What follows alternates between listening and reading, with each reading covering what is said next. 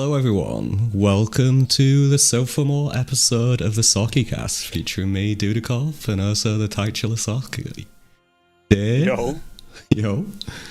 Today we're yapping about our field trip to the Super Bowl of niche anime fighting game competition, the Aquiltor Finals. And to help us with this, we brought along an all-star team of 5-star 6XLers that would be fighting for this top spot in any Grand Blue draft board.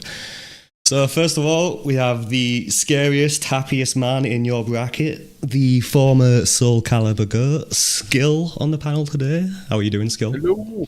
I'm doing fine, you? Yeah, I'm doing well, thanks. I still got this cold I'm dealing with, but we're slowly getting over it. So if you hear any coughs, that's me again.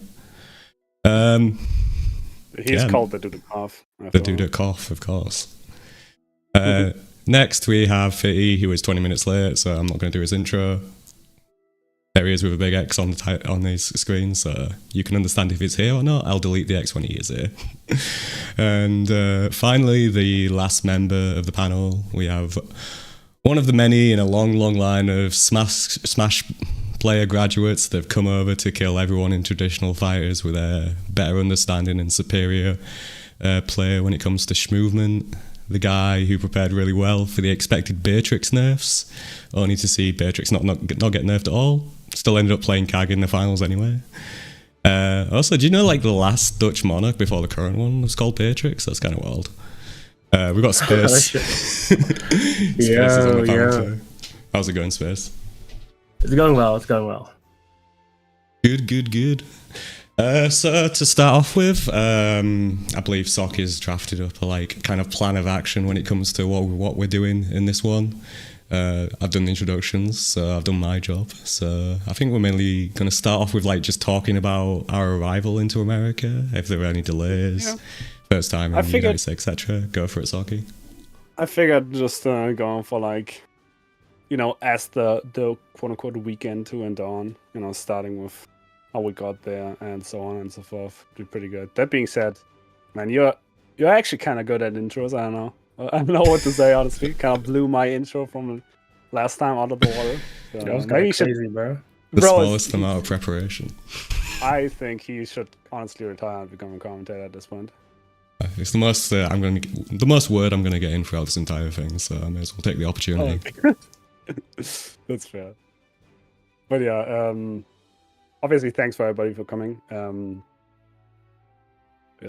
Having everybody on for the Aquiltor. I know obviously we've been there, right? We've seen everything behind the scenes. But I bet a lot of other people would love to see some of that as well. That's why we're doing this, right? Now on the stream you're seeing the matches, but there's like a lot of stuff you're not seeing. So we figured we're gonna talk mainly about those things, right? Like the things that people can't just see on the stream. We will definitely talk about the games too, but that being said, I guess we can just start with like the arrival on flights, because there was already like some turbulences, so to speak. I think we should probably start with Skyll here, because he's probably had the roughest ride. Yeah, I guess that is true. Like, I mean, I had like my fair share of like trouble in like in a lot of events in general for fighting games and stuff. But like this one was also very scary, because you are invited in the world final and you are happy to manage to qualify, and then at the last moment, like when we were like already in line to get on my flight from Marseille, like so basically I had the one flight from Marseille to one in Paris to go to the US then, and my first flight was cancelled during our lining queue. We were already lining to board on the plane, where like they announced last moment that there was a problem on the flight. So basically the flight got completely cancelled, not even delayed or anything. It was completely cancelled. So we had to get a later flight. The problem with the later flight is that like I couldn't get my flight from Paris to the US in time. It was like I think early afternoon, and it was like too late with the second flight to get there. But luckily, not like last time at Evo. At Evo it was way more like, I was way less lucky than this time, because this time at least, like the company that I was, getting in, was able to find another flight, a completely different with a completely different company at a later time, but still at least the same day. So like at the end, I wasn't like I was quite lucky actually. It could have been way worse. Like arriving like a day later or something would have made miss of the media day and stuff. So it would have been a bit more painful. But like I'd say that like it was not exactly the best start for going there, but the rest of the flight was fine though. Like no other trouble.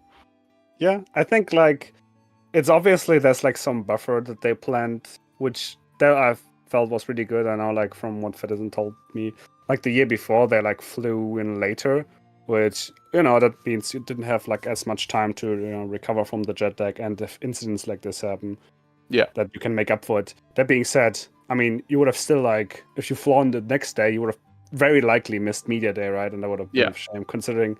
I mean, we're gonna get to it at some point, but I definitely think if you ask me, the intro video of yours was probably the best one out of all of them. So wouldn't have want to miss that, I like the clown in these videos. It's good. They're good. It's a good. Being said, yeah, for me, like, man, I don't know if like I fucked up or not, but like when they booked like my flight, it was like super early, and I knew that like the way it was set up, I'm likely not getting any sleep the night before, because it's like 7 a.m. flight, which means you're gonna be there like at least 2 hours before, right? Like 5 a.m. Yeah. And it's like the airport is like a couple hours away, and they don't have any like if I take the train at like 2 a.m. or something, I get there, but like then how do I sleep? The night before, right? Like I'm not the kind that like goes like naps for like 2 hours. I can't really do that.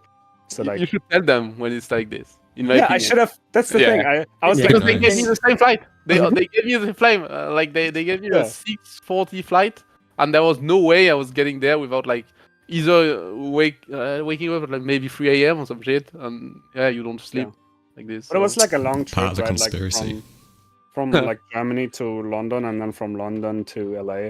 So I figured, it's like gonna be like an 11-hour flight anyway. I'll try to sleep on there. I don't think I'll sleep that night because my sleep schedule is all over the place, and you were pretty hopeful though, right? I remember you talking about it before, and I was like, nah, you're probably not going to get this sleep that you're expecting to get on that flight, bro. No, like I know like that is not going to be easy, but at the same time, I'd rather be that way than arrive like super late on Wednesday, right? I want to get extra, like the more time I have with the US, the better, because you're gonna get more out of the trip. But it's the flight there was fucking awful. It was so bad. I couldn't sleep at all, and it was like the most painful experience ever. But lessons well learned.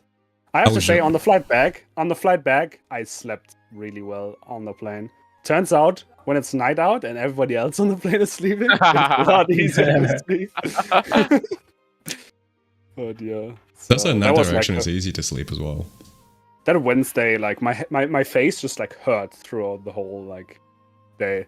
Like just the wind, like you walk through the city, or like you're in the airplane, right? The like wind hits your face, it just like hurts. What the fuck? So, it's just like, man, you're so tired, man. Oh, because you were so tired, yeah. Yeah, because I didn't sleep the night before. But how was your flight space? We made it. What'd you say? How was your flight? Oh, my flight was actually pretty good. I managed to sleep like pretty well on the flight. Like nothing about my flight was bad. It was just like getting to the airport was a bit stressful. Like I got to the train station and it's like, oh, the trains aren't going today. And I was like, what the fuck? Why was this not on the app? But there was a replacement bus, and I was like planning to be there 3 hours early. So I had enough of a buffer to get there. But when I actually arrived in America, like I already checked this before, and I should have internet, like data in America. And when I got there, I had data, and I realized like half an hour later, it just was gone. And I was like, I'm in America without data? What am I going to do? All your data disappeared? Yeah, it just disappeared. Like it ran out. Apparently, you ran there out was, of like, a data. timer It's not on it. like Yeah, it's not like you couldn't get a connection or something. It was just like you'd like used it all up because it's like super expensive or something. yeah. Apparently, it was like only a little bit of data. I thought it was more. I thought it was like just the regular one. Yeah, So first time I went, the data was a big issue. I had to like connect to like every single Wi-Fi point, which wasn't very exactly, good. exactly. So I like took a bus to get like a bit into the city, but I wasn't like at the Airbnb yet. So I just walked around until I found a Starbucks, and then I connected to the Wi-Fi, Classic. and from there I found the bus to get to the hotel. So it was like around to the getting the trip itself, like the flight, it was fine, but around it was a little bit stressful. Oh, that could have been like a little scary, honestly. We got kind of lucky because like so many of us arrived at similar times. We were like Mhm. literally in the queue. Like I was in the queue with Cake, and then like just started seeing Fitizen and his wife. Oh, And then, nice. like half an hour later, we're still in the queue, and like we see Dudeakoff pull up. Yeah, I waved So at we just, Socky like- like 50 times as we passed each other in this long ass It was queue. really funny. But that also meant we could just like take a cab together, save some money and stress Yeah, exactly. of not knowing where to go. Like I checked the Uber prices. That was the first thing I did when they started data, and said 100 to get to the hotel. And I was like, I'm not paying 100, bro. There's no way. So that's why I was still using my data to figure out how I was gonna get there. But yeah, I figured it out. I didn't. That end was up like walking for 60 3 something, like. hours. Yeah. That was for a big one. I know. So we got a good time. Yeah, we thought it was pretty cheap. Did you see there was like a Strive player who like at least tweeted Yes. that they were like walking to the hotel? Sanakon did. Come on, man! You don't do that. It You're was gonna get actually killed. crazy. He was going through like a really Walking- dodgy neighborhood as well.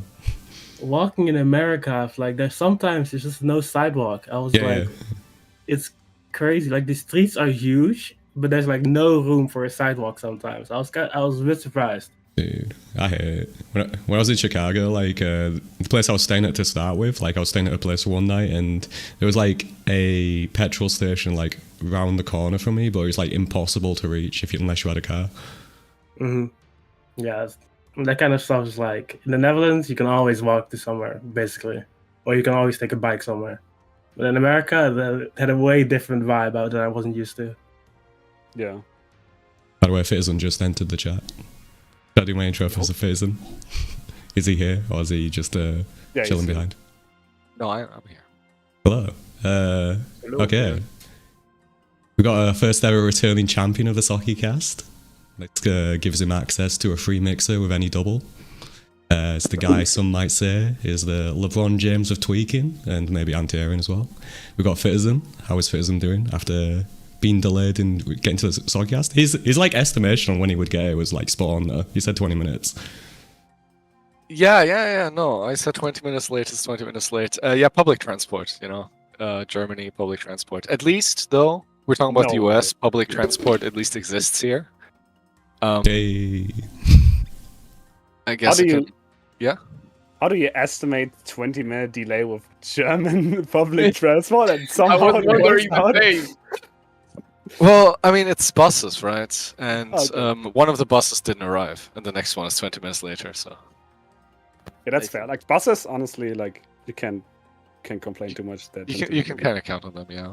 Yep. Speaking of buses and public transport, because I heard Space was just talking about like how to get to places and how the Yeah. US was so different.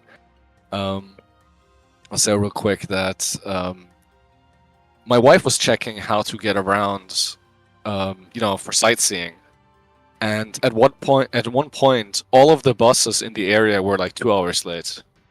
What the fuck? Like in the Oh, US, so it's you know, like UK then. yeah, it's pretty funny. In the Yeah, Netherlands, Freddy.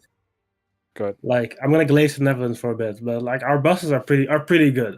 Like so when I go to Germany, it's always late. Like everything's always late. So I'm used to that. And in America, it's like it kind of felt a bit like Germany with the buses and stuff.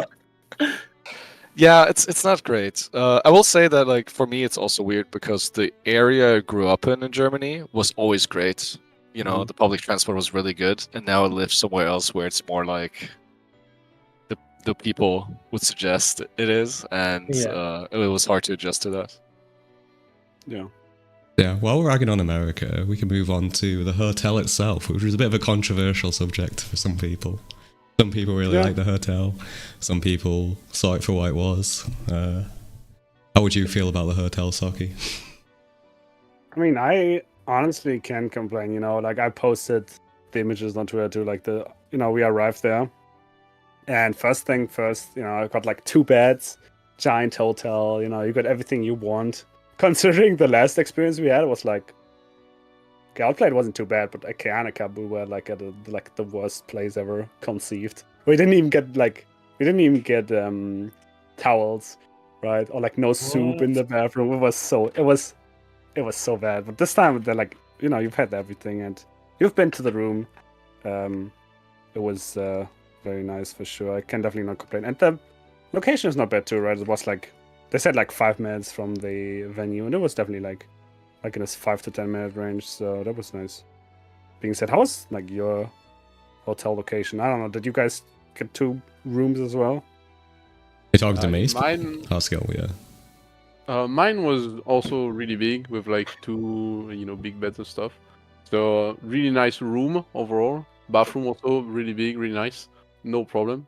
My only complaint would be maybe like during nights you could hear like all the noises and stuff in the streets you could hear, and I kept getting wake up in the night by like sirens. Like it was like alarms and stuff like that. All those things I could hear from the streets or some shit. I don't know what was happening during the night. Maybe police, maybe like a different type of sounds. Los Angeles. Yeah, it was kind of crazy. Like I don't know what was happening those nights, but I can definitely tell that like I could hear everything. But apart from that, like the room was really nice, and I think as you said, like the hotel, the placement and stuff, like not bad for sure. Yeah, I remember. I think we talked about it even where it's like the walls, whether it's like the hotel itself or this is just like American buildings, but like at times if I was thinking my windows were open, right? Because like like how much you could hear the streets outside. I also checked. I also double checked on the windows if it was like maybe open or some shit, but it was not. It was just completely closed. So I was like, wait, I can hear that well on the street. It's a bit weird, but apart from that, What floor were you guys on? I was at 7th floor, I think. Yeah, same. Okay, it's interesting because I didn't have the same experience, and I think I was on the 3rd floor. Maybe you were like, I think I was way lower. Lower floors. Just expect it to not matter on the higher ones. No, I think the big difference is if you're like further down. If you're further down, then the buildings will do like the other buildings. Yeah, we'll do like the insulation for you. But we're so high up, like I can like see directly onto the like the highways and shit, right? And that like the audio has like no way to get broken up there if you're that high up. What direction were you facing, Faye? Is it the entrance? I'm not sure, actually. Could you see the highway out the window? I was on the 3rd floor. I don't remember. I didn't really look outside. I'm gonna be honest. When you were I didn't have much of a view. Gamer. I just remember I didn't have much of a view. So wait, I can actually. You on the side of the elevator or not? I don't remember. Come on, man. I'm sorry. I mean, wait, elevator outside. Right. I don't remember, man.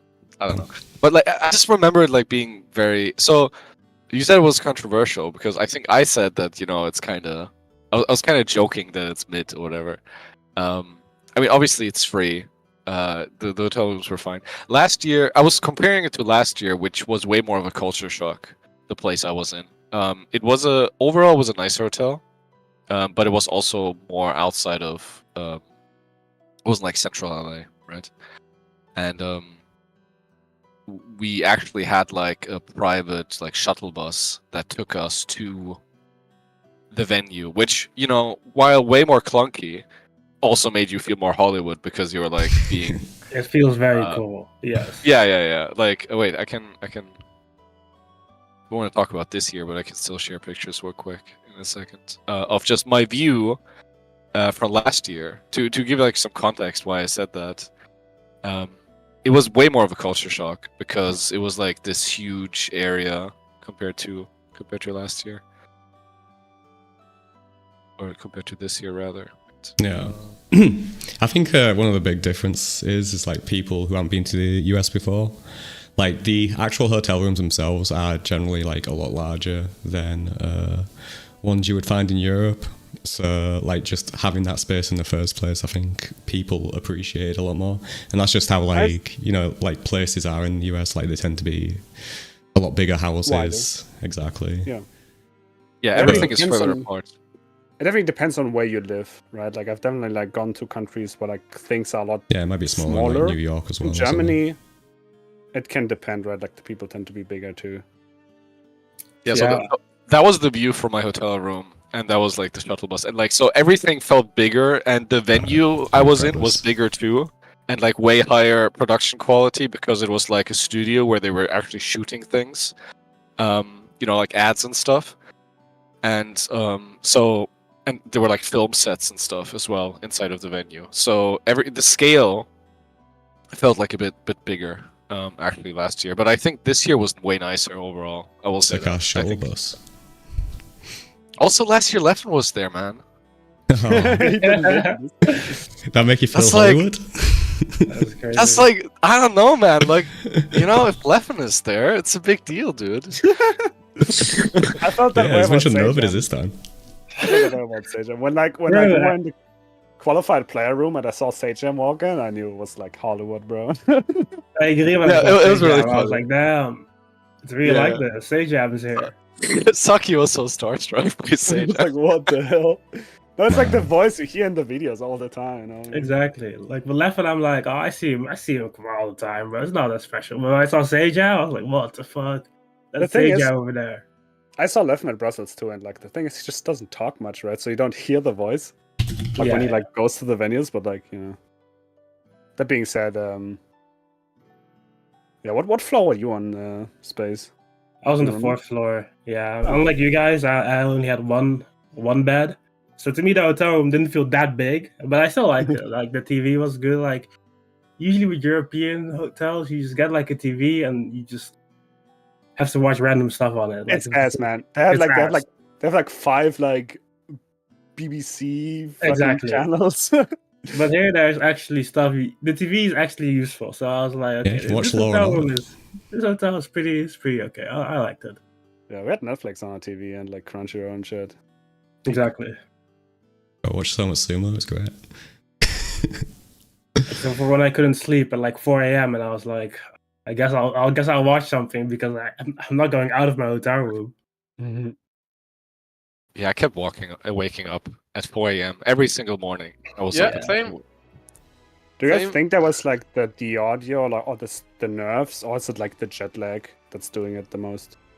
For me, it was definitely the jet lag, except on I think it was Friday, where it was definitely built the nerves where I woke up, where I couldn't continue sleeping anymore. My opinion was it was mostly jet lag, but also Definitely sound jet of police. the sound of the police. I don't know how like you guys like felt about the jet lag, because for me it was like hard to like put in words, because like I couldn't describe feeling different, but there's obviously something, you know what I mean? Like the way I played, the way, you know, the time felt, right? Was like a little off, but like I couldn't, like, if you told me to like put in words, I probably couldn't really say something. And like, it's not that I have to experience much. Like, this is the first time going to the US. I'm assuming for a lot of you that I know for Space that's the same. Dudeakoff not. Fitty obviously went last year. I'm not sure about Skill. I've been a few times. yeah, I feel mostly fine. Honestly, I mean, I think it is the jet lag why I wake up at 4, but at the same time, my sleep isn't ass, you know. So you know, you wake up at 4, but then you fall back asleep for a few hours and you're fine. So, but I agree. Obviously, it feels a little bit off. I don't know how much of that is the environment. Like, if you're walking around a place that's obviously like very different from where you usually play these games. It's not like a European landscape. It's gonna feel a little bit different, and I think that like can take you out of it a bit. But I think it's mostly a jet lag. On Sunday, my sleep was the worst, and that was nerves. Like every time I closed my eyes, I saw Sandalphon on gameplay in my head. Every single time. And I was like waking up, and so you wake up and then you can't fall back asleep because your mind is like going 180. It's filled. Yeah, Exactly. it's just filled with like too many stuff at the same time. Yeah, you're thinking about too many things. Yeah, I mean, I had the same thing on the Sunday. But also like overall, I feel like I've been like quite a decent amount of times in the US, and it's probably so it's not great obviously because you still have like jet lags and stuff. But honestly, it's definitely not the worst compared to like Japan and stuff. From my experience, it's mostly like some jet lag, but as Fitizen said, like I usually manage to get back to sleep and like have a decent sleep overall. Obviously like it's still like not the best, right? For the event itself and stuff because you are still not at 100%, but it's not that bad. It's honestly like usually fine. And the rest was mostly nerves. Usually it's stress because of the important matches, stuff like that, at least for me. But as I said, like it could be way worse since like when you go to like Japan, at least from my experience, usually like the sleep is way harder to get. Like I have like trouble of sleeping when I arrive like maybe close to the start of an event in Japan. Like usually I really want more days than in the US, just because for me it's harder to get enough sleep to actually not drop performance-wise for the event. So yeah, but it was like overall not the worst. Definitely not the worst. It was an okay experience. So it's as mostly in the US. Usually it's fine.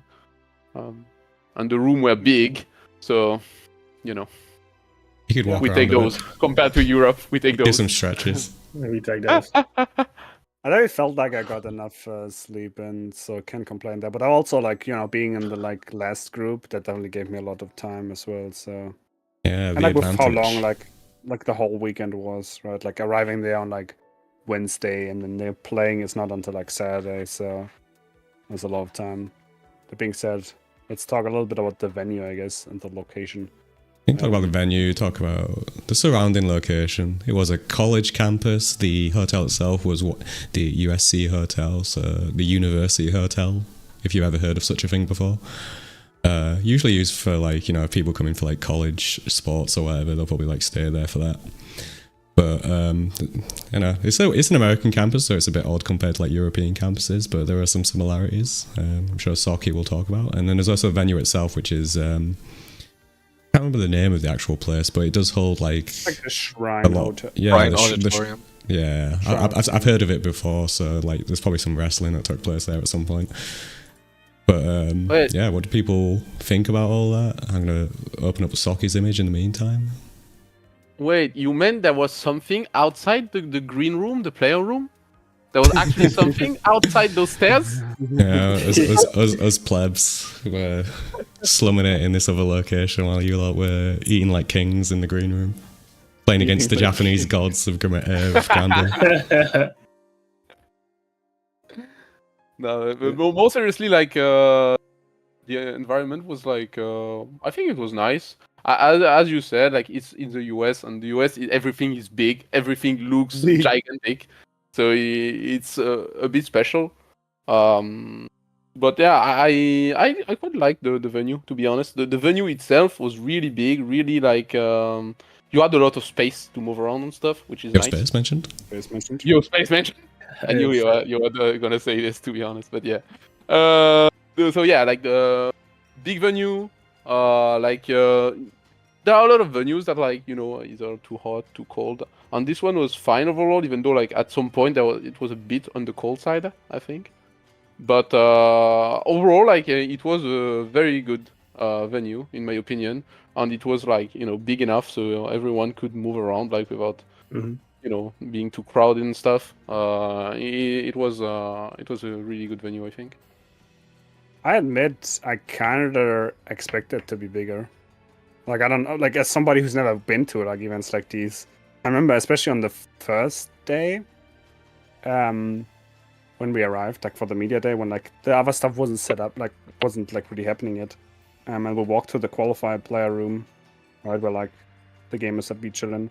I remember like we walked like past one room, and there was just like a huge like audience, you know, like you know, like an auditorium, with, like a like a lot of seats, like you would expect like from a concert or some shit, right?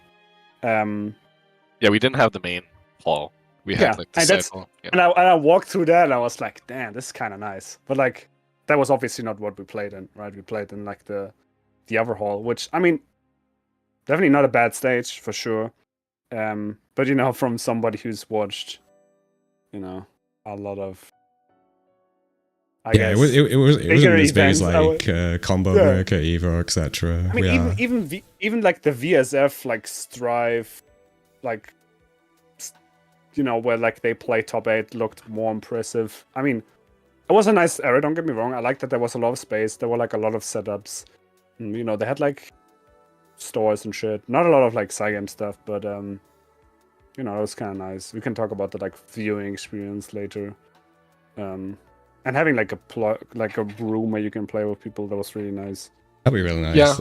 I'll say I preferred this to, you know, if we had been in a larger hall. I think, you know, this is not Street Fighter or even Tekken. Yeah, it's like weird. And I mean, first of all, you know, that would suck because no one would be in like watching.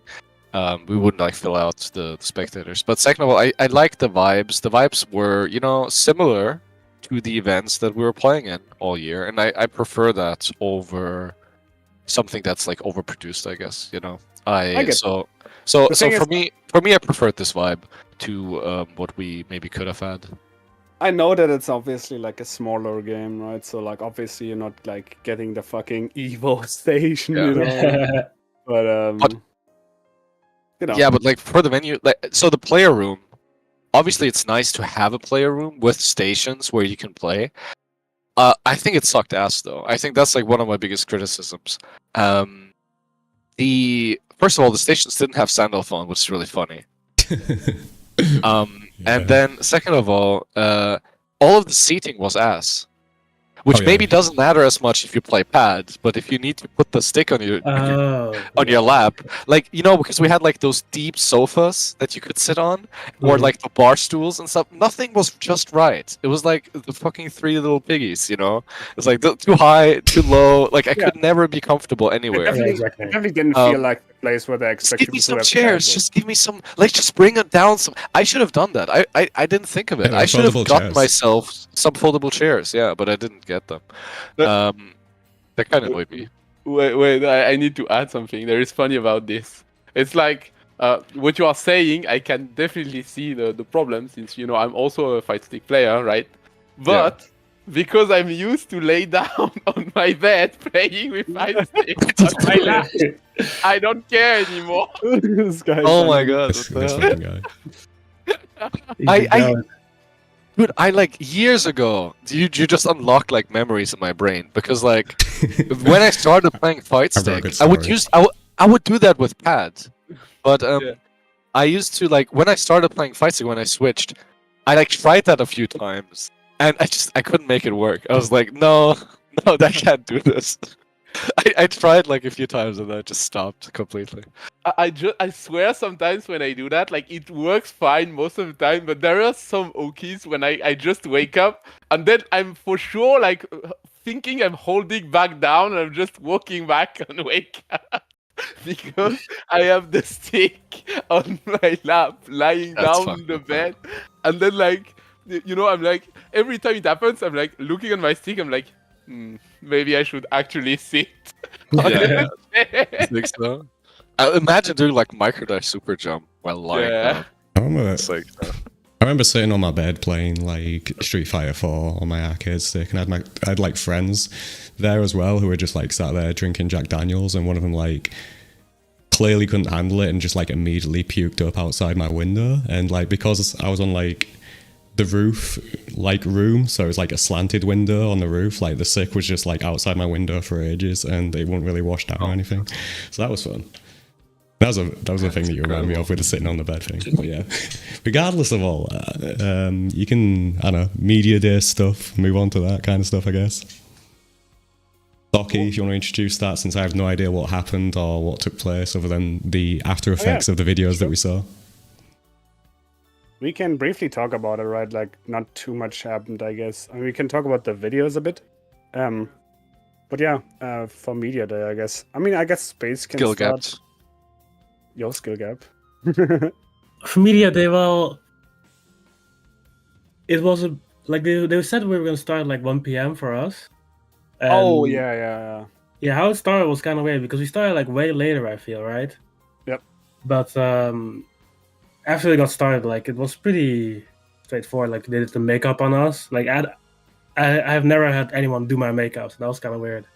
Like even for like other big events where I've been invited to, that they haven't had like a makeup artist for that. So that felt very esports. That was cool.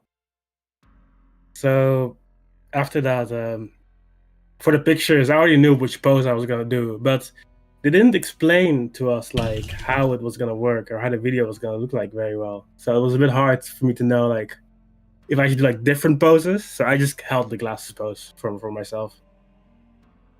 Yeah. In contrast to last year, it was much worse in terms of the media day.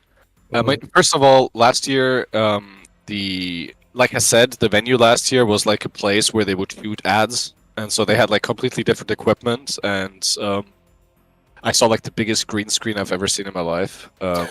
It was absolutely massive, and but regardless, I think the biggest issue was like the people doing it. We didn't get any instructions. Honestly, the guy seemed pretty disinterested. Like he just wanted to get it over with, right? He was watching like Valorant or something. Yeah, he was watching Valorant.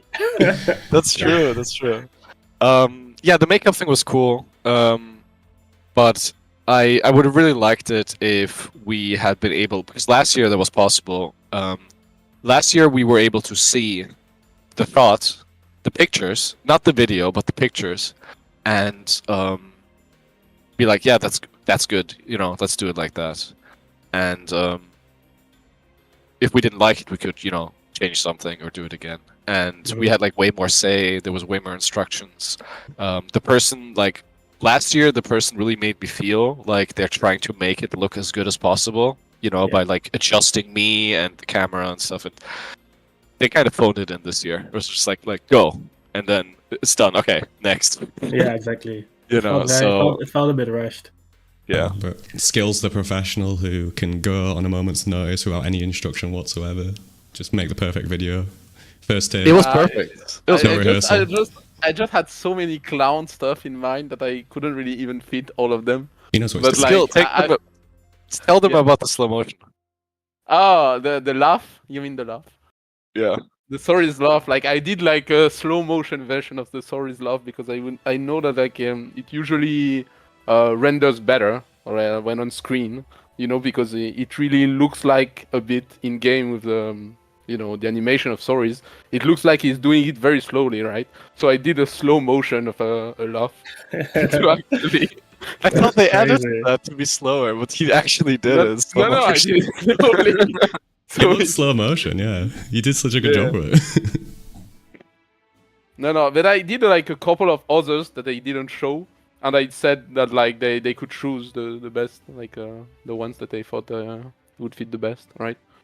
So that's also why I think there was like some good ones in it. But as you said, yeah, it was very rushed. Like I did a couple of other events like this one.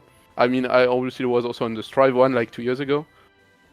And yeah, like I remember that like they were more passionate about it, like in terms of like taking the clips, like the.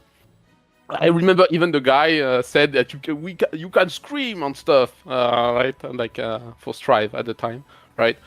So you could feel in the character, right, or in your pose, stuff like that, right?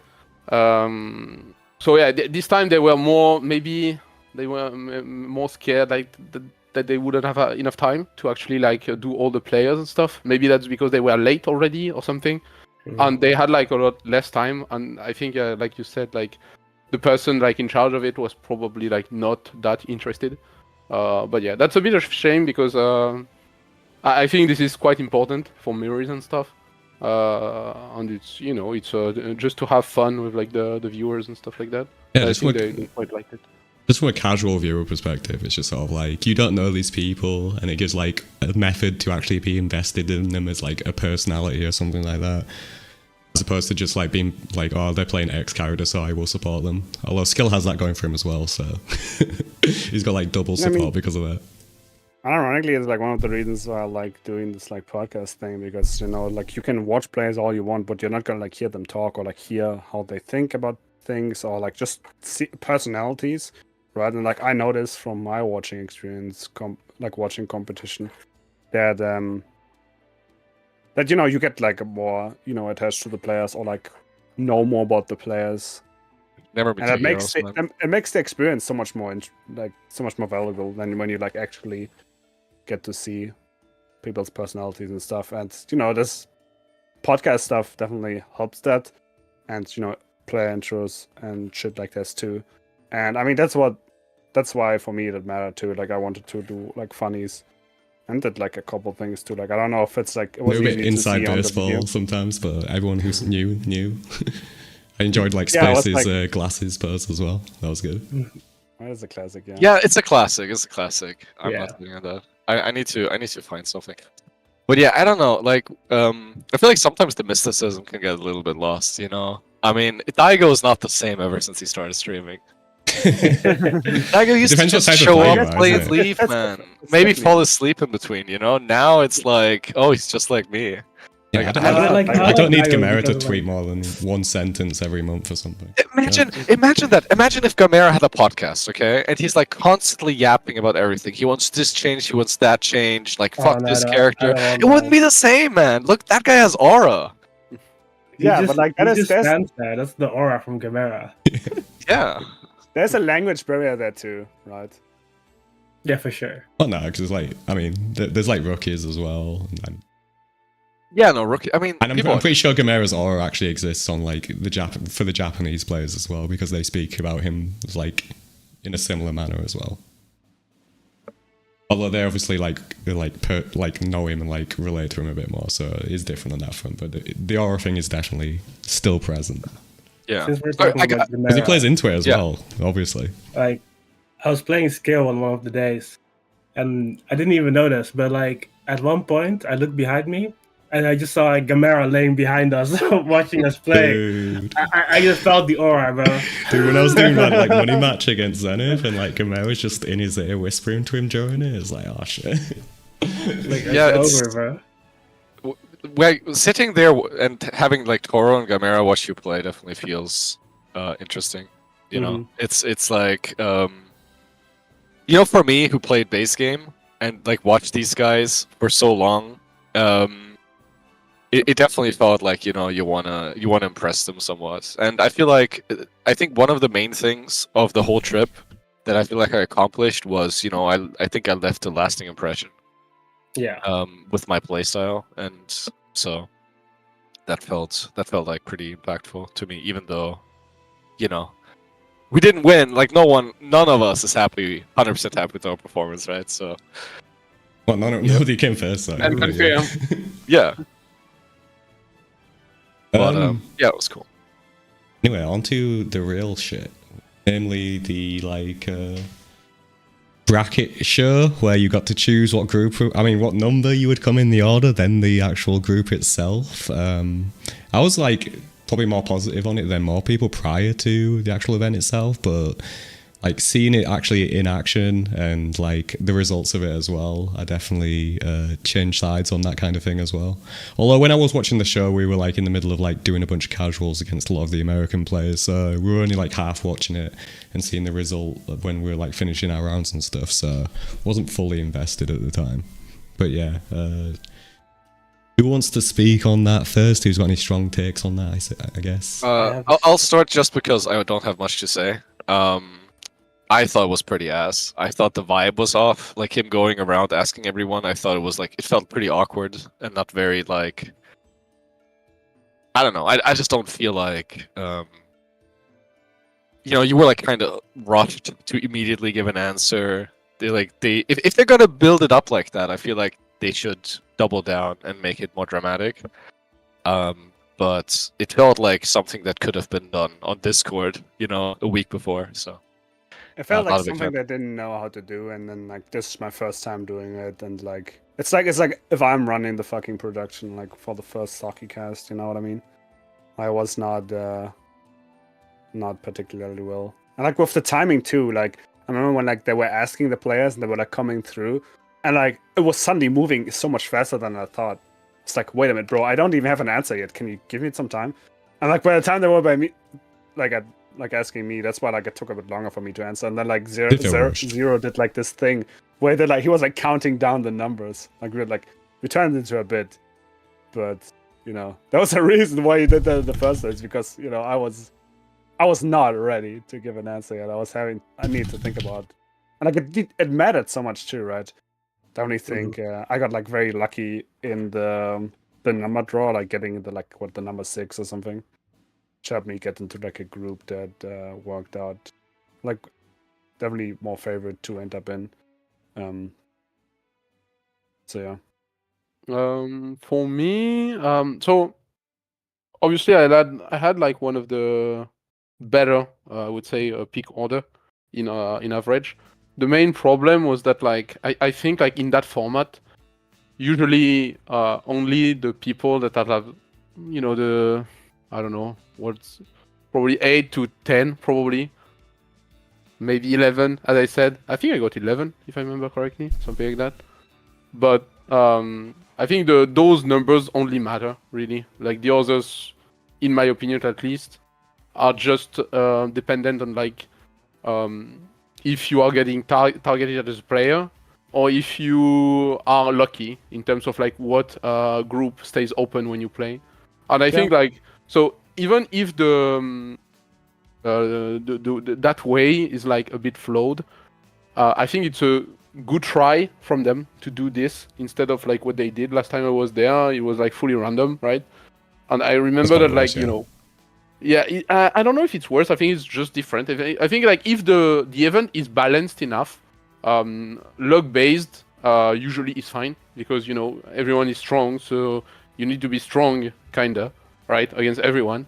The problem of that is like obviously you have to always keep in mind that you need to practice for every single matchups. Where like if you have a good number, and you have a good number already, right? You are secure to have a decent number. You can avoid some matchups by just not going into the pool of the person, right? But overall, I think this way of doing is okay. I definitely think there are a lot of ways to improve it. As I said, like I'm not convinced about like how to decide the pick order with like the region stuff and the number of people present in the tournament you qualified into, stuff like that. Not sure if it's the best way of doing it. I don't think so, personally. But overall, like my only really issue is like the groups, like the pools and stuff, are filled too fast very often. So it's very hard to actually not have a pool that like gets filled very quickly, just because people just don't want to go into empty pools. So but the big thing like throughout the weekend and even before, like when I kept asking you, because I did like a bunch of like research, right, like check what people were like thinking, and there was like a very clear goal for a lot of these people, which was like, I want to dodge Gamera. Like that was the number one priority for like most players, except for like maybe Koji, who was like, I would like to like rematch with Toro or something like that. Most people were just like, I don't want to fight Gamera, preferably not Toro. And then after that, it's like, I don't want to fight Zane. I don't want to fight Elsa. And then the rest is like very open, right, with who they fight.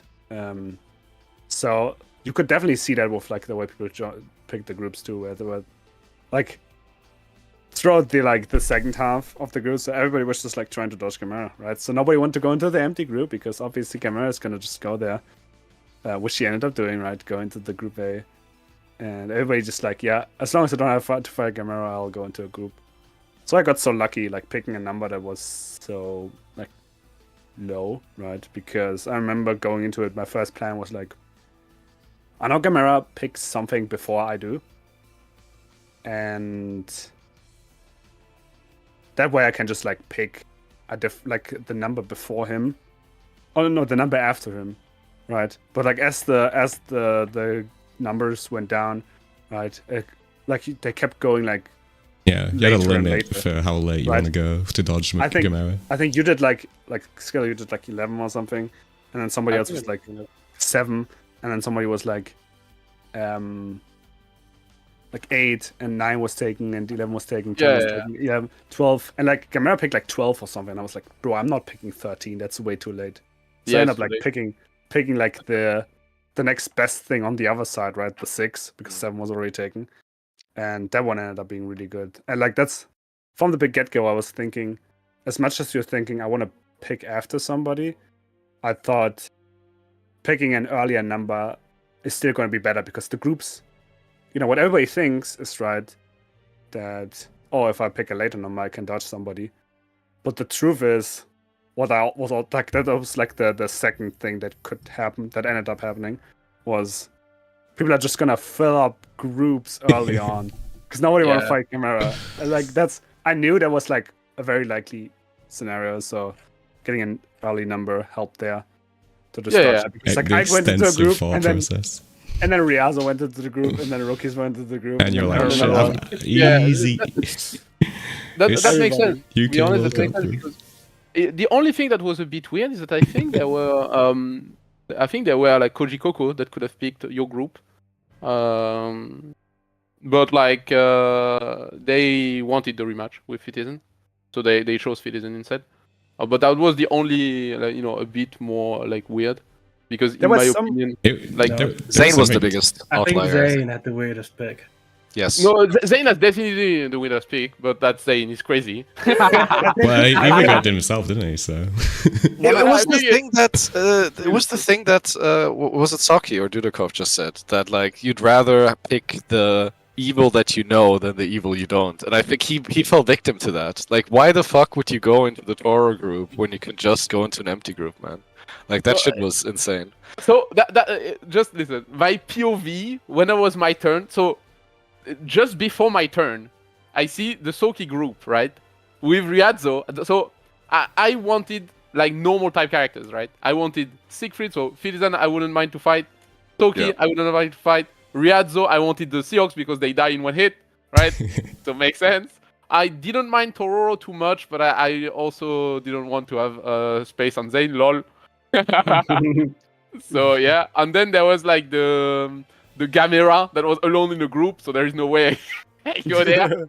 So it was really funny because my POV at that point is like, okay, please let me get a group with like maybe Socky or whoever is gonna be with Socky, right? And I see Riazo, Rookies, and Aaron just before me. I'm like, okay, that's fucked. The group D is gonna get they all piled into the Socky group. I was sitting there, and they're all just like, Group D. Yeah, they were like Group D. I was like, yeah, cool. The only thing that was weird, as I said, for me, and my point of view, was Koji Koko. Koji Koko, they gave me a hope. When it was their turn and they said Fitizen, I was like, maybe I can join like the Seahawks group with Socky. And no, at the last moment, Aaron's like, no. So it was kind of funny. So I had the choice there. So Group D was filled. Then there was like Group C with Fitizen and Koji, right? Then there was like Group B with Space, Tororo, and Zane. I was like, well, it's A or C, right? The problem of both these group, one, Group A as Gamera and C as Koji Koko Fitizen. And the problem of Group A is like Monarch is definitely going into Group A if I go there, because group is always almost empty, and I play Soris, right? So I probably have Elsa and Monarch going for me. So it was like, I don't really have a choice. I need to go for a group that's almost filled. So Monarch don't pick that group. You know, because Elsa is gonna be there first. So I pick like the Fitizen Kojikoko group. And then like I was like, yeah, let's pray that like Elsa actually goes for the group. And No, Elsa what happened? Monarch actually picked before Elsa. Yeah, but I like think there was no way they picked this group. No, but that's the thing. I had a conversation with Monarch right after the decision, right? And he was actually saying, like, it was a bit of a gamble, right? And he definitely regretted not going into Group C. Against Koji Koko, Fitizen is excellent. Well, he's literally he's beat Koji before, right? Like, obviously he lost too, but that was like on a better Belial, right? So he's definitely beaten him before, and then obviously against you, there's like an advantage. Yeah. No, and the sets he had with Fitty weren't like, I mean, he can take games off Fitty. No, we played on Nier. We never played on Belial. You also had to consider the remaining players who still had to pick as well. Oh, right. It was a bit of a gamble for him, he said, like whether he goes into the one group or the other, and like which ends up being better, and he felt like he regretted it a little bit. I thought I read that really well for him. Like, that's what he said to me, right? Yeah, obviously, but like for me, from my point of view, it's like you felt a group filled with 3 people that are like Koji Koko, Fitizen, me, like both 2 of them, so Fitizen and Koji Koko, like pretty strong versus like Metera. I was feeling quite safe that he didn't pick the group, and then also the reason why I don't have really much of a choice is like if I go into Group A, like I have Gamera guaranteed, already picked, and then I'm in a group Gamera me. And then what's gonna happen? They are gonna target me, and what else gonna happen is Monarch and Elsa probably goes into me. Yeah, you have 2 of them instead of 1 of them. There is no way they don't go into me. So going to Gamera is also so scary, right? With his spare tricks. Yeah. And but he ended up making it work, right? Like beating Zerum and Beepo. Yeah, I think that was like with the remaining players, those were like 2 good matchups for him, in my opinion. I don't think he had like a strong take on the Charlotte matchup, so that might have been a bit of an unknown. But I feel like Metera's very strong against Charlotte at the moment. Well, the scary thing was that for LCQ, the favorites at that point were Zenith and Hava, and that's 2 really bad matchups for Monarch. Right. We didn't know the LCQ at that point. That was the very scary. Yeah, LCQ was super scary too. Yeah, so LCQ was so scary. Going Group A is basically guaranteed to have LCQ. Yeah. I wasn't. Sure, like I wished you actually managed to win the whole LCQ. I had some hopes. As well. I also, Cake also did great at this. I can talk about that in a bit. I watched some of his matches. Like, he did so great. He did so well. But at some point, I was like sleeping, like almost asleep in the room. I look at the screen 1 second. I see a buzz. I was like, wait, there is a buzz in SAQ apart from Cake. I see top 8. I was like, wait, that's Cake? He's cooking everyone. He was cooking, yeah. He's cooking everyone. Yo, you should have seen his sets with like Josamitsu and stuff. He was like. Raj just hitting the 2Hs. He was pressing 2H. He was hitting the 2Hs. Hitting the anthems, hitting the dives. That's Cake. Before we move on, I want to get Space's takes on the group things. Obviously, had a bit of a less say compared to some of the other people, but given how it played out, how do you feel about that kind of thing? I mean, I basically had no choice, right? My choice was just like, what time of day do I want to play at? And I feel like 1 p.m. is like kind of optimal. Like, I feel like that's the optimal bracket time, so I just picked that. But I want to bring something else up about the groups. Did any of you watch the Strive group pick? No, I had it on in the background, and I was paying very small amount of attention to it. So for us, what confused me is they didn't put the LCQ spot in, right? Yeah, that confused me as well, actually. Yeah, but for Strive, they did put the LCQ spots in. That was a mistake, though. They changed it at the end there. Did they change it? I think they did, yeah. Oh, I thought they kept it in. Because people picked it with the LCQ spots. Yeah, because there was you could pick the 16th number that was on the board for some reason. That also dumb. I hate that shit. Yeah, so it confused me a bit. I feel like they could have explained it better, but either way, like the group, I feel like my group was. I didn't like it because like I'd lost to Zane before, and obviously Toro is Toro, so I was like, I felt like there was like probably out of the groups that are there, the hardest group I could have gotten. But well, I think like when I saw Zippy, I didn't feel bad about that. So I was like, I had mixed feelings about my group for sure. But I ended up beating Zane and losing the rest. So I was like,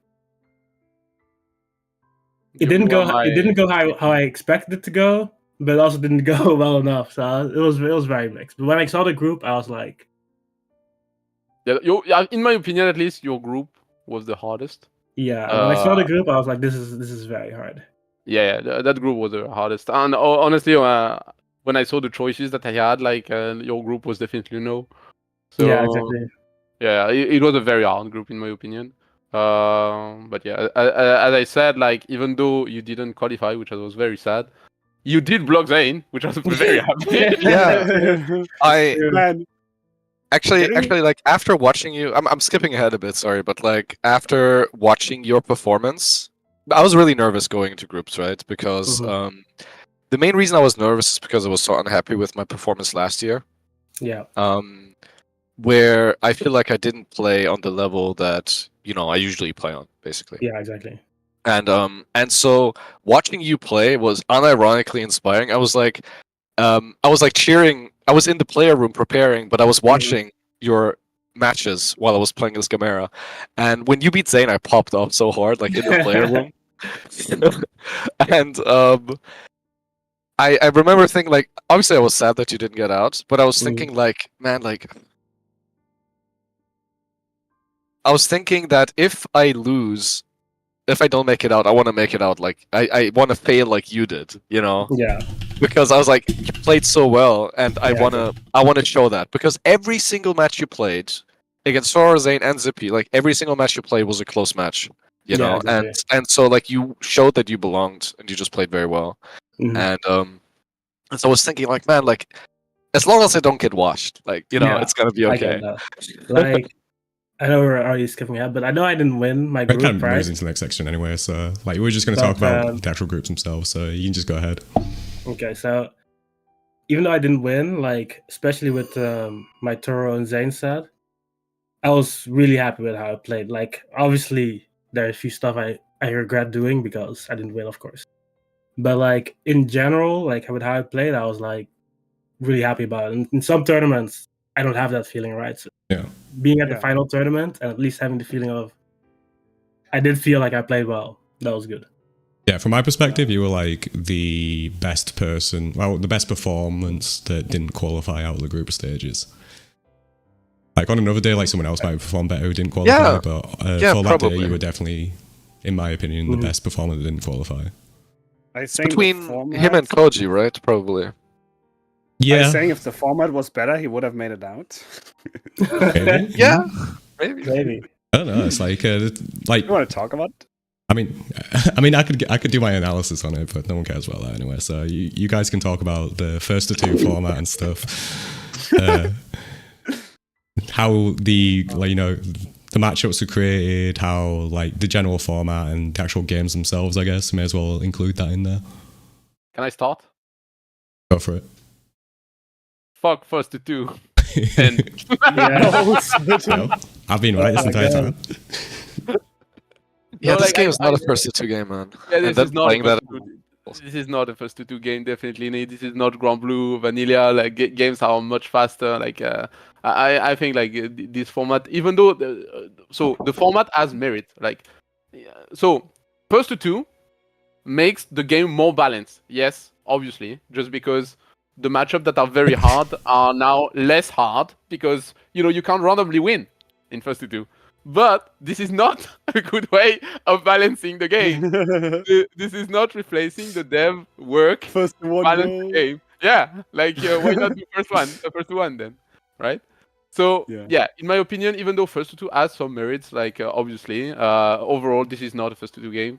People should have more time to adapt. People should have more time to adjust to the characters that are facing and stuff. And this is extremely hard since like the less game that you have, the less interaction you have, and the less time you have to adjust.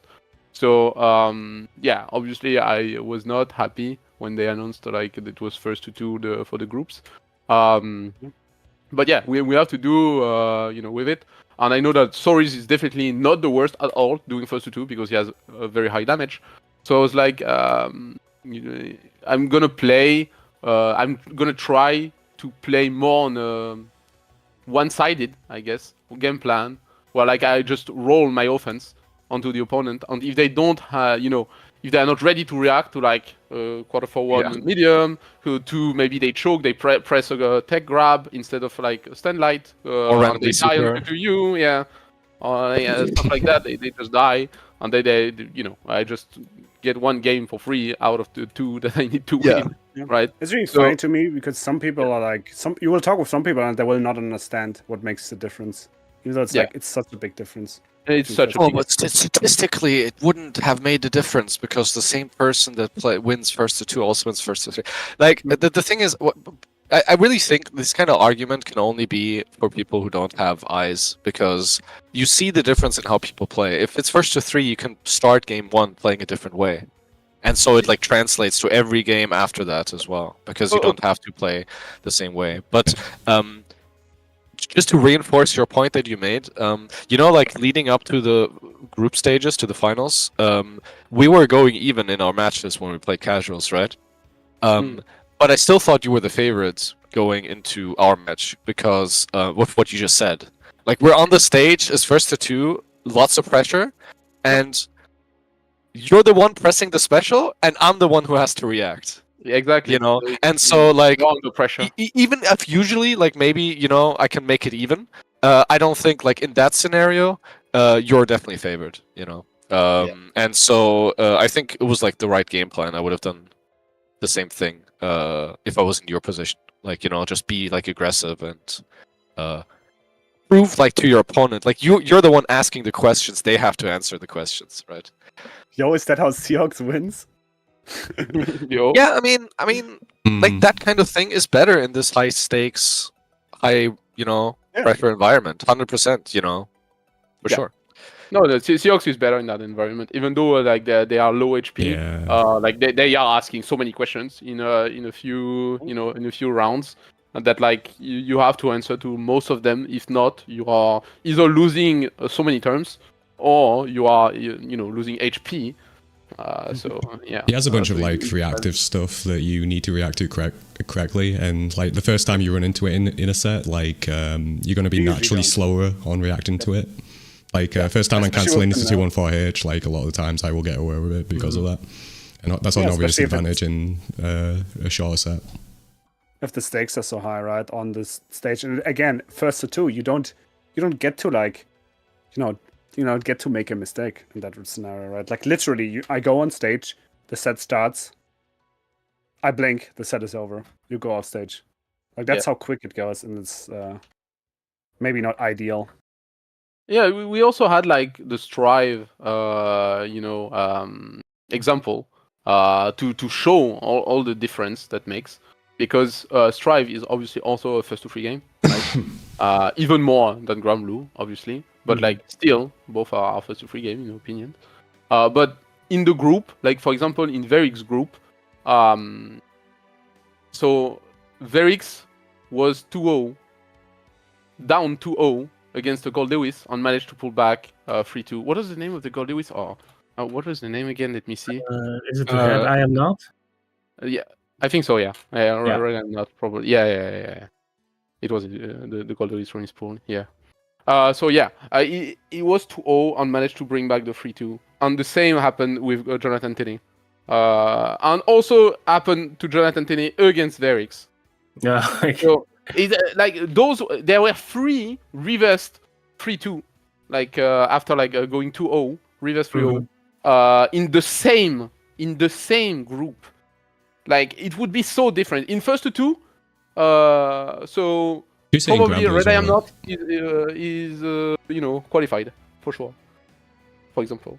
But yeah, everyone hits first to two. Yeah, we can relitigate it some other time. I mean, Socky, you can finish off it. Yeah, sorry. Even with like the way the format was, where it's like it's not just the game. It's not just the sets you win, but the games you win mattering as well, exactly. right? That's like in first to 2 man. Like how do you? How do you Playing do the that? third game for This- me against Elsa was really hard because I knew how much it mattered to go 2-0 versus 2-1. And I think that's stupid. That just shouldn't. It's not fighting games for that to. People play differently. So I'm someone who famously, like happens to me all the time. People point it out all the time. Very often I go down in a set. Like I lose the first game pretty often, compared to like how many I end up winning, 2-1 or whatever, or 3-1 or 3-2 or whatever. And so it's really frustrating that my playstyle of like starting slow and trying, like I'm playing game 1, I try to play more for information, and try to like play slow and like drag it out, and it's frustrating that playstyle is like being punished in this environment, which I think it shouldn't make a difference. Either you win or you don't, and understand like using it as a tiebreaker if you have to, but this format creates a need for tiebreakers, right? Yeah, you only strive. You remember There's the always a 1% thing. tiebreaker. Yeah, tiebreakers are that's more why- common. And that's why I think the number one thing they should change is I think head-to-head should matter more than the points. So head-to-head first, and then if you have a 3-way tie, you can look at the game score. But I think head-to-head should be first. And yeah, it was really like, it was hard for me to bounce back when I was 1-1 against Elsa, because I knew, like I was confident that I could win the set. I thought I was like the favorite from the position. But like mentally, I was like, it felt like I was playing for like way less now, Yeah. And that sucks ass. Like that's such a shitty feeling. I do remember you coming off the stage and like being like in a kind of a despondent mood. I hadn't like worked it out myself yet because I hadn't done all the maths or whatever. But when was you salty explained as it to me, it fuck. made sense. Yeah, exactly. Yeah, I sat down and I was like, I'm 2-1, and if Skyll doesn't win, I'm out. It's like, how am I out if Skyll doesn't win? Like, why does this game matter? Like, what happens to me? Like this much. I mean, this much. And so it was, but Skyll washed Koji, and then the rest is history. Yeah, I mean, one of the highlights of the weekend was actually like you popping off with Skyll winning, along with like the French crowd, obviously, and that was really Yeah, I fun popped to up see. way harder for Skyll than for myself. I mean, obviously, like I do have to say it though. Like your group, like both, like going to the finals, the people that were definitely like the eyes on the most, Gamera Toro, obviously, but for on NA side, I think the things people mentioned the most, right? The things that people like assumed would do the best were Zane, Koji. right? Yeah. Zane, who didn't make it out specifically because of space, like with space beat. Then Koji, who didn't make it out because of EU, and Elsa too. Like I've seen like a lot of like people complaining. I mean, obviously Vesus a very strong character, but just people like having trouble like beating Elsa and like just being mad about the character, and I get it too, right? And then EU coming in here with like Yeah, and yourself I as don't well. want to say I don't want to say no. Aaron as well. Right? I don't want to say no like Vesusia practice here in Europe, but we definitely don't have it on that level. Trying. Same with Grimnir, right? Like we go into this, they definitely the favorite in that regard, and showing up and doing so well. Like the group, 2 European players, and they both make it out. I think that was huge. Yeah, that's probably the highlight for Europe of the weekend. Yeah, was like Group C turnout. Yeah, I think if you asked a panel of people like who the strongest, I think most people would have voted Koji to be the third strongest player after Toro and Gamera at the finals. Yeah, I've had it. I've had it a couple times. Like and Koji so and like Zane. him losing to both me and Skill in like not even like a knowledge. It's not a knowledge check thing. Maybe it's with Source a little bit, but I mean he played against Siegfried a trillion times, and so it felt good to beat him. Like especially the Beatrix match. I was so confident against Beatrix going in. Like Yeah. I was like, dude, I might be the person with the most Beatrix experience in the world. That's how I felt, So I felt very good going into that match, and it played out that way. Like the match played out exactly the way I wanted it to, and then he switched. Yeah. I mean, Space, did you like talk about your group in terms of like your actual matches themselves? Oh no, not yet. No. Yeah, against so I guess this is the first thing I should talk about. Is I pretty much mostly play CAG. Yeah, so I've talked to S1 a lot because he's obviously the personal guy, you know. Yep. And he watches Toro's videos a lot, and he recommended at first to me that I should probably play CAG against him because he's like really good against Bellatrix. And I definitely considered like playing Bellatrix as well because I do think Bellatrix does the mashup a bit better than CAG does. But I felt like CAG is like really scary because like she forces you to make decisions with like traps, throw combos, right? Yeah. So her offense is like she's kind of like in first to two she's a bit scarier. That was a bit of what I thought. Like she's a bit scarier if you have to make decisions really quickly. So that's why against Toro I decided to go CAG. And I almost won the set. It was like I think it was last round. Yeah, I think it was last round. So it was like I definitely agree with my decision.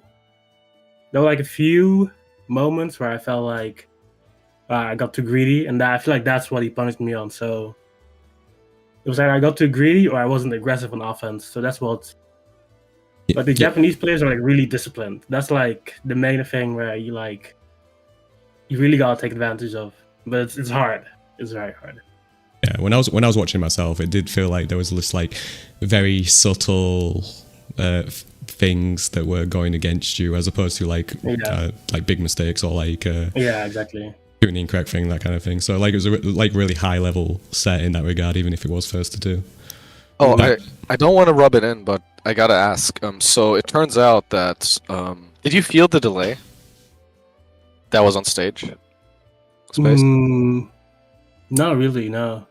Because Gamera. So after Gamera came back after his group and sat down, and I went to play casuals with him to prepare, he put the delay on +1 in the button config. And I was like, huh?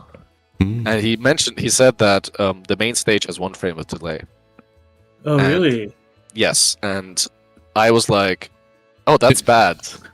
Didn't they switch out during the first group as well or something? Or was that during No, so before my group.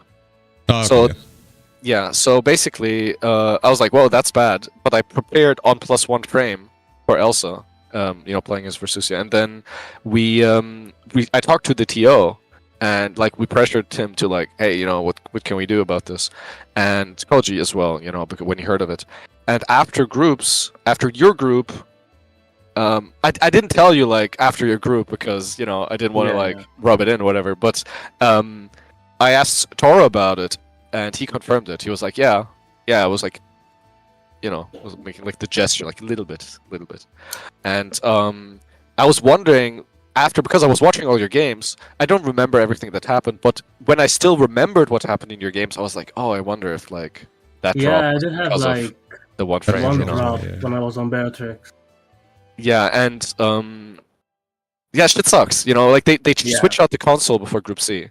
Because we pressured them, and then like me and Koji like tested it, and we're like, okay, this is good, it was fine then. So I never actually like felt the delay myself, but apparently there was like a little bit of extra delay before. Yeah, it could have affected me on Bellatrix. On CAG, doesn't really make a big difference, I'll be honest. Yeah, but on Bellatrix, Zane dropped a lot in his group in general, and I was wondering if maybe Zane actually got like fucked by it. Yeah, on Grimnir that must be really rough. That reminds me of Pulid, like at Kana, he dropped also so many things. And now, my Grimnir, it's so easy to like just. At Kayana, everyone dropped everything. Yeah, that was like pretty big effort. Yeah, Usagi going +3 delay. Anyway, that was insane. And there was the Space game as well, which was really good with the unexpected CAG pick. I don't think Zane expected it as well. Oh yeah, Zane, yes, exactly. Like I practiced the day before. I saw Zenith, right? Because he was there for the LCQ. Yeah. And I played against him, and it ended up being 5-4 for me until he had to go play his pool. And I had someone send me videos of Zane playing as CAG. So I kind of knew that he didn't know the mashup. Like, I'll be completely honest. I knew that he did not know the mashup. We were both like watching you play Zenith, and like Zane was telling me, I was like, yeah, he went into that group thinking you're gonna fake Beatrix, and he's not ready for it. Exactly. Like, so there was a lot of things like not punishing traps if I do EX traps, right? So there's a lot of things where I was like, okay, I can take advantage of this. So I felt pretty confident at the at the start of the day going into the Zane set. And with Zippy, it was a bit I felt confident going into it, but I think he made I'll be like he went crazy, right? Like, he went lots of DPs and played very aggressive against me, and I think that was like the good call on his end. And I didn't like. It's hard in first two to really like adapt to that really fast. Yeah, well, it's the first to two value. I thought it was a really good call. I think Zippy's he played the system very smartly. Like, I just agree. I pretty much agree with how he played. Yeah, especially on a new character and not being like super confident on that character against the rest of the people in that top 16. Yeah, so it ended up being like the game differences in our groups, or I didn't make it out, but it's like it happens in a format like this.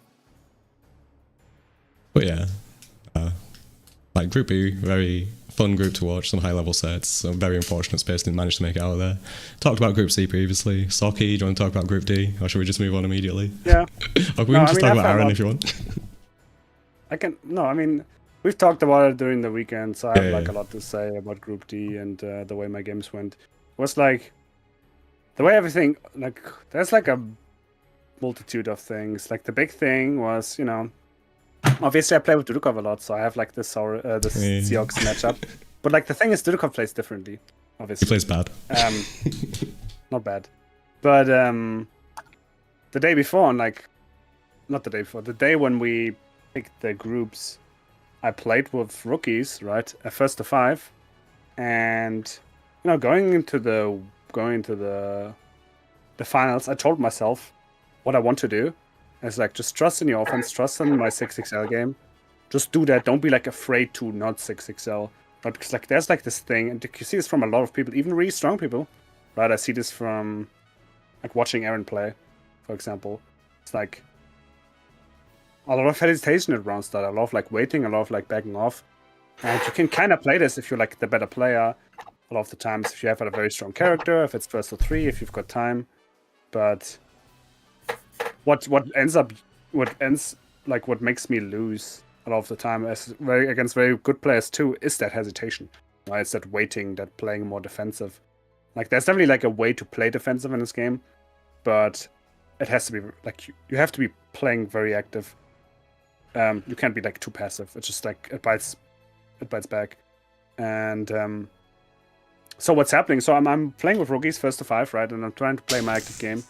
But like, he is hands down, in my opinion, the one I thought that played like the 6XL game of Rising the best. He's really good. And not everybody that I played there, right?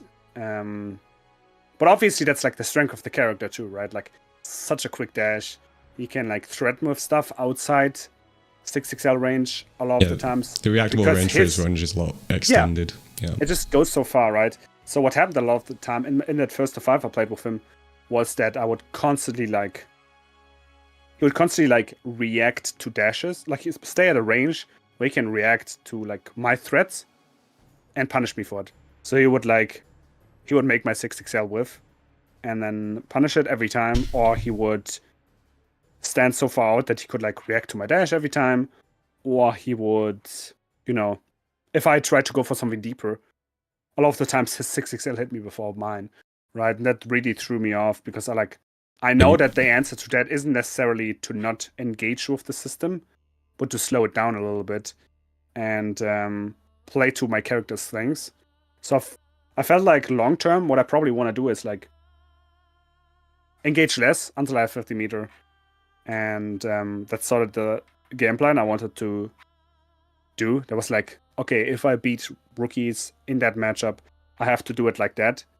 The problem is you can't formulate like a new game plan and then execute with 0 practice. And I can't just like make that up out of thin air. So I honestly should have given up on that and tried something else, which I didn't, which was my mistake. And the problem is against Riazo, who doesn't play like rookies, right?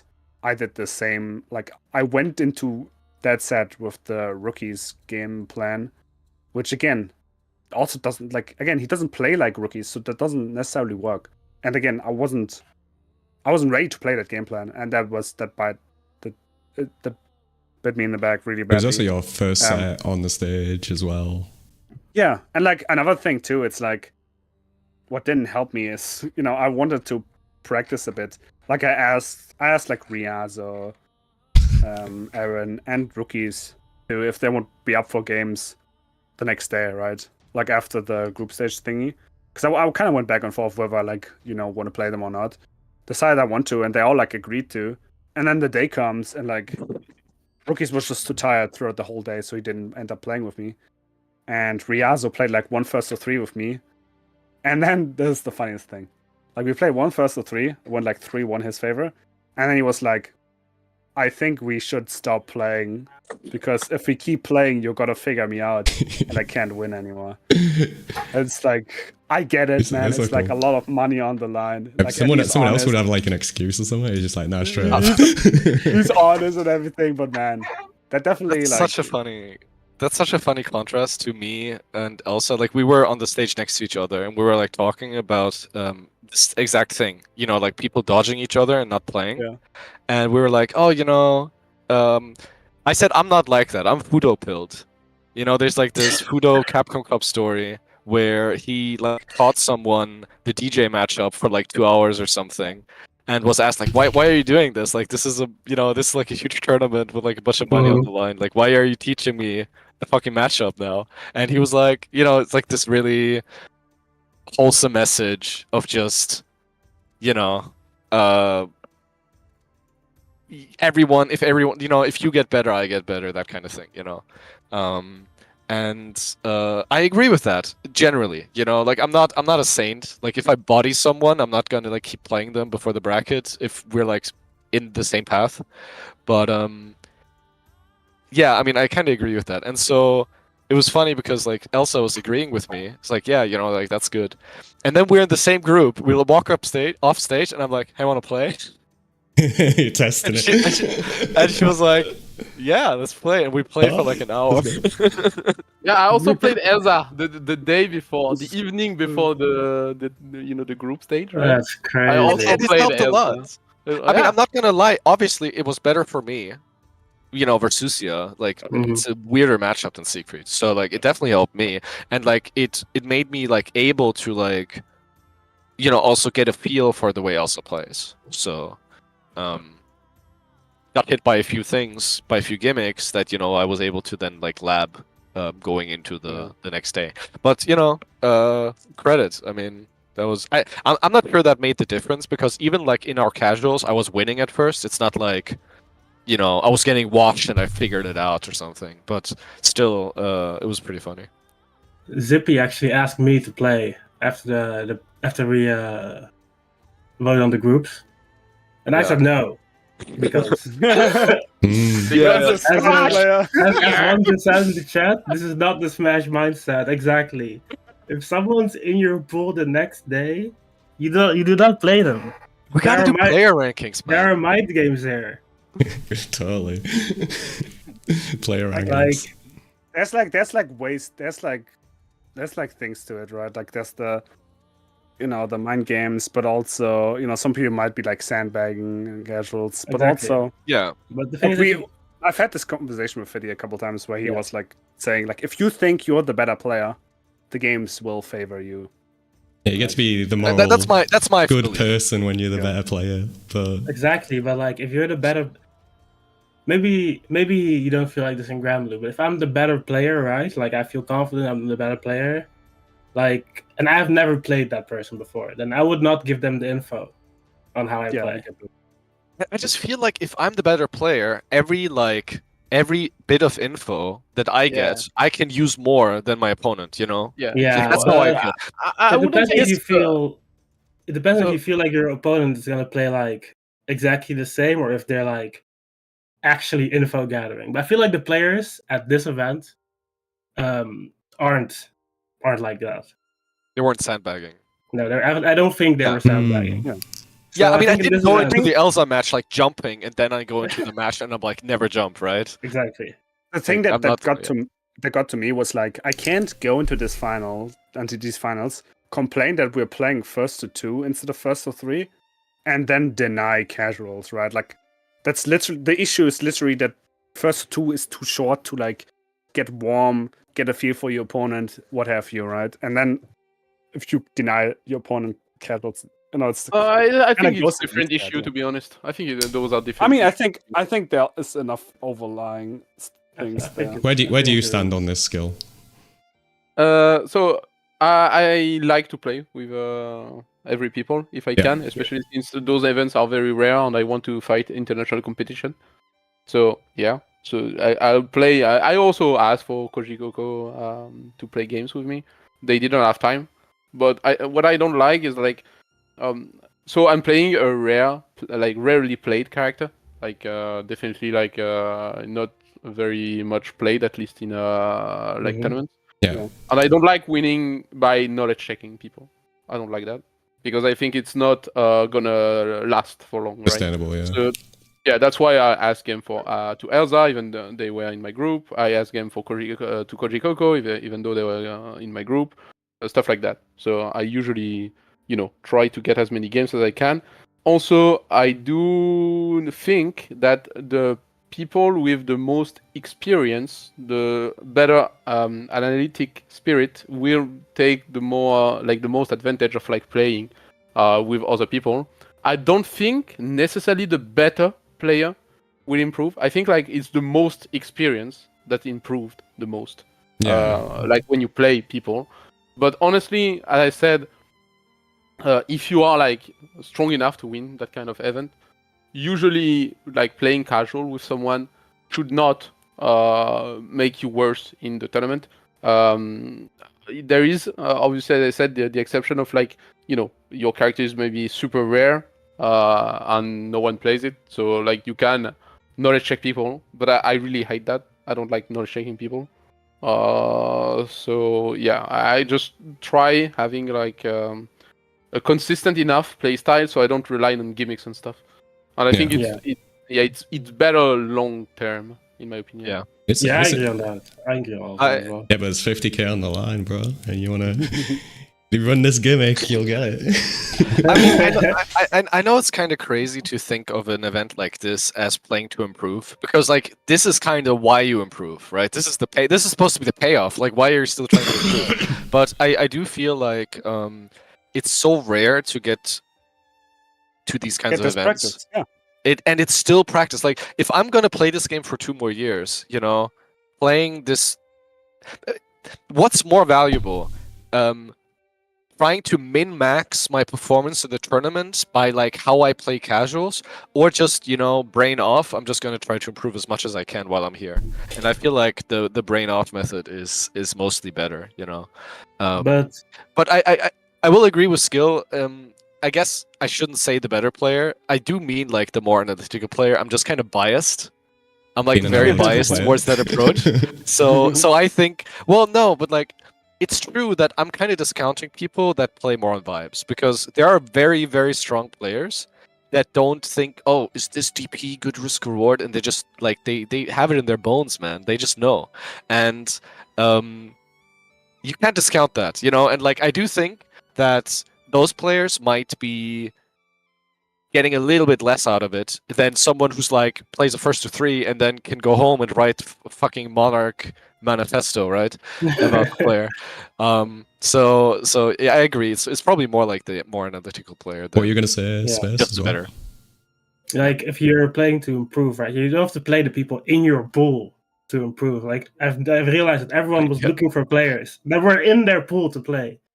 Like, they didn't want to play anyone else. Like, I played with everyone. I played with everyone. I know you did, but I just mean, like, Zippy asking me specifically after my pool to play against me. That for example. Yeah. Like, he didn't ask me before; he just asked me afterwards, right? Like, that kind of stuff that's what I would avoid. I would play anyone else, of course. That's not in my pool. even if I might play them later in the tournament because it's so far away. You still want to get the practice. But me, I think there's a balance. I think there's a balance to be found. For me, I really wanted to play against somebody who's like very good at 6XLing, and I felt like Toro was like playing around your 6XL, right? Like shutting down, like playing at a range where I can't just 6XL every time and shutting down these approaches. And I felt like Toro and Rookies were really good at it. So I asked both of them like 3 times on Friday, but like they were so too dead. tired. Like Toro, at some point I went into the player room and Toro was just like sleeping on the couch. Like he was like so he had like barely got any sleep that night. First trip. And didn't get to play him more than like one set, which is a little unfortunate because I really would have loved to play more, but be like that sometimes. But yeah, it's an interesting topic. I think like people's own personal biases come into it a lot, and what people want to believe also like taints their perception a bit. But like you can see like both perspectives on it very easily. But moving on slightly, still the same sort of thing, but like in terms of playing on like the big stage with the lights and the crowd, and also playing like somewhat cold as well, because when they call those groups, they like call them like half an hour before you actually end up playing, and you have to do the whole intro and everything, and all the button checks and all that kind of thing, and you get like no time on the actual machine that you will be playing on itself. So how did people feel about like, I don't know, the environmental factors of playing those group stage games? And I guess top 8 as well. Yeah, before we move... Okay, go for Sorry. Before we move on, I completely forgot to talk about my set of Aaron. Oh, right, yeah. Which, Sorry, yeah. We're going deep into the topic, didn't we? I completely forgot. But the thing of Aaron is like we played like a longer set before, and that was like super even. He won like a couple more than me at the end. But like I knew what he was struggling with the most, which was like couldn't deal with the fuzzy jumps at all, and he was playing a bit too passive. So I would like win a lot of like round starts and 6XL scenarios, where like at that point he was like often forced to either like gamble on a DP or just like play. That was wild, man. Defensive a little bit. So like knowing this going into our set, obviously I was like worried because like I lost like 2 sets in a row, kind of sad. But I really didn't like the last thing I would have wanted is like going out there losing all 3 games. I know I wouldn't have been the only one. There were like some of us too. But I really didn't want to be that one. Yeah, for like all the EU players. Yeah, I've talked to you about this before, but like from the perspective of someone watching, like those first 2 sets, obviously as the player that you play with, like at least like top 3 most played with player. I play Seahawks, and you had like 2 Seahawkses, and then you end up losing pretty badly to both Seahawkses. Like on a personal level, that's kind of stings a bit, but also like on a personal level with you, like that was really sad as well, given I know how well you can play and like your standard of play and that kind of thing. And also from the perspective of like people watching who don't know you, like you as a like player are probably like a lot more unknown compared to almost everyone else in this top 16. And there's also like the background of you qualifying on what is like widely considered the most broken character in the game. So like I could see it like formulating in my head like people's perceptions of you of like a player that's completely carried by Nier and didn't deserve to be there because of how you performed in those 2 games. So I was really happy when the Aaron set came around and like you played like up to your standard, played really well. And you also did things like I would like not expect from you, which was just like jump in every single time because you knew it would work. Like usually, like if you're playing like in Europe or something like that, like and you see they're like not anti-airing very well, you might do that like occasionally or just like when the moment's right instead of like every single fucking time. But that's the thing. I played with Aaron and like I did it and then I did it again and he wouldn't anti. I was like, maybe I should stop doing it, and then I would do it again and he would anti again. I was like, oh no. So you just gotta play. It's first to 2. I'm not gonna wait until my moment comes and then it never comes and you lose the set, right? So yeah, I'm just sorry to say, like there's something about Belial's, man. Like it's like Pep as well. Pep's biggest I would say Aaron's biggest weakness when playing him, I felt as well, were anti-airs. Compared to like the rest of his stuff, like his frame trap game, I thought was very good. I thought his defense was very good, and like they were like anti-air woes, and then like you think back, you're like, wait, I've seen this before. Like this is just like he when I'm played playing against Pepe. Pepe practice was honestly And so Fogel nice. as well, like Fogel. I mean, I know Fogel isn't on the level of like Aaron, but Fogel as well. Like his main focus right now is anti-airing because he feels like his anti-airs aren't good, and so it's kind of funny, you know. Something about Belial just makes you worse at anti-airs, I guess. Something about Belial, it's funny. But yeah, so I felt pretty good with the way the set went, and obviously there's like a little bit of history, like the funnies, and you know, with Aaron like posting. You know, there was like this big thing on Twitter, you know, because he like trashed his controller and posted it, and people made a big deal out of it. Like in person, it wasn't that big of a deal, right? Like we laughed it off. It was like funny. I think he didn't take it like too badly. People joking about it as well.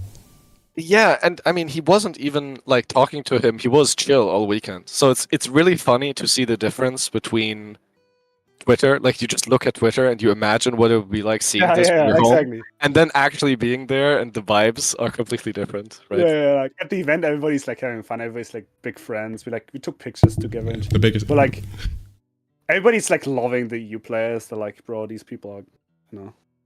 I'm kind of glazing at the moment, but you know, but like on Twitter, you look at it, we would think people are like killing each other.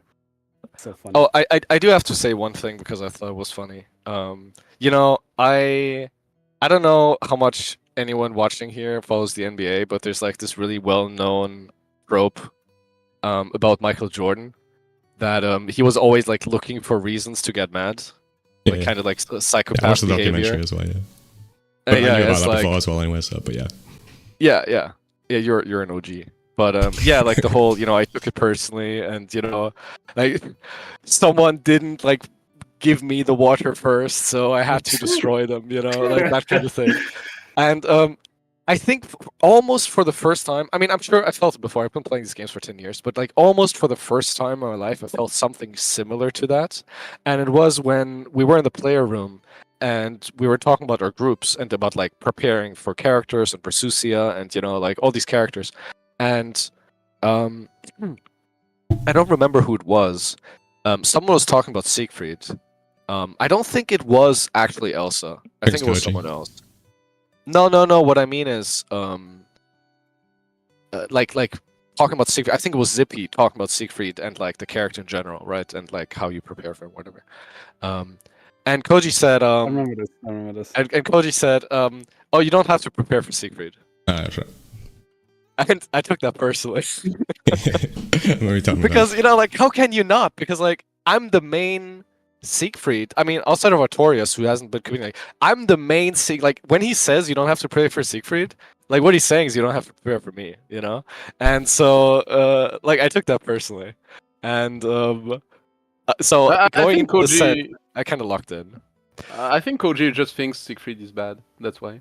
No, I agree. Yeah, I agree. yeah. That's why I'm though. making like the comparison to like Jordan, you know, where it's like it's not rational. It's not. No. It's not like that at all. I don't actually believe this. It's just you know, it's just like my brain. I was like okay, you know. But no, I agree. Like he just doesn't think Siegfried is very good, and I agree with the things he thinks are bad about the character. I just think it's not that bad. I just think that, you know. Like this idea that you can just hold down back and react to the cancels and then his pressure is gone in a game where I could just do 6XL, you know, or just, you know, micro dash for light or something to get a counter. But I mean, whatever. I don't have. He was reacting pretty well to his cancels though. No. He's really good. He's really good. But like the thing is, like I think there's a layer that he doesn't fully respect where I know what he's doing. And I know that he's just waiting, you know, and I can use that. New things, yeah, exactly. Yeah, I think being a bit vindictive about that kind of fits your personality personally. But if you feel like you're a good person, then you never do that. It's fine. I'm joking, but anyway, yeah. So I was moving on to like, you know, we talk quickly about like the environment. I guess like if anyone's got any like hot takes on like playing on stage or playing cold or whatever. I think Skyll wanted to say something before I interrupted him. I don't remember actually. I have a memory of a goldfish. Okay, why'd you do this? Sorry. I'll talk about the setup real quick. I thought I was a bit annoyed last year at the finals. There was head to head. For an event like this, I think head to head is way better than side by side. I just think that you should be able to have your own fucking monitor.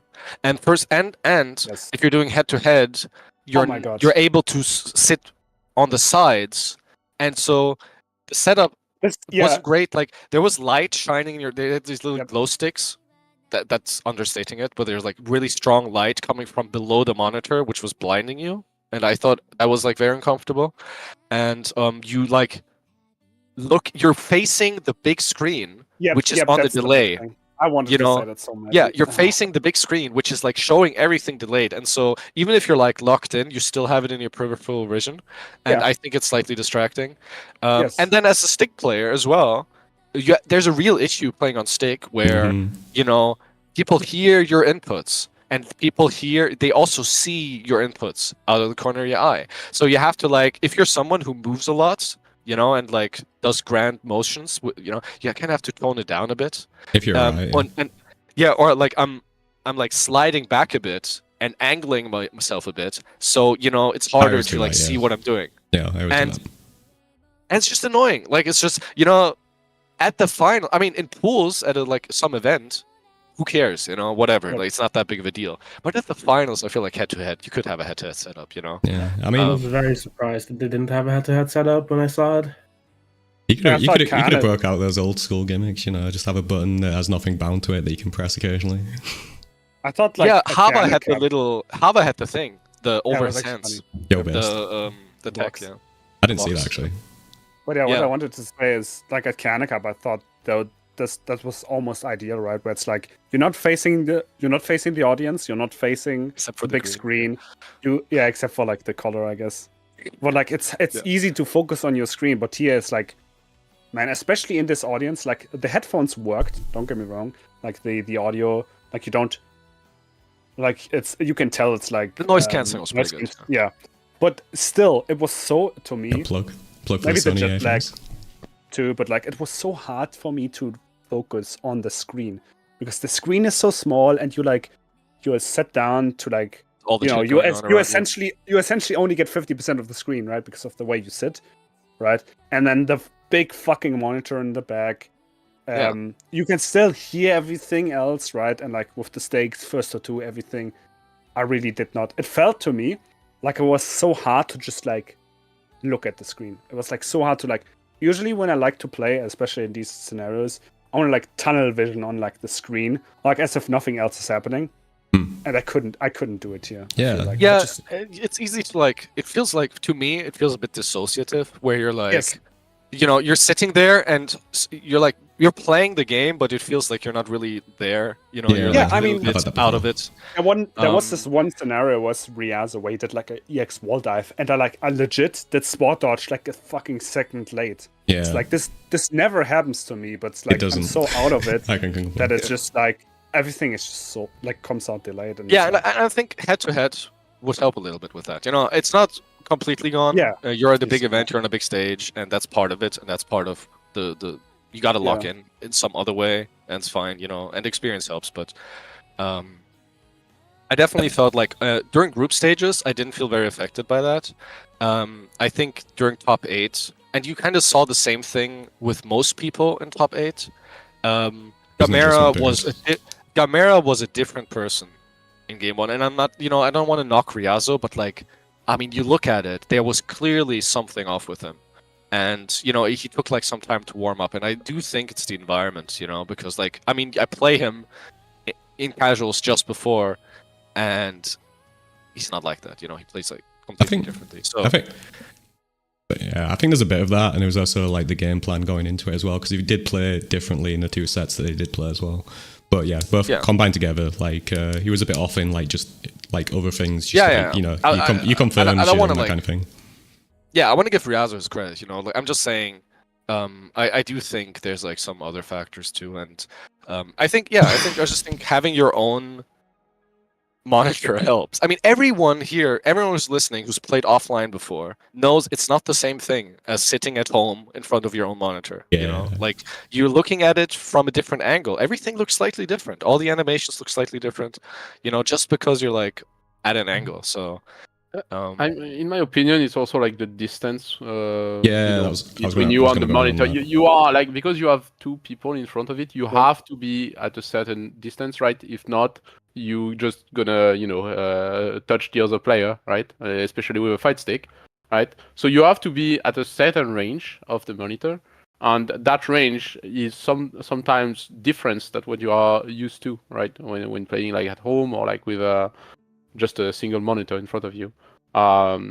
This plus the fact, as you said, like the lights that were just behind, like not behind, but like under the screen, right, in front of us, were like distracting for me. But like to be honest, I asked them instantly if I could put it down, right, and they said yes. So like I did it instantly. So I didn't play with the lights in front of me. The professional. Like the Koji set that did that. I don't know why I didn't do it against in my other sets. I don't know why, but like in my very first match, I said that. I was like, hey, can I like put those down? And I did it, and they were like, okay, sure. But then against Zippy, I was just like, it's fine. I was a little overconfident. Yeah. No, I was also a little overconfident going in. I mean, I've been in that position before where I thought I was the clear favorite, and it's burned me before. Like, I have a lot of experience with it. So I do, but it's impossible not to feel good if you think you're the clear favorite, right? Like, it's there's no way to completely ignore that feeling. Do you think you'll do something different in the future in regard to that feeling? No, I don't think I can do anything differently. I think I just gotta focus more on what's actually happening on the screen, Mhm. because the issue is, I think, if you're too confident, you try to keep things simple. And I don't think on this level of play you can keep things simple. So what I mean by that is, so when I'm playing casuals against Zippy and I'm winning hard, then the feeling is, as long as I don't get too cute with it, I'm gonna win. I'm just gonna 6-6L when it makes sense. I'm just gonna 2M when it makes sense. I'm just gonna, throw my fireball when it makes sense, and like I'm gonna end up winning because. And I did focus on stuff, of course. Like I said earlier, like when I closed my eyes, I was seeing Sandalphon, so I was thinking about stuff, But I kept it too simple. I was like, I'm not gonna focus too much on what he's doing. I'm just gonna like do my layer one, And I think the expectation, even if I think I'm the favorite, even if I think I'm the clear favorite, the expectation that I can just layer one it at top 8 of a finals and win is dumb. Like that's just not gonna work. So I think actually, when I went down, I realized like, no, I need to do 100%. I need to like go 100%. I need to take risks, and I need to actually look at what he's doing. I kept doing like 2M. I kept whiffing 2M and not respecting his whiff punish game, stuff like that. But by the time I woke up, it was too late. But at least I had like a cute highlight with the walk. Yeah, I mean, you said that, but it was still like, if this was first to 2, it would have been way too late. But since it was first to 3, it was game 5. Yeah. Today. I believe continuously. Okay, but what if first to 2 actually would have made me like lock in from game 1? Yeah, no, that's the whole perception. Man. Yeah, the changes first to thing. 3 made me feel too comfortable. Yeah, you should have played some first to 3 sets beforehand to do competitive events. Yeah. Yeah. We need to go back to first to 2 in top 8. Winners only. Winners first only. to 2, I would have. Finals only. No. I say first to 1, uber locked in Fitizen. Whoever gets the first thing wins. Yeah. Run up UDP, boy. Gonna work. I mean, they did that. Anyway, we're kind of like veering into top 8 right now. Before we move into top 8, I wanted to talk briefly about the LCQ. I say briefly because most of you did not take part in it. I was the only one here that actually took part in the LCQ. There was before the group stages as well, obviously, because you needed the LCQ in the group stages. The big talking point was like how well Cake did, and there was a little bit of like bracket luck on his side, and namely the Zenith, the big seed in his path, ended up running into Lewin. Classic, everyone's heard of it before. The big seed running into Lewin, losing because of it. This has to be like Curse of EU on Zenith, bro. But actually, like like once I'd been knocked out, like I immediately just like went over to watch Cake matches. I did not see his matches against the Narmaya players. Some other people did because I believe they were streamed behind the back by like Aaron or someone maybe. But I saw his set. What people don't know is the default, like a couple days before, when like once the path was locked in, he went and like took like hours of like VODs, reviewed them, and sent everything to Cake. And that definitely helped. Do you know the initiator of that? Like initially, like I saw that if I was to lose to Haver, then the most likely person, according to the thing I'd run into, was one of those Narmaya players. And I was talking to Default about it, and he's just like, "Oh, I could like watch some VODs and like send you what I think over." And I was like, "Yeah, it would just be some quick notes, and it'd probably be helpful." So I just go ahead and do that. And then like comes back to me with like full page documents with like all sorts of various things and all that kind of thing. It's like, fuck, man, I'm probably not even playing this dude, and he's put all this effort into it. He's done more effort than I would have done ever. It's like, man, maybe I'm not built as differently as he is at this point. Bro, never knock on prep time, bro. That shit's so important. Yeah. I mean, but yeah, obviously I didn't run into any Narmaya players. I did watch his set against, who was it? Begins with a Z. Brylux? The Belial? Oh, yeah, the Belial. That set was crazy. Like, I was more like, I was experiencing more emotions watching that set than my own sets. Like, like someone would like drop a combo and then someone would like mess up the follow up, but then like Cake would do like some fuck ass yonky splinky in the corner into the command grab super and it would work and then he'd pop off and like. Yeah, it was a super close set, but like Cake, other than like, you know, there's a couple of like instances where they were at low HP and they were both like making mistakes, you know, you see it all the time. But Cake was like playing like a lot better than I usually see him play, so it was really cool to see him do that. And managed to make top 8 because of it. Unfortunately ran into a bad matchup for Beatrix in that top 8 with like a fairly solid player. But absolutely deserved to be up there given his performance on the day. In terms of the LCQ itself, like you were talking about the distance from the monitors before. Like one of the big things for me is like I could never be happy with like the distance I was away from the monitor. Like I kept moving backwards and forwards a bunch because of that.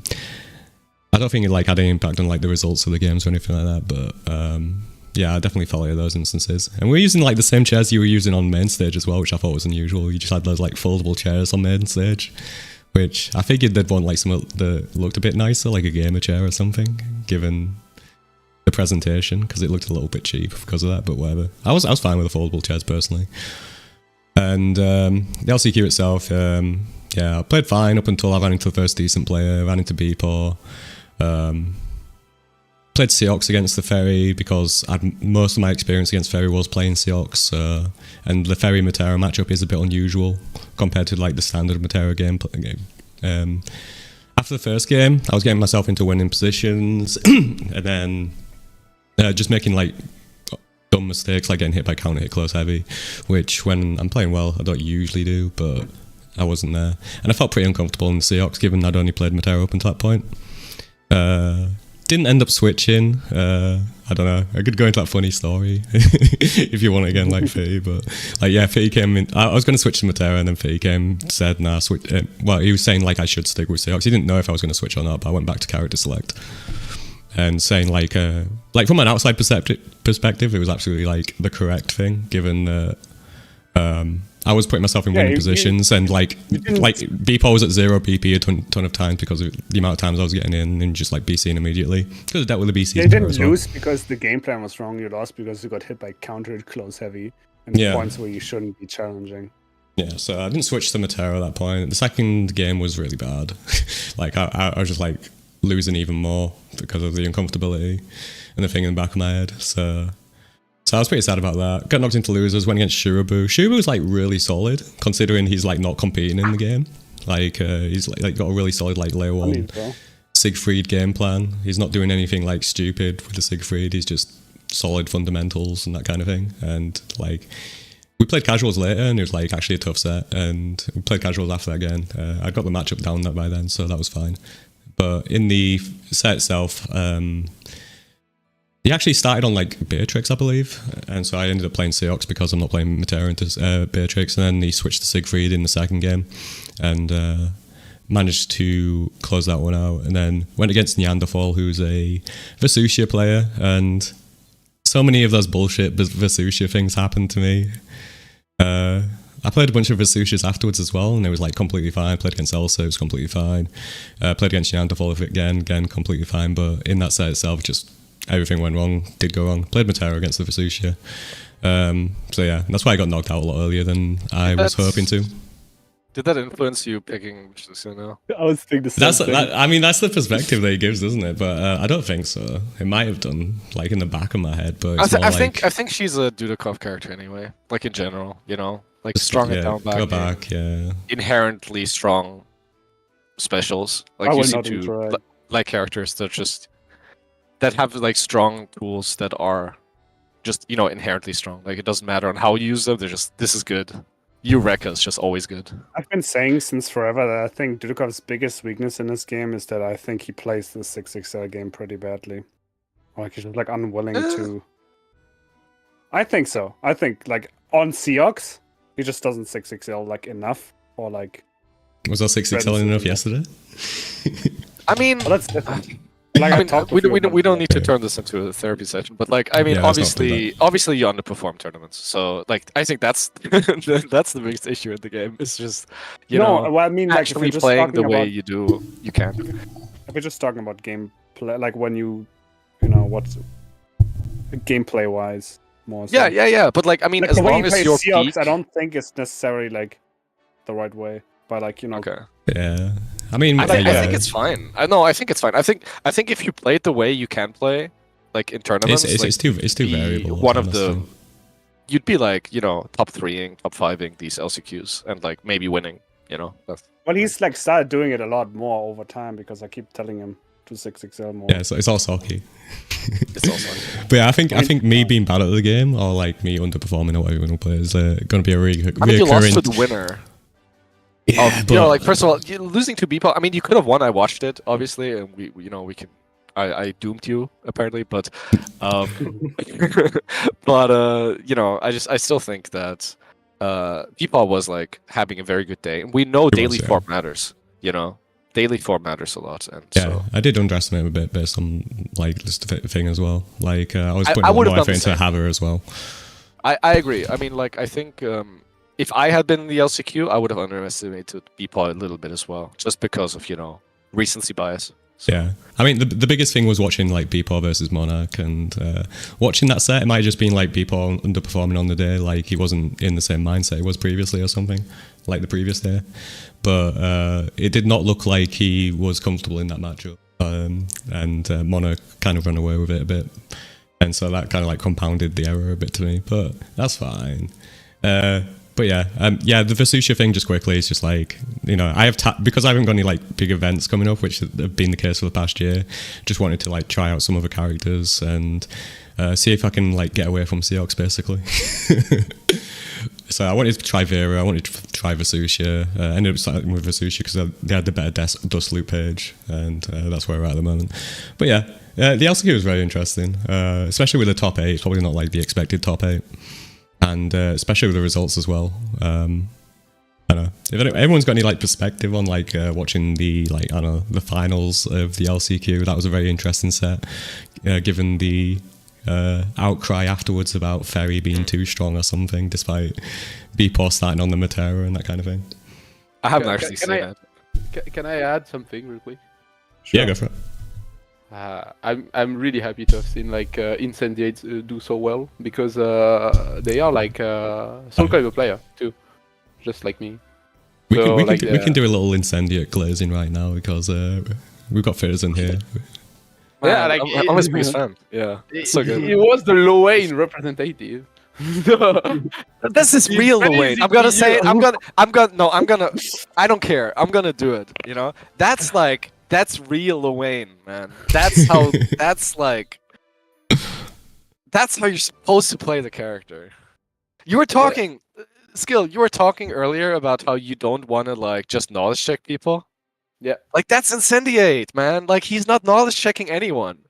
Like HPA, like who gives a shit? Like let me do boom. There's no counterplay to this shit. You know, like He's so good. At one point, I was like corner pressuring him, and I do like 6XL or something. He does Bone Wheel and trade combo into 2-1 for you. I take like 50% damage. It was insane. I was like, why have I never seen this before?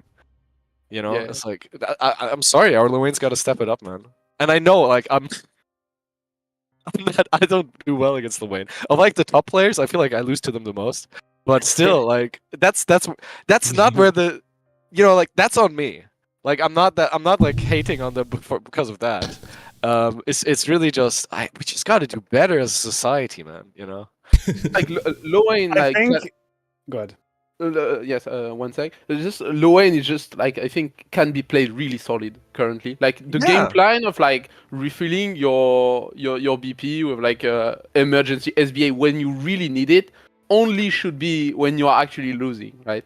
And most of the time you actually can very well space your opponent and like take a lot of turns because of one brave counter, for example, and also like get a lot of meta during the same instance, and at the same time get the wheel, create situation where like opponent has like really bad way of responding to it, like maybe they are too far, or, like they got like a very deep range plus on block, then you spend your wheel, then they can't spot dodge, because if they spot dodge they get punished, right? They can't attack, otherwise they also get punished, so they give up a turn, you refill a bit of your bar, you get like your turn, then you get the parry to try to steal a turn, and if the parry fails, unlikely that you get punished, you do a brave counter again, and you do it again, right? And you probably even get the SBA in the meantime, then you get like 1 BP back. Like this stuff, like the loop that they started doing is very well made. It's just that like they need to, I think in my opinion at least, the Loanes, they need to work on the fundamentals. If they work on the fundamentals and what they do, like in general, right? Brother. It's gonna be it's gonna be so hard to deal with them. Yeah, and like I mean, they're all improving as players. Steadily, Yeah, you know? exactly. Like I'm not like, I used to kind of hate like, oh, you're not anti-airing, whatever. I can't. A lot of the time, I can't say that anymore. You know, like Yeah. It's not even true. It's before, ever since the BC nerf, obviously you also have to play a bit differently. Like now, if you don't enter, you can't just BC and be like, oh, actually, let me, it's my turn. Let me take that turn. Yeah, exactly. But yeah. Yeah. Space, did you play Incendia at any point? Yeah, I played first to 5 with him, with the guy, and he was really good. Like, Yeah. He's definitely way different than all the other Loanes I've played so far. Yeah, I think we all have like a very similar impression given. When we played for it. sure. It's kind of funny because I felt like I definitely had like the least, like, it felt like everybody got like kind of surprised or something. But like, I mean, I knew what I expected from him because I've already seen him play in tournament, right, at Frosty Fosings, and I knew what was going to happen, right? That he plays more fundamentals, that he doesn't rely on the gimmicks and stuff. And it was pretty much what I experienced in the set with him. Obviously, that's like what you want to see, right? But like, yeah, it was pretty much what I expected, right? So I wasn't like as blown away. But obviously, yeah, very good player. Like the way not to glaze myself, but I think part of what the impression being like so positive was, I beat almost everyone I played against this weekend. And not so. In the player room and outside, I was doing very well against everyone, I felt. And so I was like very high, like my ego was high, like I was like feeling it. And then I lost the first of 5 against him. And I can't even say, like usually when I lose to Luane, it's like, I feel like I lose to myself. Okay. Primarily. That's the way I feel, like that's why, I get salty when I lose. It's because I feel like this was avoidable. I lost to myself. I choked, or I didn't react to HPA 1 time or 2 times or whatever. And so, but against him, like there was no cope. I couldn't cope. It was just I lost because I lost. Like he strike through me. His timings were good. He like called out stuff on defense, and so I just lost because in that moment I truly felt like he was just a better player. And so, immediately tried to start a rematch afterwards. No, those aren't the sofas. As you can see, like those sofas were fine, but those were Strive. You can see them in the mirror. You can actually see the sofa. The mirror. The kind of the sofa we were sitting on. Yeah, the Strive setup was obviously better because they That's had like fine. That was fine. Yeah. The we were setup forced to sit on like yeah. Sorry, but like the point is the Strive setup was like a corner setup with 4 setups and like corner sofas. Ours was like the table wasn't like as sturdy as this. It was like a small thingy, and like my monitor. I had to like move the monitor at some point. The monitor was like hanging off the table like halfway and shit. So it was like definitely not. It's not intended for the usage essentially. Do you have a chess set in there? Yes, there's actually a picture on Twitter of Toro and rookies. I think. I think I remember actually. Yeah. Pretend chess. That was really funny. Oh look, there's a part of the setup. You got we got one on the bar. Yeah, this is like local shit. Let's go. It's like set up wherever you can put them on it. Space and Aaron were sitting on bar stools there. That's not good for the back. I didn't play with and you can't play on we had to play on the bar either, stools. man. Yeah, I played Gamera on the bar stools as well. How did he even play on that? Man? He played quite a bit on that. Oh, there's a sofa. There we go. Like, look at this, man. Look at the table. Goofy ass table. The monitor's like too wide for that shit. Yeah, it wasn't. The cable was too like short too, so like you couldn't even like lean back on the sofa when you're playing. The headset. Yeah. Oh yeah, that was an issue in pools as well, but it wasn't super bad. I've seen worse. I played like a 1st-to-7 with Zippy, and I had to like gamer lean, and like halfway through the set, my back started hurting, so I just had to take off the headset. Oh, I can see the issue with the arcade stick with the arms as well. You see it from Fitty. Yeah. But yeah, that was man. That shit was terrible, man. Anyway, we can talk about food. We can talk about top 8. What do you want to do, Socky? I would say let's start to talk. Depends. How does everybody feel? Yeah. I mean, I don't have much to say about top 8. Obviously, I'm disappointed. You know, I did extremely well against Zippy and Casuals, and then I already talked about this earlier. I don't need to bring it up again. So, I was very disappointed because I was so happy with how I played groups, and that's, you know, I lost to Skill, and you know, I can beat him. But I didn't. But I felt fine with that. You know, I felt like I played fine, and I lost. That's okay. And I got out of groups, so I was happy about that. And the top 8 thing, like, that really annoyed me. I really felt like I should have won. It felt a little bit like I felt like a certain entitlement to win for sure. You know, it was similar to last year where I won in winners against Zippy and I felt like I played well. I played against Koji in winners and I lost, but I felt like I played well. So that was like the skill set. I was like, yeah, I lost, but you know, that was fine. And then I just play like shit against Zerum and I get bodied. And that's kind of how it felt. Even though the score was 3-2, I feel like, you know, I didn't play well at all. And that's just frustrating, you know. You did last year was like the same thing where like I beat Zerum and Casuals very convincingly, and then I play like shit in the actual top 8. And so you did do the Fitty thing of trying something once you were down to her, and it almost worked. Like just playing a lot more aggressive, playing like on the front foot. Yeah. And I like DP moment as well. I played with urgency, you know, and like the DP is something I usually wouldn't do, right? That's not a play I usually do. Yeah. But the reason I did it is because, again, like it was the difference in mindset between playing to like some sort of layer 1 game plan versus playing to what my opponent is actually doing on the screen. And so the reason I did that, even though I usually don't do these kinds of plays, is because I was like, I changed my mindset to play like based on what he's doing. And so I was like playing more read based, you know. I was thinking like, I know he's gonna press, I don't know the exact timing, I don't want to go back to neutral. So suddenly like that made sense. I never done this before. I don't think, outside of fucking around, I don't think I've ever done a walk up DP in casuals, you know, like non UDP. Because UDP is completely different with the slowdown.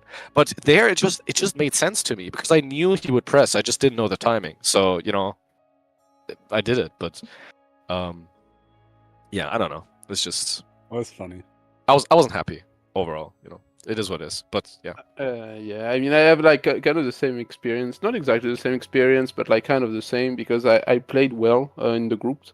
But I think like I approached my match against Toro wrong in the top 8. Mainly because one, I knew that they practiced a lot and I was reviewing the matches I've done against other people. Like I think like even like maybe 2 hours before the event, I could see them like both of them. They were like seated in front of each other. Both had stories in training mode and was looking at their phone. So everyone was practicing in Source. Yeah, but you're the big friend. But I knew that like what I usually do, they would probably come up with a solution, right?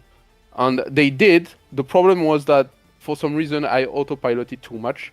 I think like that's mostly because, as I said like before, I was in a weird mindset.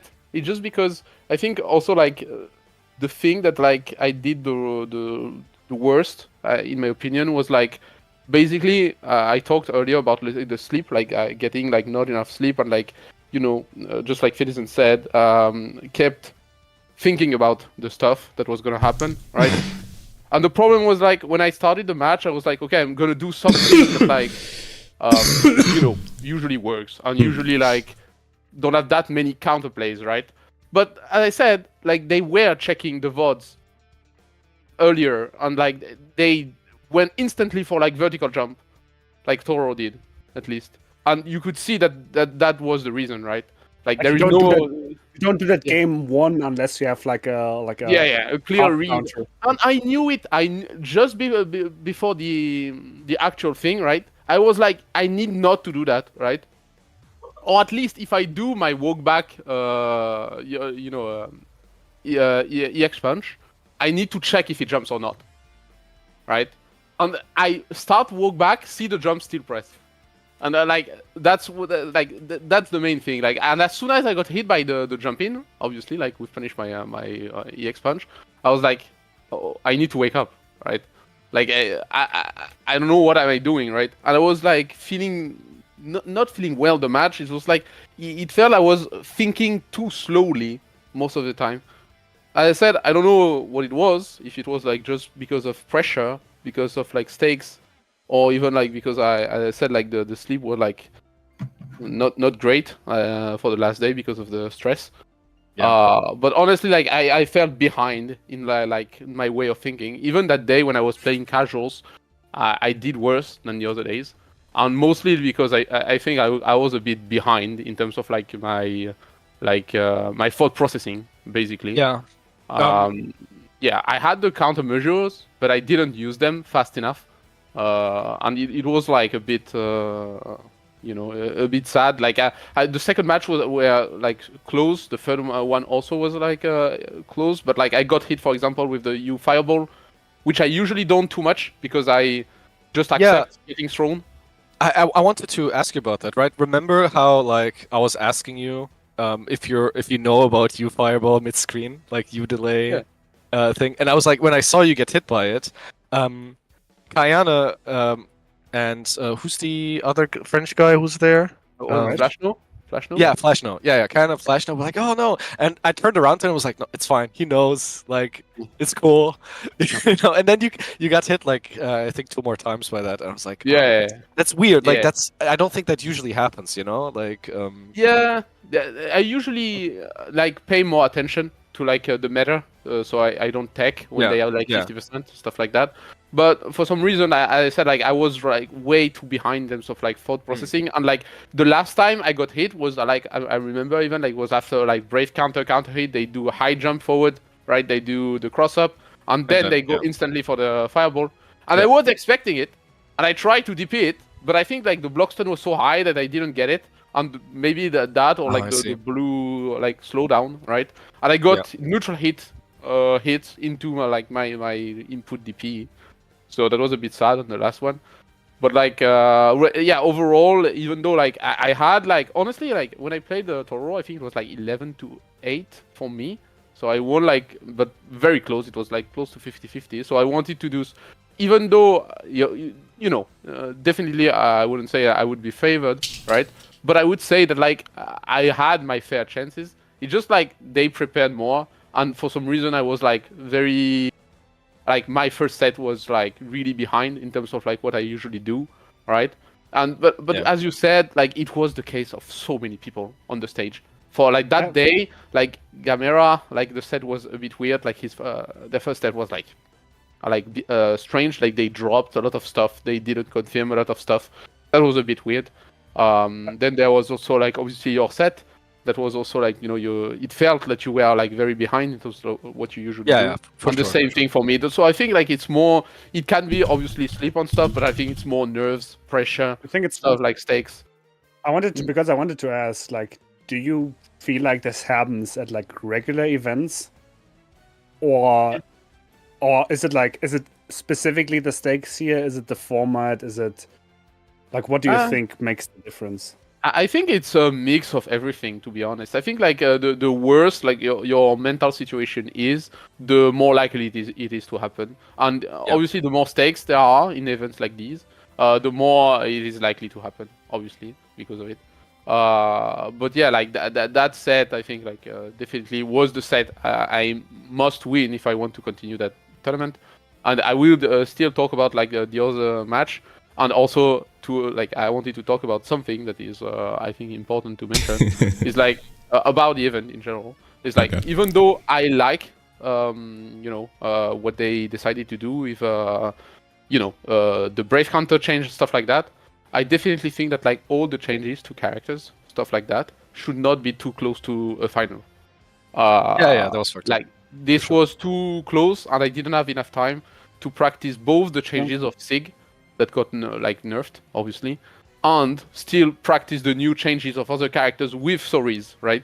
I had to make a choice, and this choice was like to just, kind of hope that I can manage to, play well stories enough so I can beat most zoners, except for the ones I probably won't face. And one of them was Metera.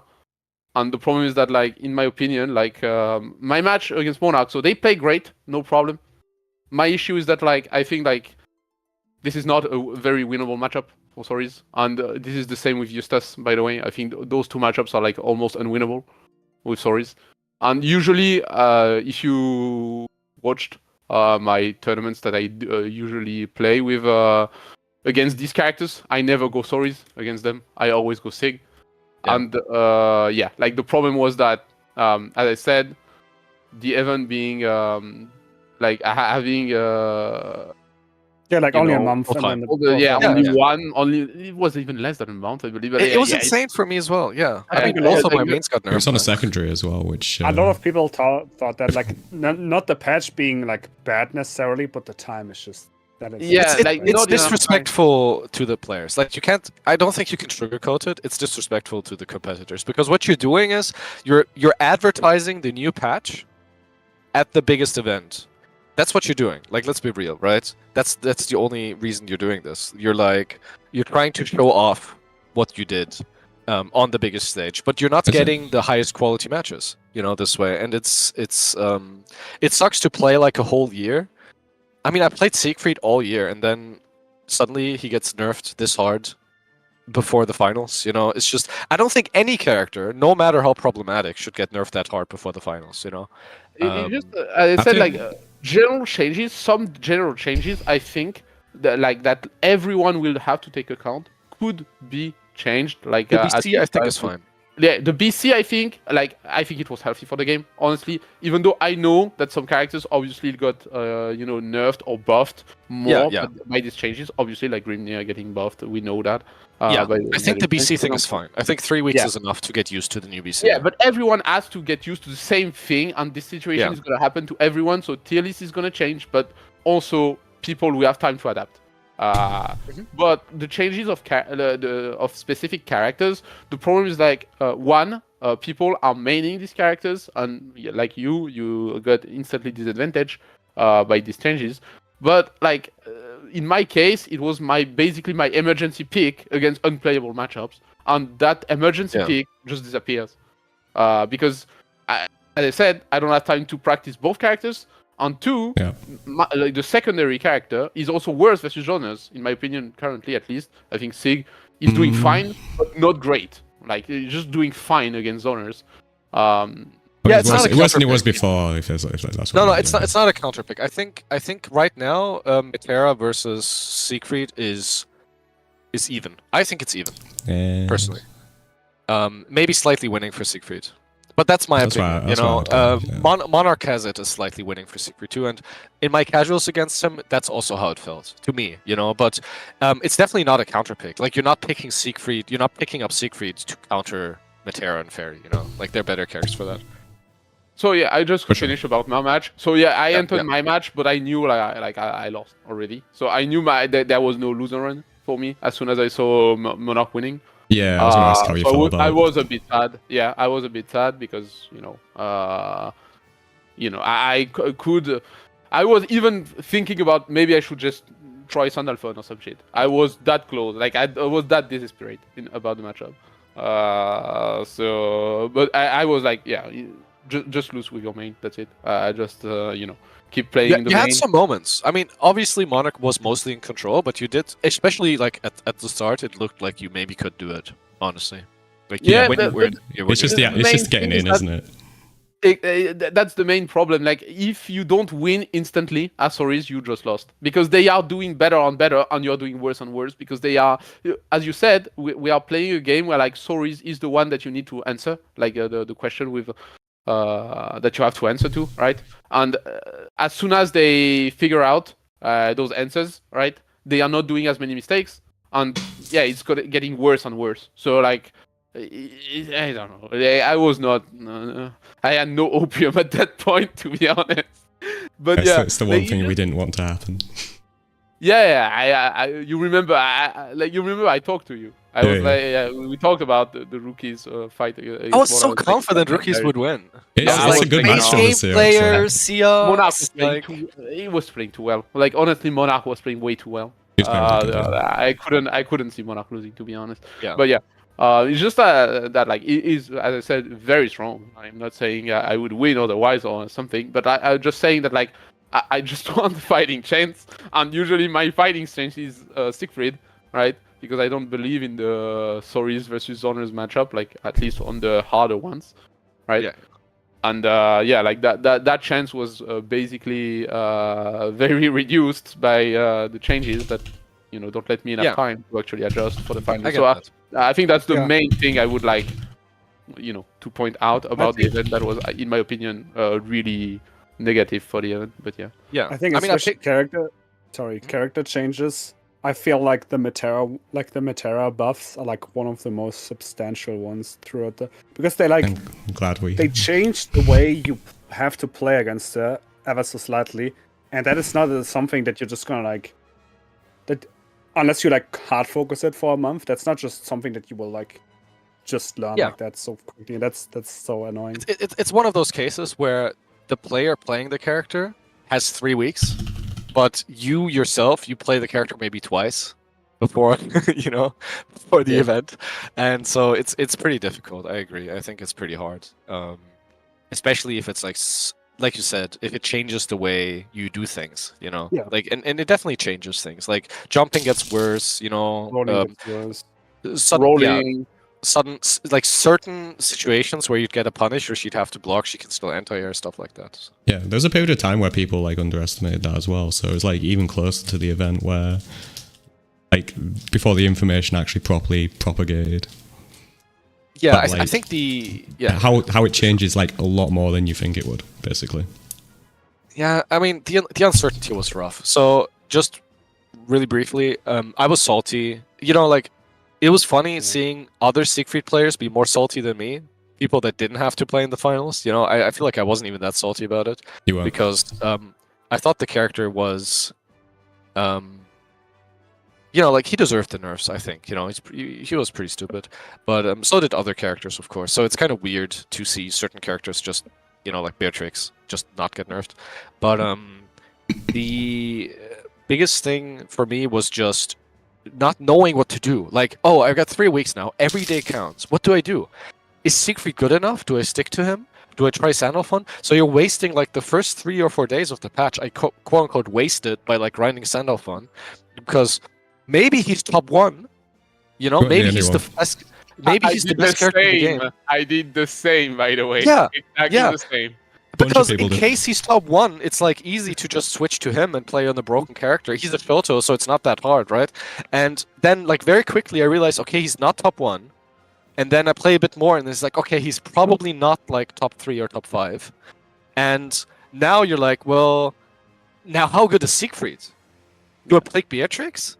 Do I pick Cat? Like, oh, I'm better at Cat. I'm going to be better at Cat because, you know, that's better, more my style. But Beatrix is the best character, maybe, or probably, you know, at least outside of Grimnir, who you can't learn in 3 weeks. And so it's like, you know, what do you do? Like, what's the play here? And it's so frustrating. And then I play Siegfried a bit. I'm like, I guess this is fine. And then just like, I'm going to make this work, you know? But having to make that call with this much pressure sucks. And, you know, I was picking Lucy to switch to him long term. Yeah. Like, I wanted Lucy as my main and Siegfried as, like, maybe for a few matchups. And they just destroyed that character. They like, obliterated him. And that was, like, frustrating, too, because all the time I spent, like, building up the character in all these matchups just gone, right? Instantly. And there wasn't even any tournament. I played him at Kayana Cup a bit, but there wasn't even any tournament that I could really use him for, you know? It's just like all the time completely gone. It's just like it's pretty frustrating. If you were like on a game show or something like funny, you would like understand like, oh, you have 3 weeks. Good luck. Yeah, but like this is like, literally the finals. Like this is a tour. We've been playing for this the whole year. Yeah. After the final, if he gets like destroyed after the finals, you can say, well, okay, that sucks, but it's, you know, it's a new season. And so new season, new me, whatever. But having this happen in that moment, I think was, yeah, again, very disrespectful to the players, and you know, just kind of toxic. I don't think it was like I don't think it was like trying to advertise it, like using it as a platform to advertise the patch to people, because it was kind of a subtle patch on from a casual perspective as well. But I think it was just a case of like the timings like lining up with when the finals was, and like them decided to do it then regardless of the finals because of like other means, like the development pipeline or whatever it is. Or you can take the alternative approach, which is they decided to nerf all the characters that the Japanese players did not play and the other players did play, and in order to ensure that Gamera and Toro would be in the finals again. Which is completely true, 100% correct. Truth nuke dropped, etc., etc. I will say, when we're talking about advertising, I genuinely think that Beatrix wasn't touched because she's the most popular character. That's it. Yeah, I think that is true. Like, I think so as well. I think they were like, oh, she's really good, and I do think they did a good job with her. Like, she's cool to watch. Her animations are cool. You know, I like her voice lines. I like the way the character's designed and stuff. And you know, people who don't have to play against her wouldn't know. But it's for how good she is, she's been kind of underrepresented, you know. And so I think they wanted her to be at this finals, and they succeeded, you know. So maybe they weren't happy with the versus epic, but no, I mean like Vesushi didn't get nerfed either, so if someone encouraged you Gamera to do that, Socky, go ahead. Yeah, what I wanted to say is like I feel like Space definitely knows that he is like he's got the nicest draw, where it's like he's been preparing the keg for so long in case Beatrix. Yeah, I was going to ask about that. And then you know both kind of come out on top, but despite this, it was still not like for nothing, right? Because at the end of the day, the keg is the one that pulled through, and I wanted to like hear like Space thoughts about it. Yeah, what are your thoughts on the patch being like a month before, and what are your thoughts on like your preparations and how it ended up playing out? Yeah, so I was definitely mostly focusing on keg like before the patch, because I was like, okay, if we're gonna balance the game, then I'm gonna nerf Beatrix, Grimnir, Siegfried, etc. Then I'm nerfing Beatrix, so I was like, okay, I guess I was like, I wasn't sure, because I felt like Kek still had like a really good shot and like going far this Arc World Tour. So I mostly like played both and I would see what my bracket was on the day of. So my prep was kind of just like playing both because they didn't nerf Beatrix. I got back to playing her a lot again. And I think like the main thing is like with CAG, I felt like I've said this I think Fitizen before.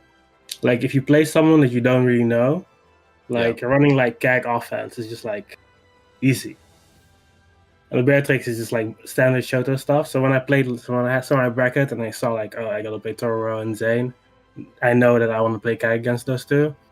I was like, okay, I guess the Beatrix isn't coming out much like this weekend. I agree with that thinking of like, you know, Beatrix is good if you know how your opponent plays defense and like the timings and all of that kind of stuff. With CAC, it's just like you do your mix up. If they tech, they die. If they didn't tech, you're plus. You know? Yeah, exactly. It's like you can keep going. You don't have to take like huge risks. So yeah, I was like my thoughts on the patch itself is like I think it's crazy that Beatrix didn't get nerfed. I'm actually like I'm gonna see when the next patch is. Like if they announce there's gonna be a patch before the tour starts again, then I'll probably go back to focusing on CAG because I don't think she's lasting long. But for now, I'm actually mostly playing Beatrix again because I feel like you think CAG's getting shot or something? Or? No, I don't think CAG is getting shot. I just think Beatrix is like. Oh, you think your opinion on her like drops over time? So yeah, I don't think she's like a long-term character for me. Like I'll be playing her, but I feel like for now I want to focus on Beatrix while she's still like really in this state and really good. Because like some things that I've noticed from Gamera, that I've seen Gamera do, because I played him like in a few games, I realized like some things about Beatrix that I wasn't like using properly yet. So I want to go back on focusing on her because I feel like I can. Because she's still broken, and I feel like I wasn't using her that well, I feel like I can get a lot better with her. It's funny you say that because I want Skill's perspective on this as well because I think you didn't play against this Beatrix, right, Socky? Gamera Beatrix? No, I didn't even get to play against Gamera at all, unfortunately. Yeah. Okay, so Skill, I want to ask your perspective. Of all the Beatrix players I've played ever, like, yes, Gamera is the better player than Space, I think, but I think Space's game, like playstyle, is the best. I think for Beatrix, I think that the way Gamera plays Beatrix is worse. Like the thought process and the playstyle, I think is worse. I mean, he does certain things that are amazing. You know, like his whiff punishes on 6XL when he like backdashes. Like those are sick. You can incorporate that. I get that. But I think that like when I play against Gamera, I feel like I'm not losing to the character. I'm losing to the player, and he could do the same thing on someone else. You know what I mean? And my set was very close with him. That I had, you know, and I actually won the first 5, and then he adapted and pulled away. But I felt like shit. Like if he played more like you, but with like all the stuff that makes Gamera, I would get cooked. That's how I felt, you know. So I actually think that's why I wanted like Skill's opinion on it. Like, how do you feel about that? I honestly I did much better versus Gamera than against Space overall in the weekend. And the main thing, in my opinion at least, one obviously that Space know the matchup way better than Gamera, like the Stories matchup in general. So that for sure, Space is above in terms of like matchup knowledge, but again that makes sense since there are not that many stories in Japan probably. But honestly, I would say like the offense and the defense are very different from both players. So that's just my point of view, right? So against Space, I think like it's very hard to get out most of the time, and like there is like very little gaps, but he does do some resets which are hard to deal with, especially when you don't have DPs or even quarterback mediums and stuff like that, even like sometimes in neutral with the X version and stuff like that to try to crush you, which Gamera don't do that. He plays very conservative even in offense. He doesn't do like gaps stuff. He just do real quote-unquote strings, but the main thing is that I don't have a DP, and like unreal things are real against non-DP characters, so I have more trouble of like handling the defense against Space because he's more plus more often, right? Because he does those resets, right? Yeah. The main thing that Gamera does way better, in my opinion, is the defense. His defense is the best I played against all the players there.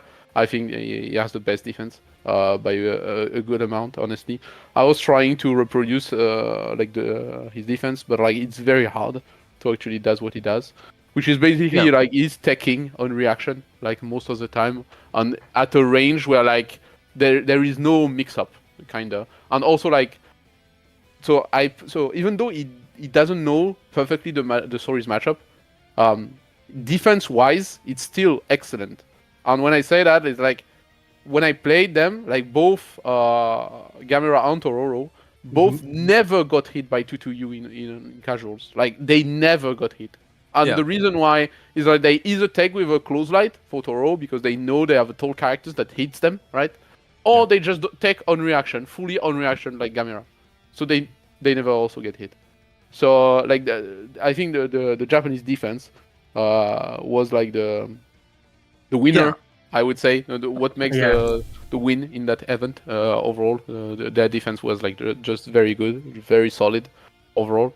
But like both their tricks very good. It's just like they have like different way of applicating like their strength. It's just like Gamera maybe have a bit more experience than Space, like as a player. Yeah. I mean, I agree that like I agree that Gamera's defense is better, right? 100%. But like, I guess when I'm thinking about game plan, I'm not really thinking about defense that much because it's what you do when you're knocked down. It's what you do when your opponent is like close to you, and plus, that's pretty universal. I mean, not 100%, right? But I wouldn't say it's like very unique to Beatrix what you do in those spots.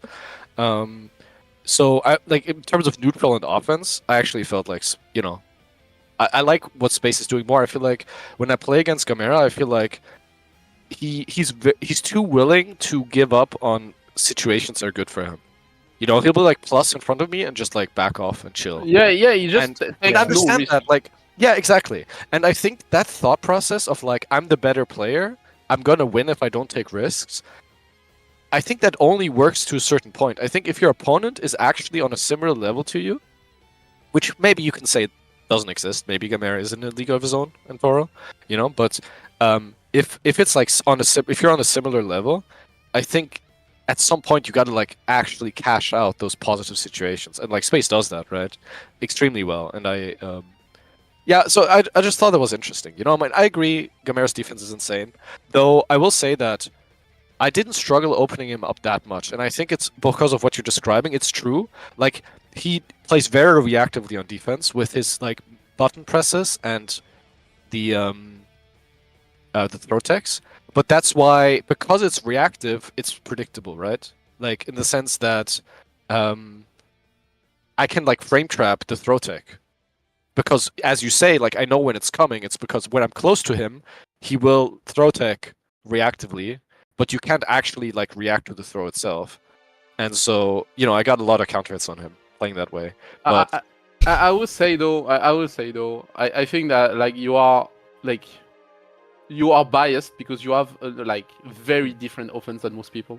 Like, I agree. Your timings of the close heavies and your dashing at the the time you do them is like very specific in my opinion. Like for example, I rarely get hit by people doing this, and you do open me a lot with the dash close heavy. And when I was playing Gamera, I was trying to do so.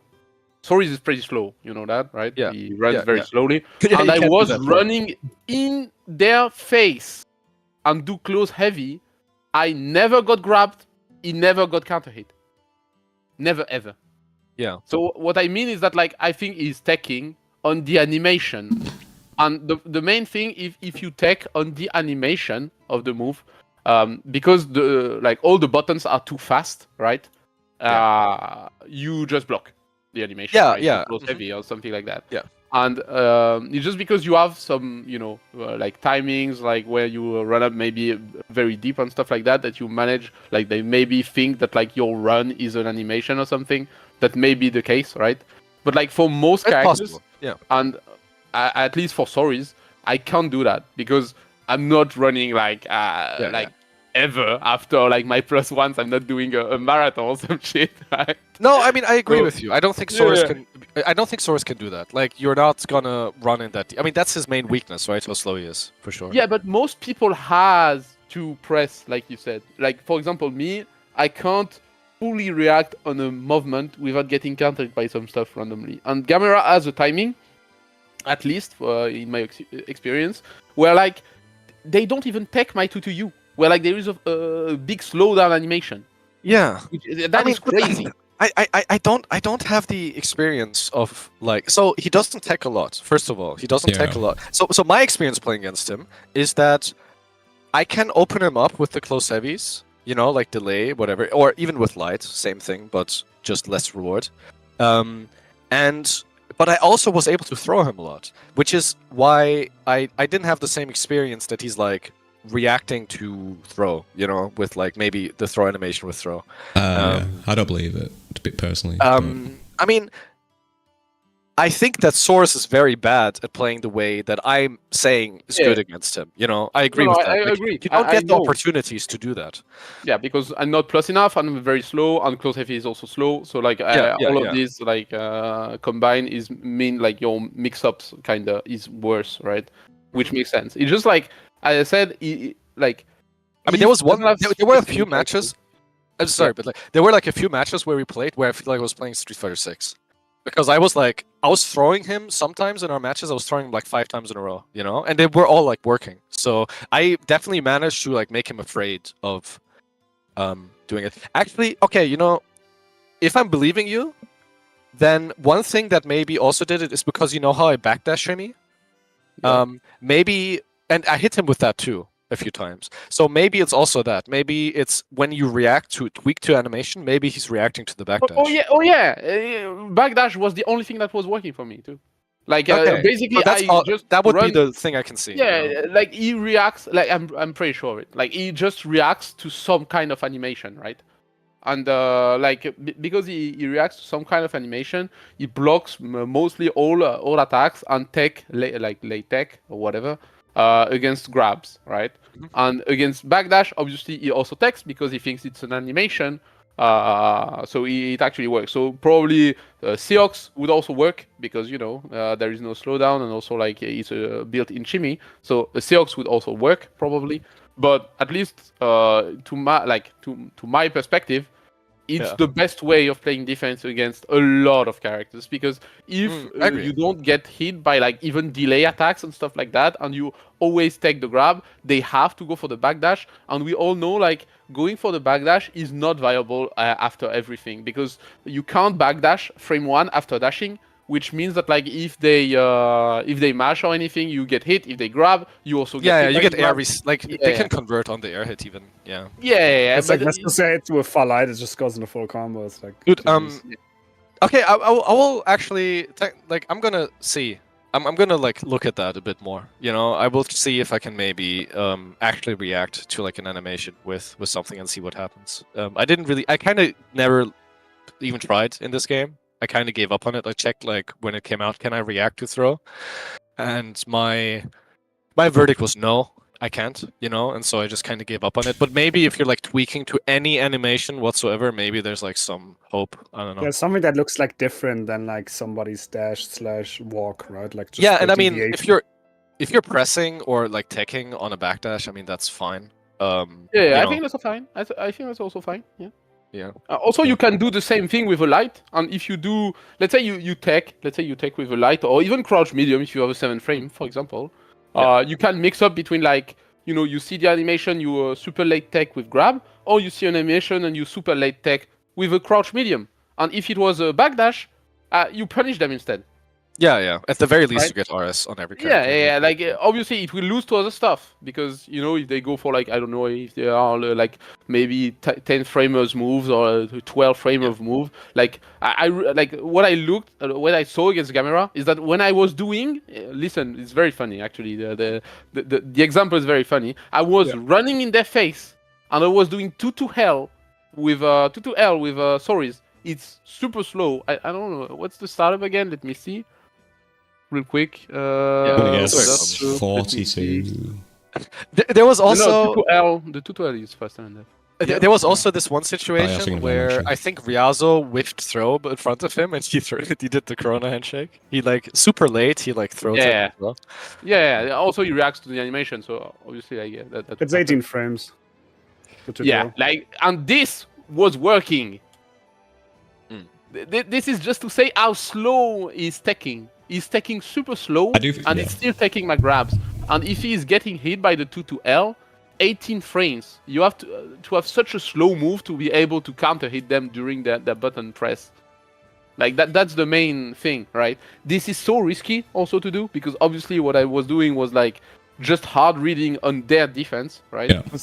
Fighting versus doing this sort of shit. Yeah, you're like like death first. Their defense, like I think both Tororo and Gamera defense were like insane. The whole event. I do think people underestimate how much time there is to throw a tech. Obviously, it's nowhere close to like base game, but like the amount of time you have to tech, you'd have to like immediately tech on like their like first couple frames of them grabbing you. There was like a decent period of time afterwards, and the Japanese players do like delay their tech to like last possible couple frames or so, and that helps their defense substantially over like someone trying to like tech on the first frame of the grab or whatever. Yeah. So even if I'm assuming that there's no reactions involved, like in terms of no reaction to the throw, but to the situation. Obviously, you're always reacting to the situation with like a delay at the very least. Then I will say that the Japanese are way better at that. Yeah. You know, they're way more disciplined. It's very hard. The best defense that I've played against actually was Bortorek, like against my playstyle. He has the best far lights, but these are not exactly the same. But yeah, he has a great defense too. No, I'm also talking about close up, not just like because spaced. Obviously, like his far lights were really good, but against my personal playstyle, it was very hard for me to open him up. I couldn't like. I kept getting like red tech.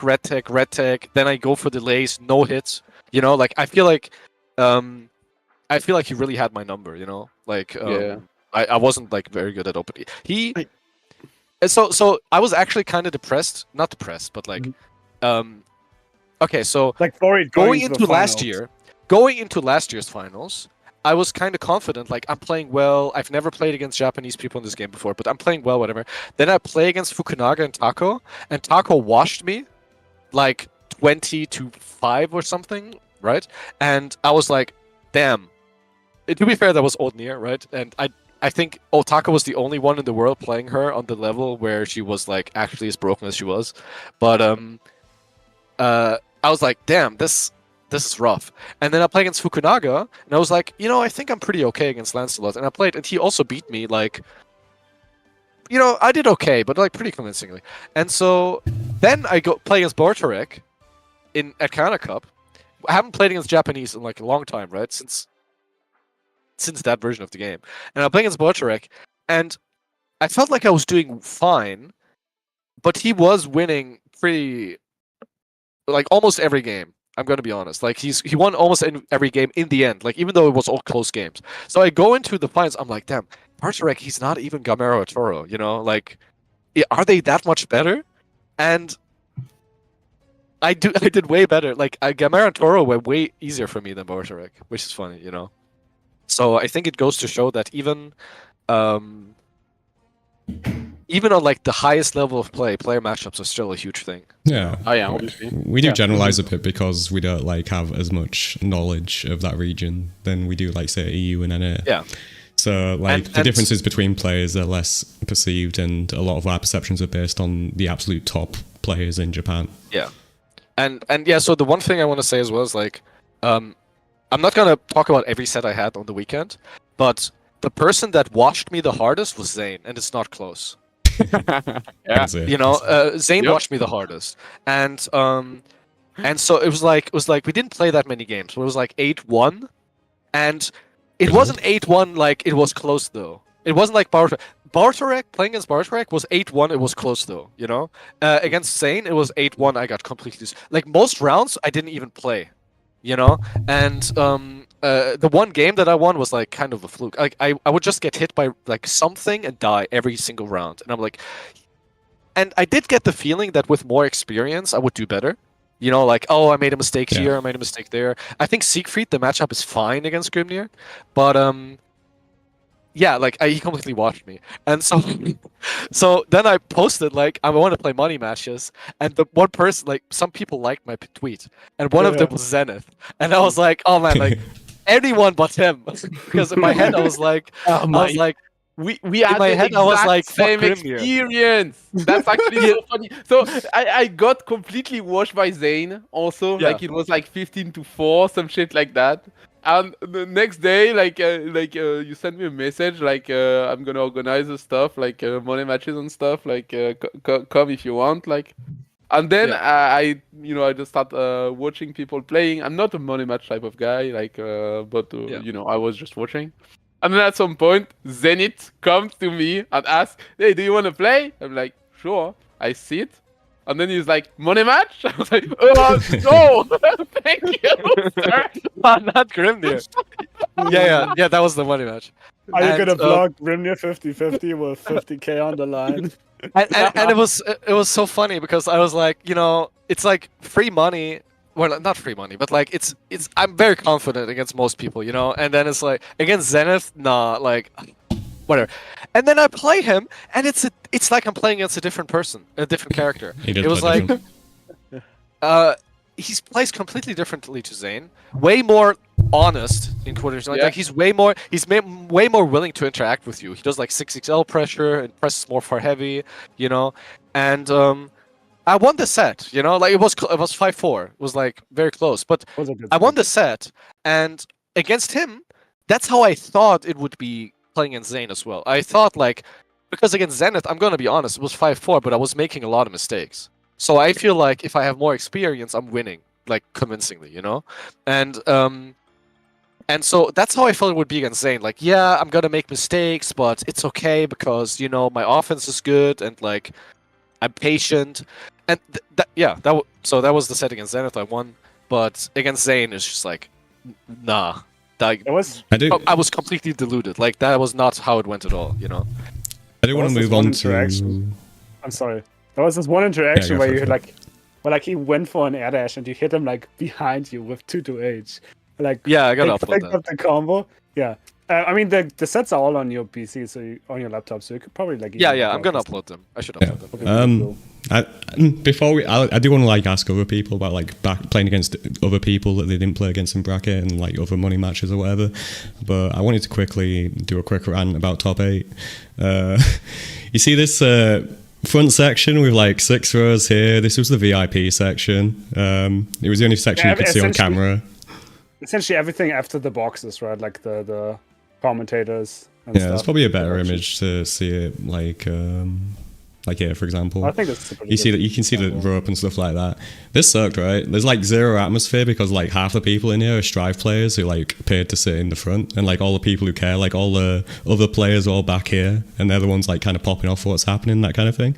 That sucked. I could see it sucking on stream as well. It sucked for an atmosphere perspective. The players couldn't really interact with like the people they care about or whatever as well, so they couldn't turn to them like Koye or whatever. Skill and Fitty can probably give a good like example, like how it felt playing the group stages was how it felt playing in the top 8. Because I remember like during the group stage, you could like hear people cheering for you and stuff, right? Like right behind you, even with the headsets, and like obviously that experience was a bit different in top 8. Top 8 was more quiet for sure. Though, like when I started making the comeback against Zippy, then the comebacks against Zippy, I heard some oohs and ahs, but other than that, like Dudeakoff and me sneaked in on the side. I was cheering for you on the side. Yeah, they even kicked out from Kayane from the side as well. Yeah, kind of wild. They're like, you can't stand here. Sorry. This is Kayana from Kayana Cup. Yeah. Like, an entire platinum event is in her honor, and you're kicking her out from the side. What the fuck? Yeah. I mean, it got pretty like in the back. It got pretty, like a lot of people like turned up like towards the end of top 8 as well. A lot of people wanted to watch that Strive anime for some reason or whatever. So it was pretty packed out towards the end. But, for some reason. I mean, honestly. But yeah, I mean, this is a Strive like thing, but it was similarly packed out. This is for the anime itself, actually. But yeah, we complained about the VIP area as well, and they're definitely, hopefully, gonna make changes next year. It just was not particularly. But yeah, that's just a side thing on the top 8.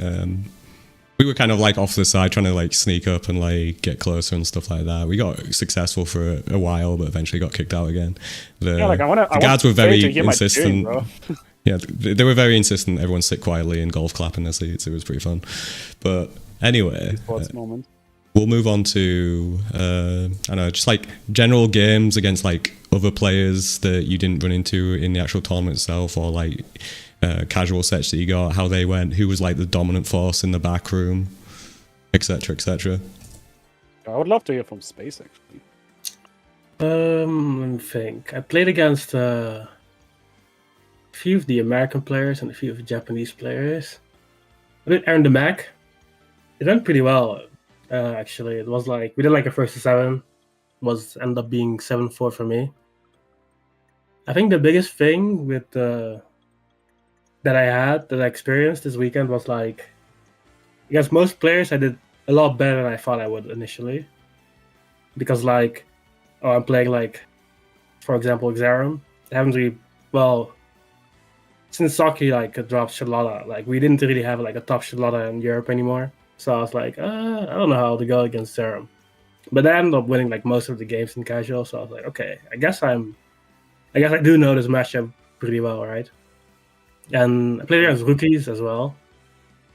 And at first he was winning like quite a bit more, and at the end of the session I was winning most of the games. So I was like, okay, I feel like at the start I thought like, oh, the Japanese players are a bit better than the rest, so it's probably gonna be hard to beat them consistently. But like I didn't really play against anyone where I thought like, oh, if I play this guy, I'm cooked. Against everyone I had like games where I was like, or I was winning, or it was like very close. Yeah, I definitely felt like going into the finals, a lot of people had like a lot of assumptions about how it's gonna go, right? Like some people are gonna get washed. Japanese players are probably gonna pull ahead and stuff. And I really liked seeing like a lot of these, assumptions kind of like fall to the wayside as everybody like, it's like, wait, I'm actually kind of goated.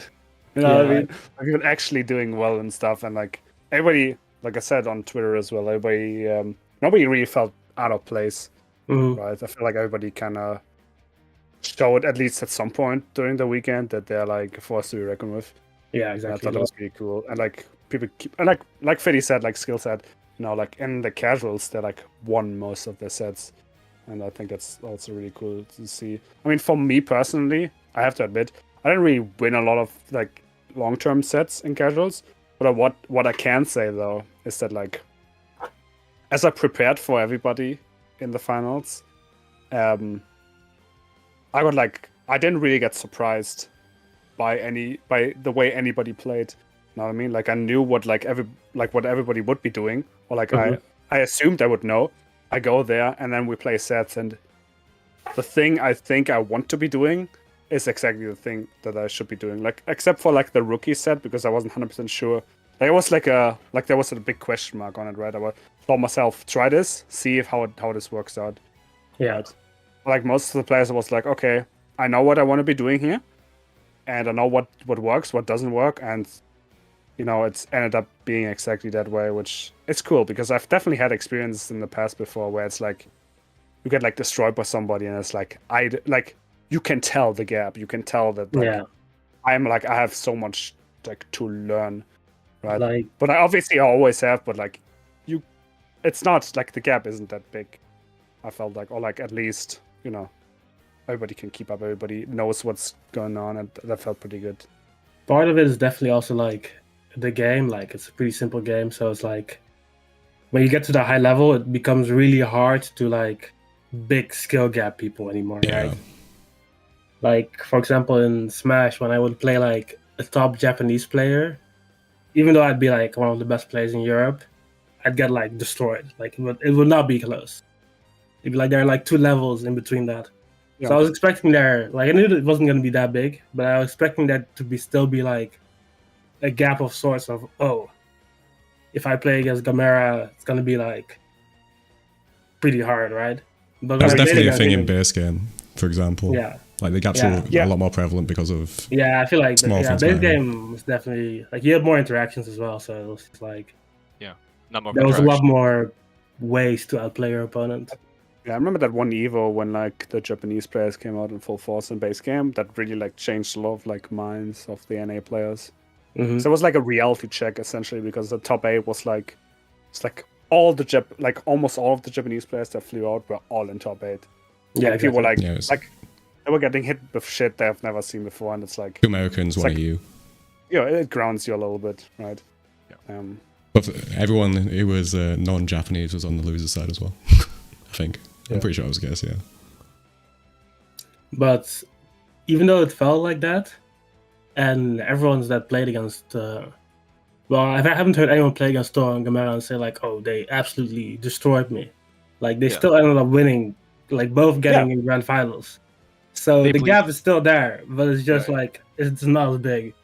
Yeah, like I've played Toro on casuals, and the score at the end was like 5-1 or 5-2 or something. Mhm. But it was like a lot of game threes and a lot of winnable rounds and a lot of like mistakes I can capitalize on, right? And that's like not even a matchup I'm like particularly good, like a matchup I play much at all in Rising, right? So it's like, it's. I feel like it's like the subtle things in Rising that like really differentiate the players. Yeah, for me it was very motivating to play them. I mean, first of all, because it felt because I feel like when I'm playing at my best, I'm very close to the level. Yeah. I still think I'm below it, even at my best. I still think I'm slightly below it, but it only feels slight. I think that's the first thing. And also, they kind of play the way I want to play, and seeing that like proof of concept be proven is very satisfying. Like being like, it would be a different thing if,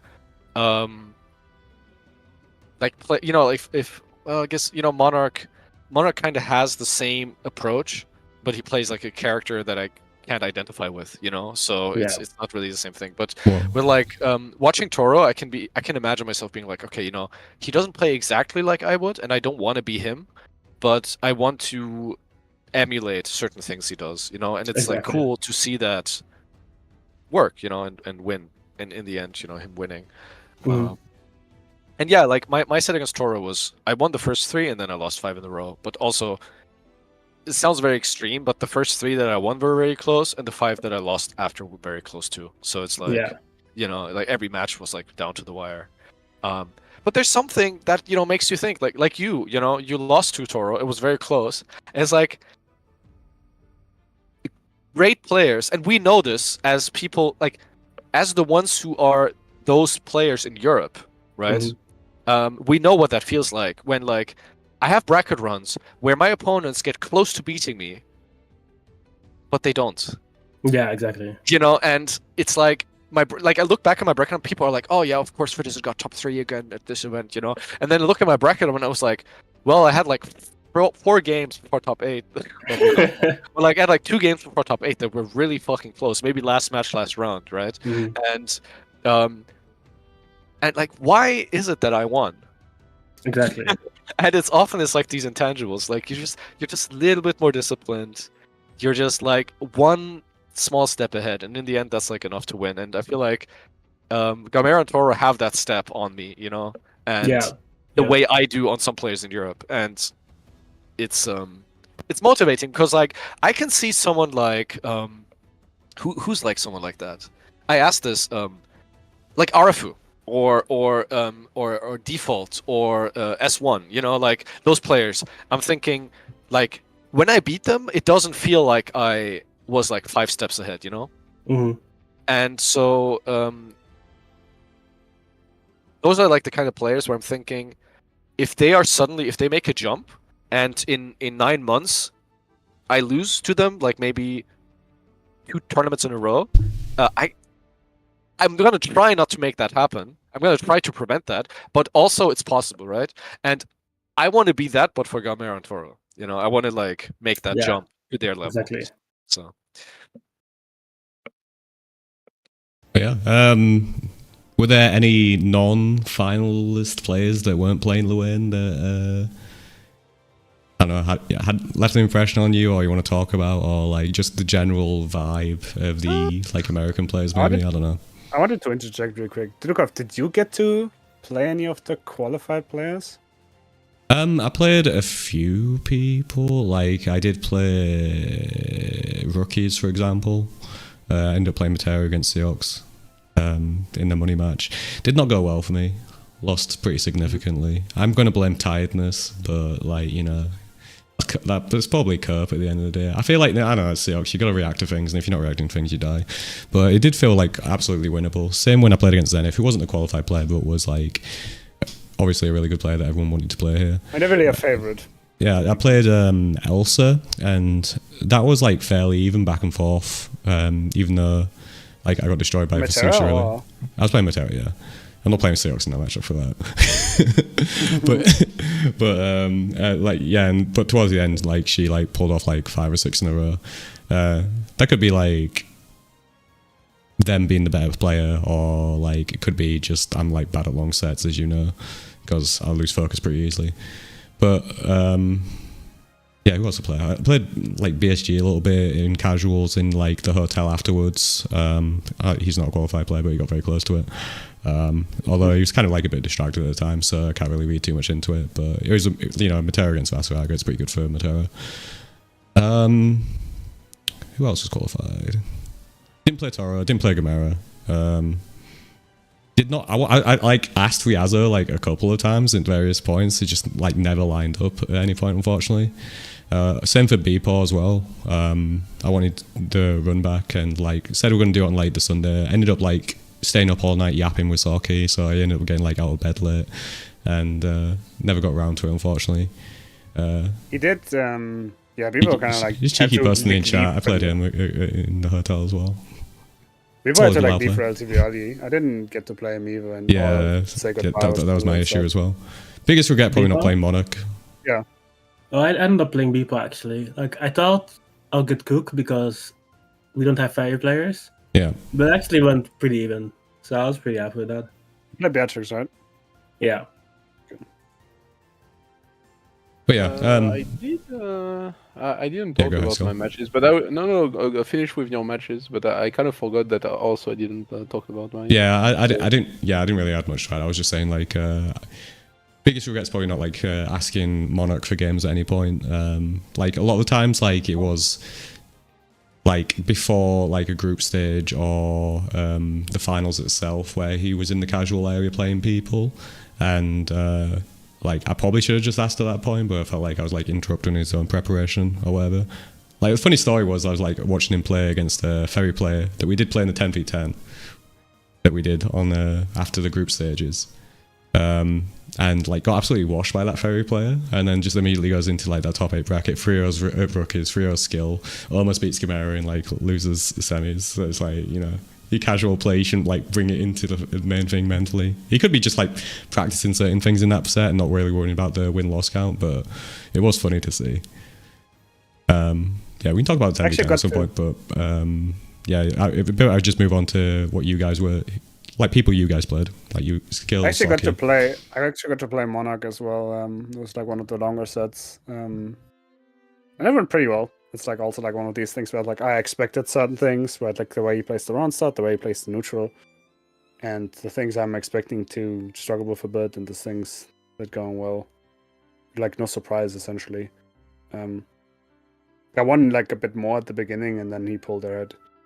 It was interesting. I had like a couple conversations with him about the character, about the matchup, and maybe you'll have more conversations with him. And I want to ask you something, Socky, because like I've heard this a few times and I've been thinking about it, and I think now is a good time to bring it up. So from my point of view, you weren't playing well during the weekend, right? No. And okay, sure, whatever. We already talked about this like a million times, but the thing that I find interesting is because I can relate to it somewhat, but I would say I'm not as. I would say I can relate to this in myself, but I would say in you it's more strongly developed. And it's you don't really base how you feel about a set on the score if it's a casual set, right? Like I hear this a lot. I hear this a lot more from you than any other person I've ever talked to, which is something like, yeah, I think it went really well. What was the score? 6-12. You know, and it's like you don't hear that from other people. Other people are like, they say it went well if they won more, or if it was even, maybe. But they don't say it went well when they lost, like by any more than like maybe 1 or 2 games, right? And I get that, because like I'm looking at the Toro set, and it was 3-5, and I'm happy with that because I think Toro's better than me, you know, and I got to be realistic with myself. Like that's how I feel, you know. And I can see what I could do better, but I would say that went well. You know, I would say that set went well. I'm happy with how I played. Yeah, can you like talk about that a bit, because kind of interesting. There's like a lot of layers to it. I feel like in part, well, first of all, for the weekend, there's like this whole thing. I don't know how many people know. Obviously, the people that were there know, but like first day, you know, we go down, qualified player room. I want to sit down. I sit down with Space. He's like, "Oh, let's play, sure." I put in my adapter, and lo and behold, the game says, "Oh yeah, this entire work this adapter does not work for fucking PS5 games." And I'm PS5 like, I'm thinking about it. Like. It's like, did I seriously never play PS5 on PS5 this whole fucking tour? And this is the first event where this happens? And the answer is yes. So my adapter didn't work, and I was losing it, man. I did like immediately what I did was like I bought a new adapter through Amazon Prime, like to make sure that shit arrives before like Saturday in case I need it. I went back to the hotel, grabbed a bunch of adapters. I had like 2 spare controllers in case something went wrong, right? I would have like asked Cake or something for like a DualShock or something in case that didn't work out. What ended up working was one of Dudeakoff's adapters, so I had to like use my adapter with Dudeakoff's adapter. Yeah, as a wingman. Which is funny because like I tried this before and it didn't work, but it did work this time. And I didn't like clearly feel a difference. But I did warn him about putting an adapter and an adapter on a wireless controller. I was dropping so many things that first day, like that's essentially where I played most of my sets, right? Because on Friday, after the group stages, I didn't get to play as many people because like so many people were like either super tired or declined or wanted to dodge or just weren't there, right? Or we were watching a bit of the LCQ and now long story, whatever. So I didn't get to play much on Friday, which really sucks. I'm very mad about it.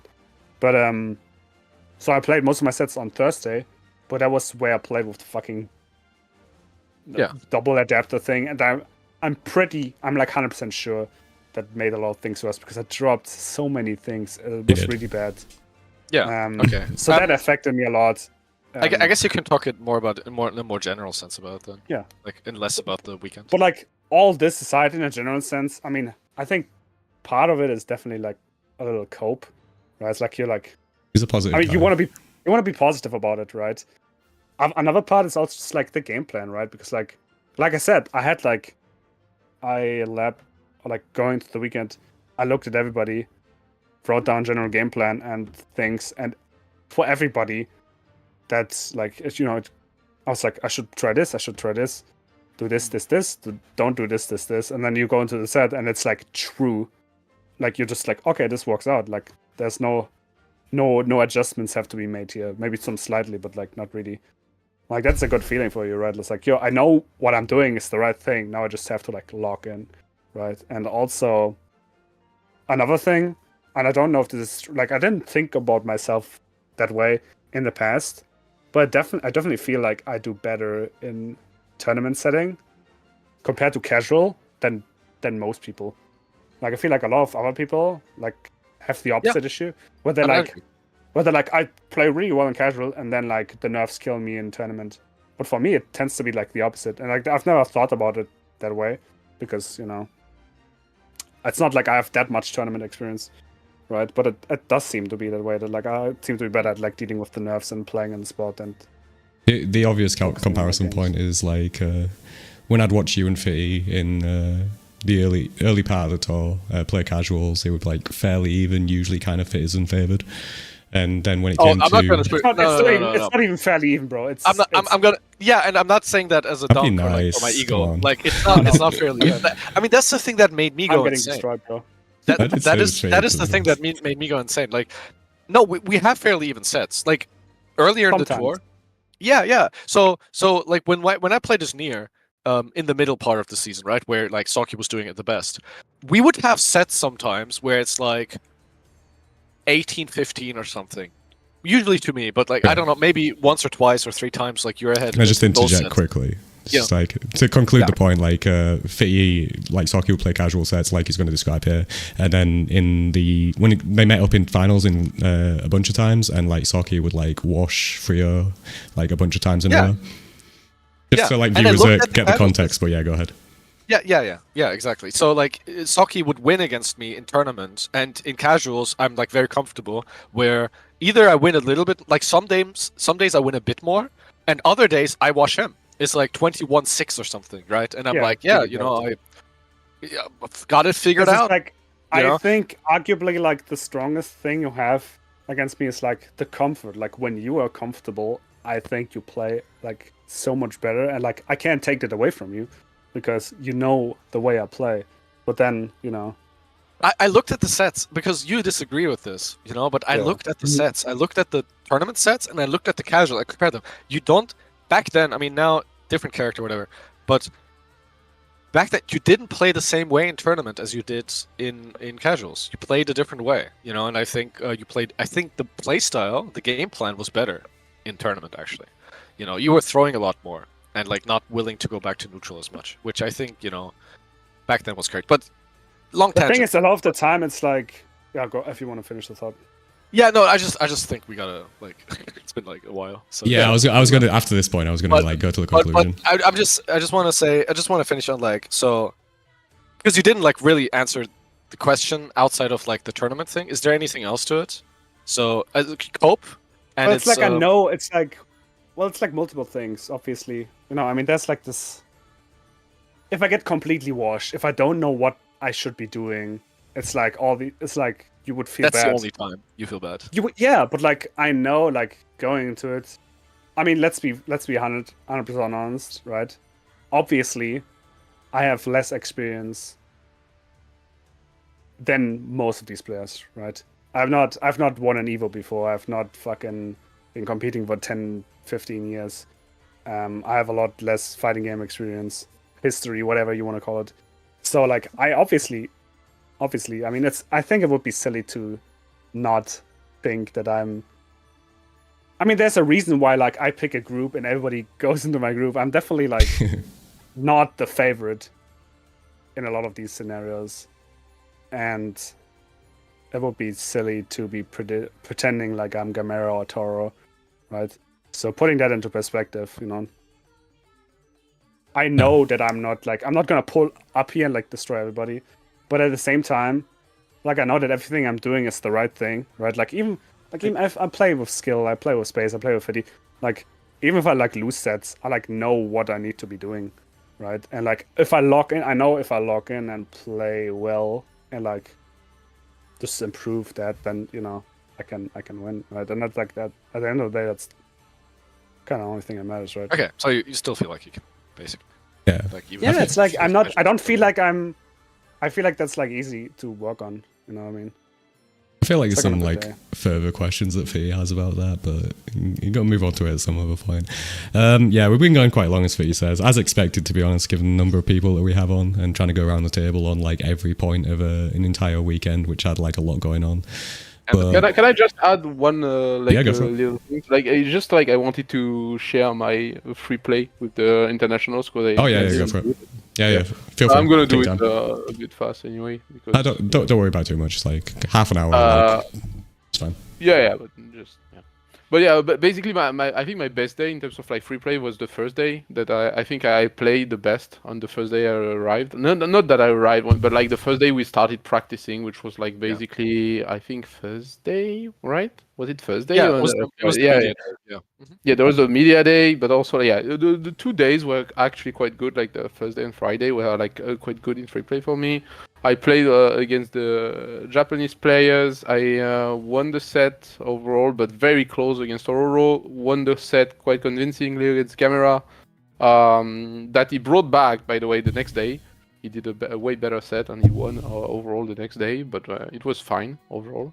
Also played his Vesusian next day, and it was also pretty good for me. I think it was like 5-2 for me. 5-2.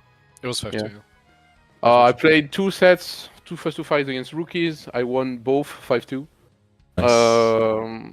I played, so Toro was 11-8, but it was super close. Then I got cooked by Zane very hard twice. So it was interesting.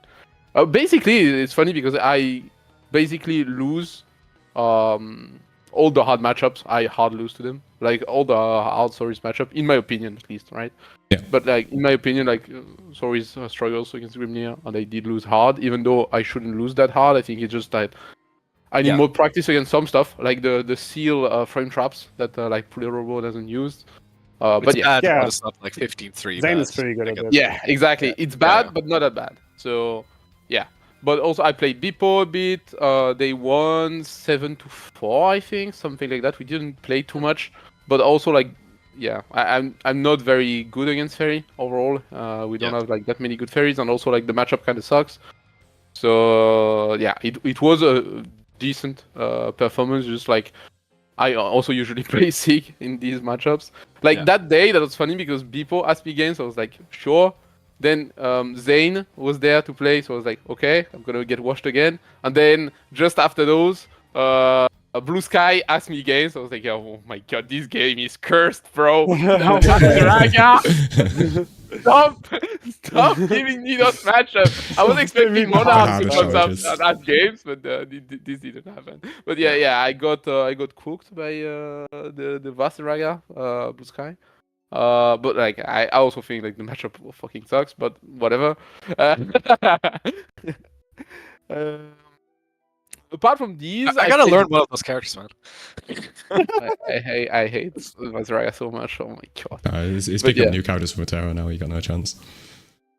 But yeah, also played. So I played, I think, Zenith that day. Also like the last day. I won 5-4 actually. I think it was funny. It was funny because they asked for the money match. I declined. They won 4 in a row. I was like, whew, saved. I declined. And then I won 5 in a row. I was like, fuck, I lost money now. Did he ask for a money match after that?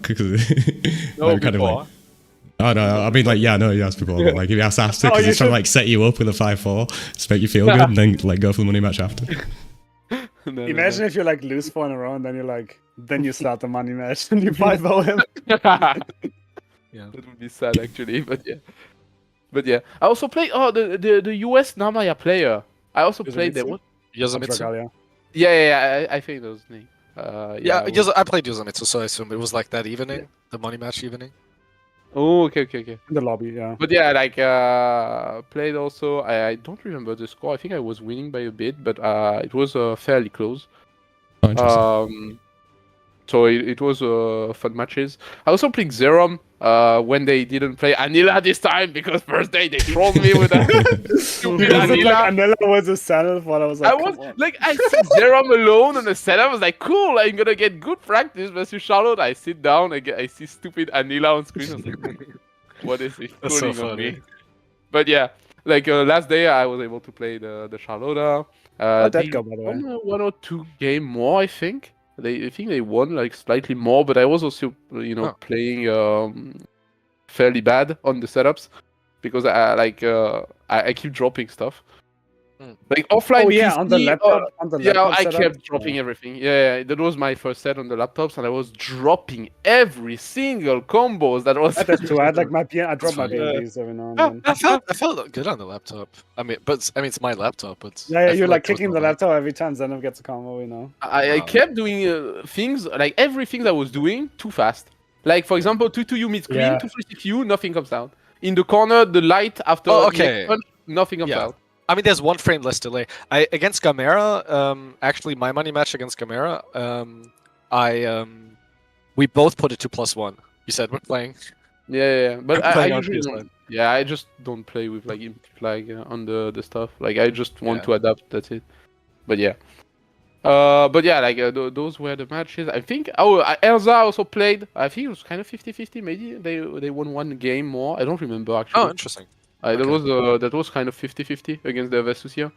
I think it's interesting that like that's no offense against anyone. Obviously, like, again, player matchups are a thing. Like character matchups are obviously a thing. But it's interesting that you did so well against the best players in the world. They're considered the best players in the world, right? And then against people that are not considered the best in the world, some on like bad matchups for you, but some also just on like maybe just unfamiliar matchups. Like I don't know how you feel about Versusia matchups wise.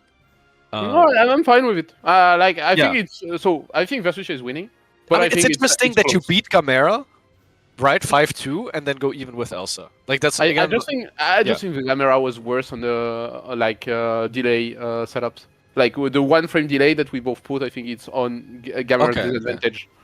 Okay. Yeah, I think it changes a lot of stuff. But yeah, also I think like I didn't play that well, honestly, against Elsa, just because I was. It was basically the first set against Vesusia for a while. So usually, because I don't have like that much experience on Vesusia, Yeah. I need a Had to bit of get used to time it. to adjust. Yeah, And yeah. they got a bit of wins in a row at first, since Interesting. But yeah, But yeah, they also play great. So it's just like they play different also than Yamira. I don't Yeah. think did I play other people that are not European, because I did play Space, but yeah, we play already all the time, so we can't. Yeah. And then I play. I don't think I played a lot of Europeans. I play. Did I play any other people? I think I played. I played you before. Yeah. But I said I don't even talk about Europeans, since Yeah, you know. Yeah, you just saying if you That's didn't play many other Europeans, so I could throw my name. Yeah, out yeah. there. How can I make this about me? You on Space. I think that's it. Did I even? I did play Fitizen just to prepare for. Yeah, we played a Overall, lot. since he was the closest to Percival. Yeah, Secret is the closest person. Yeah, but yeah, I think that's basically it. I maybe forget people. I have it written down, so I guess in case anyone watching just wants to know, I just gonna name the scores. So Tora was 3-5. Like I said, I went up 3-0, then lost 5 in a row. Gamera Beatrix, I went up 5-4. I was like always like a little ahead, 5-4, and then he adapted and he pulled away, and we ended on 9-19 for him, for Gamera. Oh, we did pull on. What the fuck? Yeah, he pulled away a lot. Like I started losing like just game after game after game. Again, they were close games for the most part. Like now and then I would lose one game hard, but they were all like pretty close. But he consistently like got the edge. It was just clock, right? Like I get him to clock and then I die. Yeah. It's interaction. I think I kind of have the same opinion, but like it's funny because I was pulling ahead a lot the first day against Gamera, and the second day they were pulling a lot. But like, it was weird, right? Definitely they adjusted a lot. They have a very good player experience. You can see it.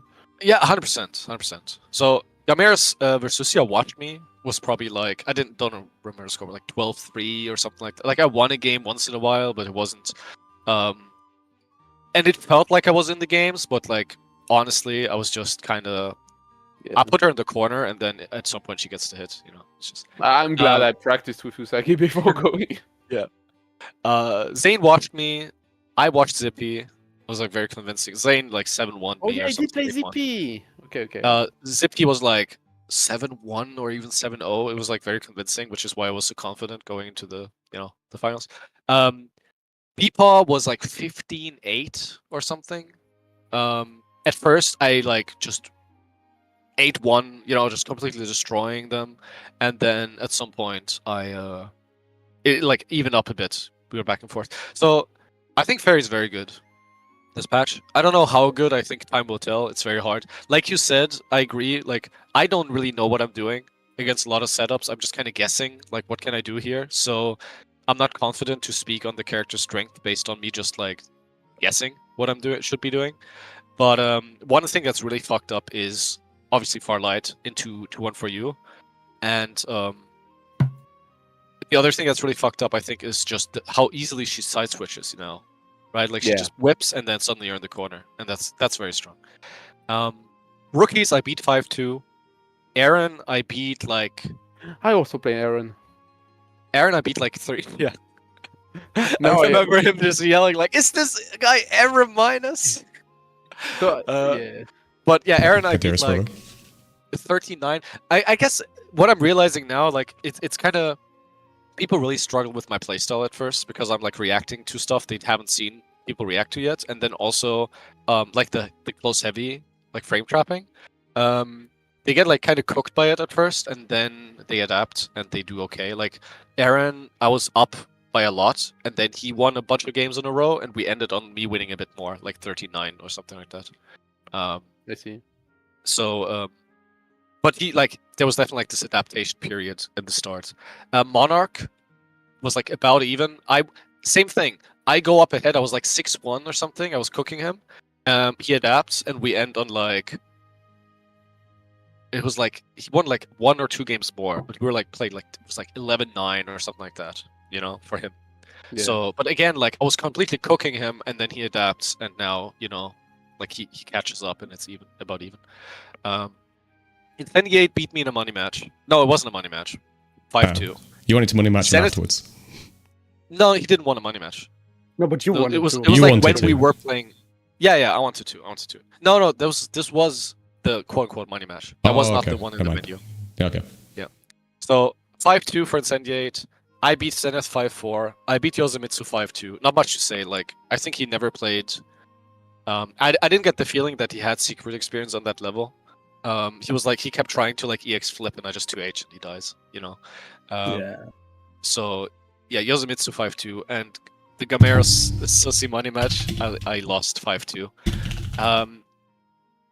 But what was funny, the one thing I will say about the Gamera match was funny was, you know, this was after I got watched in casuals by him. So I lose 1 or 2 games on Siegfried, and I switch to Lucy, and I win the first game of Lucy against Versus, yeah. And I will say this, I can show this off when I upload the matches. Gamera does not know the Lucy matchup. He was so bad against Lucilius. He like his reaction to teleport a spot dodge. And his like, and I can just go like run up button into He's heavy just lucky fireball. for you. I went into heavy fireball every time. He just blocked it every single time. So he's not good in the matchup. Well, I guess now he doesn't have to be good anymore. But I think if the thing is, if Lucy was still good, I think that would be a big weakness as a player to not be that good, like not be good at the matchup. But now it doesn't really matter that much, you know. But it was funny. So But yeah. Yeah, I'm done. Just adding, so versus ZP, Yeah, I go for think quick. we did, real quick. I think I did like 9-0 against ZP, but I know the Oh. characters very well, and I think Soris beats Sandalphon quite hard, but yeah. Nice. Also, he lacked a bit of experience in the matchup, in my opinion. But yeah. I mean, I think Siegfried beats Sandalphon too, man. Whatever. But yeah, also the last one was Aaron, and we did a free play, and also he did leg experience in Soris. He was actually kind of shaming the US Soris matchup during our match, and they were like, That goes all the way. "Why are you not doing this?" I won convincingly. I don't even remember the score exactly, but it was pretty much for me. But yeah. Yeah. But yeah, that's it. It was just the last two that I forgot. The talk of the venue, like during like the Friday, Saturday. Well, the Friday was like how like you were killing everyone in the back rooms, basically. Like you were the big threat suddenly, and then after the group stages where you like perform really well, it's like, oh, this guy's probably going to end up winning it at this rate. Yeah, I really thought you could go all the way for sure. You were playing so well, especially on Thursday and Friday. You were playing so well. I was so sad, like playing bad against Tororo. I did play okay after, but like playing firstly, like my first set was pretty bad, and then into I don't have a second chance. It was painful. Yeah. Like for me, it's just like not getting a second chance. That's sad because even though I respect Monarch as a player a lot because they play really the best meta I've ever seen, it's just the matchup is so bad. Like it's so sad. Went into the on winner's side. At winner's side, but it's in a single elimination bracket.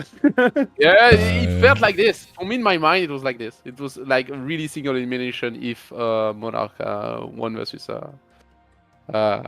rookies. But yeah.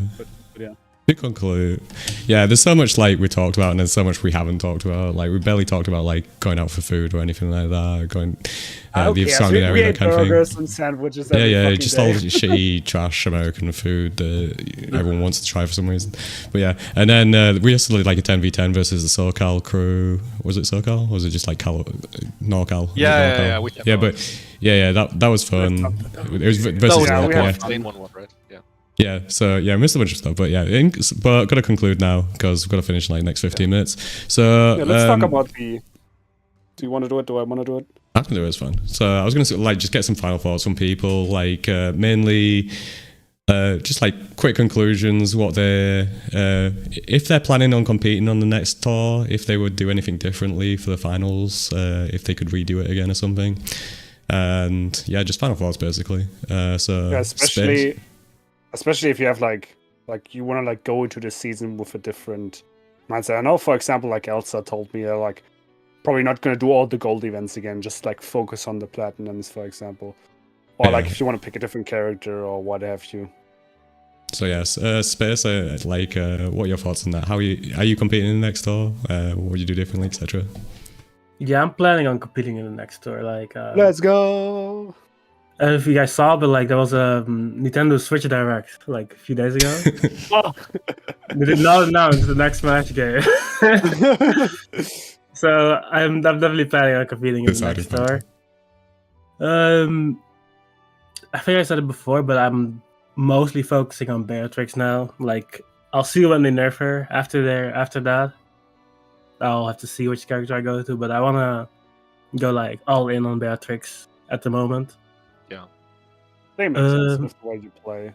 Anyway, like it's not like you, even if they nerf her, it's not like you like can't apply that game plan to other characters. Yeah, or like even with a would nerf, be good now. even with a Right. nerf Beatrix. I mean, I can like look at all the other top tiers that got nerfed.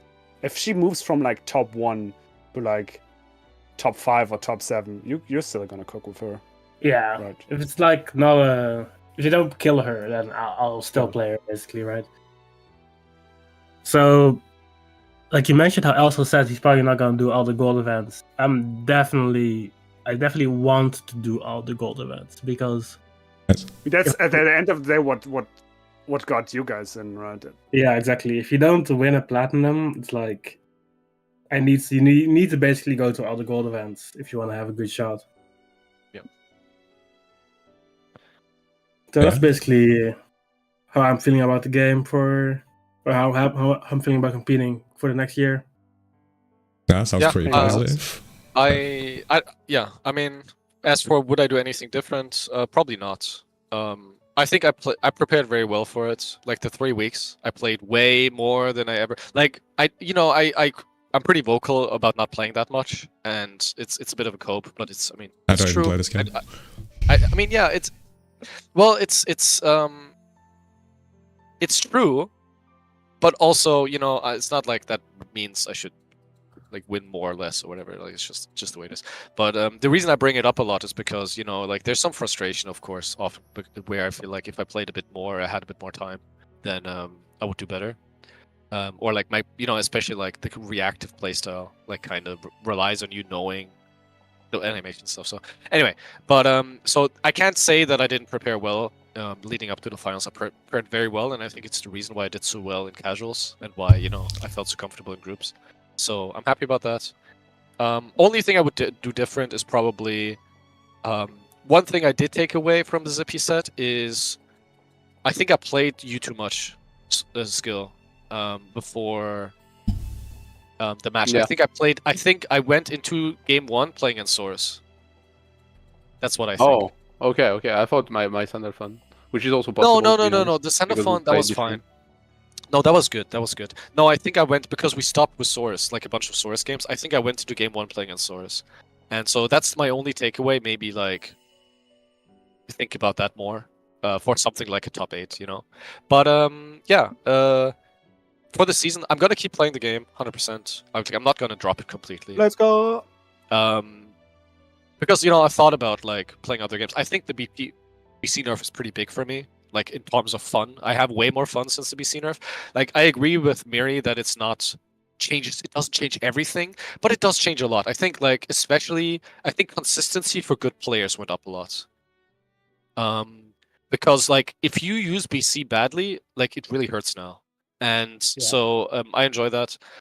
I also think the power level going down, like the patch in itself was very good for the game. You know, like characters getting nerfed, I think was very good for the game. So that's cool. I'm gonna switch characters. I'm not gonna stick to Siegfried's like forever. You know, I'm a top tier picker, but even if Siegfried hadn't gotten nerfed, I would have tried switching to Percival this season. Now that I have more time, because you know I like Percival way more as a character, and so I'm gonna do that. I'm gonna like try to make the Percival work for like told myself for at least like 2 or 3 months, because it can be very hard. Like I think Percival's hard to play. And you know, like it's easy to make mistakes and stuff. You know, you go for a stock, you get 60 cells, you die, stuff like that. And I think it's easy to like do badly in the first 1 or 2 or 3 events and be like, yeah, this isn't working out. Let me go back to Siegfried, you know? Yeah. But I told myself like I'm gonna stick to him and like try to make him work for at least like 2 or 3 months.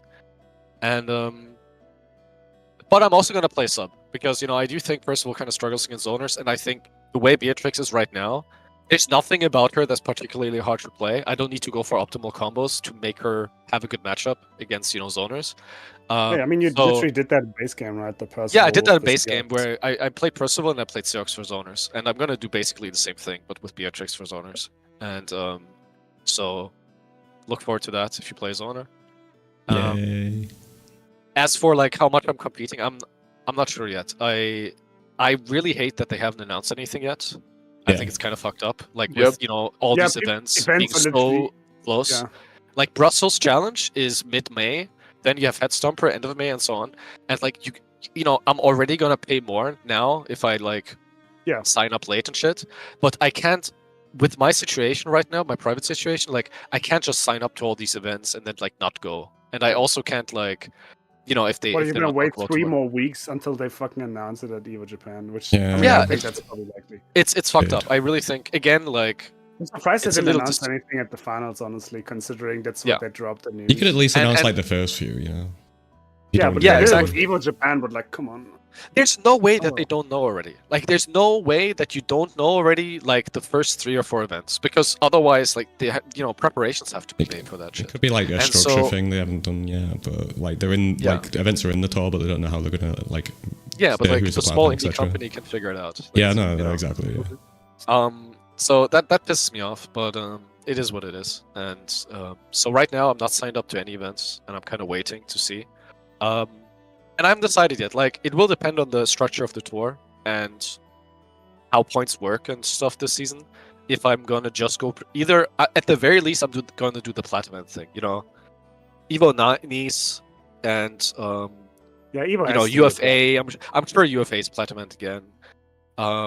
Versus fighting, if that's a platinum, I'm going. You know, like those kinds of events, I'm definitely going. I'm not sure I'm doing the gold thing again. Like, I will have to see depending on. Yeah, if you how can it afford works. it and stuff, and like the way the points work and everything. Yeah, I mean, like both on money When and you can time. sit You down. know, it's like it's a big investment to travel like twice a month, or you know, at least once a month. So we'll see. We'll see. Skill. Um, Oh, sorry. For me, no, I'm done. That's it. Alright, cool. Go for for me, I'll try to compete. Obviously, like as many tournaments as I can go to, especially like the European ones, like being gold or platinum. And I will definitely still play the game. The only thing, obviously, like I still wish some stuff would get adjusted. I think like even though they nerfed Brave Counter, like the situation on block, I think like still Brave Counter on hit is too easy to land, like a guarantee. I mean, like after like a lot of moves, and the counter hit version of it, I think is unfair. I think this is the number one thing they should address. But yeah, I was even thinking recently of like adding cooldown of it, like adding one. Think about it. If you do Brave Counter, let's say you do Brave Counter, you have 1 second of cooldown on every skill of your character. Now, 1, you count stupid RPS post Brave Counter on block. If they bait it, your DP is on cooldown. 2, if you land your Brave Counter, you don't get free setup. of your characters. Yeah, So, side switch, like yeah. Lumi or something. Yeah, there is no side switch of some characters. There is no also like, oh, my Grimnir just land my brave counter. It's I'm gonna PC get into- tornado into setup into PC into EX Bros into Catbot Yep. into. Yep. All these things would be gone with this change. But yeah, like I think like some stuff need to change. But I do think that like, the game is in a much better spot this patch just because of the brave counter change, and obviously like the nerf of the top tiers, right? Things that I'm gonna change though is like obviously like as I said, I didn't have time to work on a sub for like zoners specifically, and probably also for like a couple of matchups, so like Vas for example, Grimnir, and I will work for one. So also zoners are not gonna have like their way all the time against me in bracket. At some point, I need to do something about it. Well, man. Gil will have his revenge. Yeah, and I think some people already noticed that like some Beatrix is getting run in rank currently. So Mid at best. No. yeah, mid at best, by the way. But in 5 months from now, all playing Beatrix. But yeah, Okay, I gotta ask Gil. Sorry, I gotta Yeah. put you on the Yeah. spot. How much do you think it's like in percent? Like if you can like guess, like estimate, how much of your struggles against zoners is Zors and how much is you? Like, do you think you as a player are like? Do you think it's a weakness of yours, or do you think it's just I Zors? think it's fair to say that I'm not the best against zoners. Yeah. Just because my strongest point, in my opinion, like there are two things that I'm good at, right? Neutral game, like all with neutral game and like with punishment, I'm pretty good at, right? And Yeah. also like I can be patient. The problem is that like this doesn't lead to anything against zoners. You have to hard commit, like in these matchups at least that Yeah. I see, right? You can't changed just block. You It can't. changed a lot from base game. Like in base game, Yeah. that was actually like the thing. You can just like play the 99 seconds game. Did you Yeah. see? Sorry to interrupt. Did you see how Toro played Siegfried against Monarch? Did you see those games? Yeah, He didn't jump a single time. yeah, kinda but wild. he The also only has thing he did, options. and I'm not trying to make like, I'm not trying to be like, oh, Meteora's like not that good actually or something. I just mean I think it's interesting. I can't play that way. I just think it's interesting, like the only thing he does is like micro dash EX Fireball, and then when Yeah. he has U Fireball, he uses U Fireball. He Yeah. doesn't jump at all. He just block, roll, block, spot dodge, block, roll, Fireball, Yeah, and like, and the then he main gets in at thing- some point, right? Yeah, but the main thing is that he has that EX Fireball and the EU Fireball. If you don't have those options, you have to come Yeah. back. No, And, no, this I'm not is- talking this about. is the point. Yeah, I wasn't talking about the source matchup. Just like, Yeah, I yeah. just thought it was like kind of mind blowing to see Yeah, that. this Because- is like a big, way better, way of playing the matchup, right? You want these kind of matchups. You don't want like the gamble matchup. If you have to gamble, even though the matchup can be good, you'd never want to have a gamble matchup because it's gonna be just random. Like if you fight a character like a zoner, for example, with a character that has to play a gamble matchup, then you are already in a losing spot. Because why? Because it's just like in tournament, it's gonna be a random. Well, you want consistency. I get that. Yeah, you like, want it does. Even if you win more in casuals, like there's a difference between winning like 7-3 steady and 7-3 random, right? So Yeah, I get yeah, that. it can be like the next day you can hard lose, or like it doesn't make sense. So for me, like I'm looking for a character that not like just like barely wins. I want a character that wins against zoners, just because I don't want to main that character. I want to sub it to play it specifically against I zoners. mean, I think right now that's optimal. Just like playing a character that like can't count that sun because Yeah. He is right there, man. Gotta Yeah. use her while she's there. Mm. I mean, he Yeah. is playing Beatrix a bit. yeah. But yeah, like Sieg, Beatrix like Mattel the about? way. Come on. Also, I think like the Metera main scope about like bad matchups. Honestly, I'm getting more and more like 5-5 pills every day. funny that you mentioned it because maybe a little heads up. But on next episode, next time, I don't know when it's gonna be yet. If it's gonna be in a month or like 2 weeks or 3 weeks, depending on how I feel, honestly. But the next episode is actually gonna be about Metera and little spoilers, but we will have a special guest on. The one and only Metera that qualified through for Mr. Powell. That's not me. No.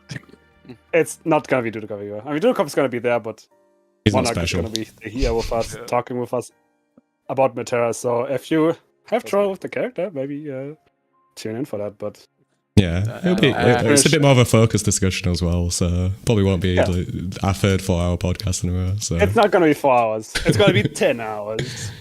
that's how 10 much you hours. need. That's how much you need for Metera. It's so complicated, you know. Big brain character. 10 hours of downplay. Come on. I agree. I mean, that's why Dudeakoff is here. Since I won't be there I'm up for the playing. Metera, since I won't be there for the Metera podcast, of course, I have to say, I agree with Monarch's tier list, and that's not matchup chart. Sorry, and that's not the matchup chart of a top 5 character. That's my opinion. You know, like that's not a top tier character that you're looking at. I agree with that list. Not every single character on that list, but I agree with that list. So. Yeah. Anything else to add? Yeah. Skill. Is there anything else you'd wanted to add there? Yeah. No, that's okay. That's okay. Cool. So you're definitely competing, and like you're gonna pick up. Yeah, it's basically I was basically done with. So you're essentially saying we're all competing. gonna see it. We all gonna see each other. Zoners and and- Overwatch. Yeah, it's just like I'm not getting freed up infinitely by zoners. At some point, I need to do something, and yeah.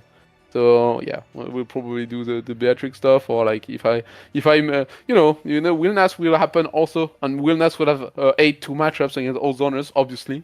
Obviously. We all know that, but yeah. Apart from that, I think Yeah.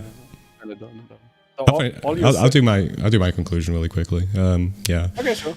Not too sure what I'm doing. I might do the platinum event thing like Faye was doing. I might get caught up in it. Like I do good on like one event and suddenly it's like, oh shit, I'm doing it. But you know, we'll see what happens. I'm just messing around with other characters. That's fine. I thought I'd be a lot more despondent coming out with the finals, given I performed worse than I thought would be the minimum requirements for me going to that down place. all weekend.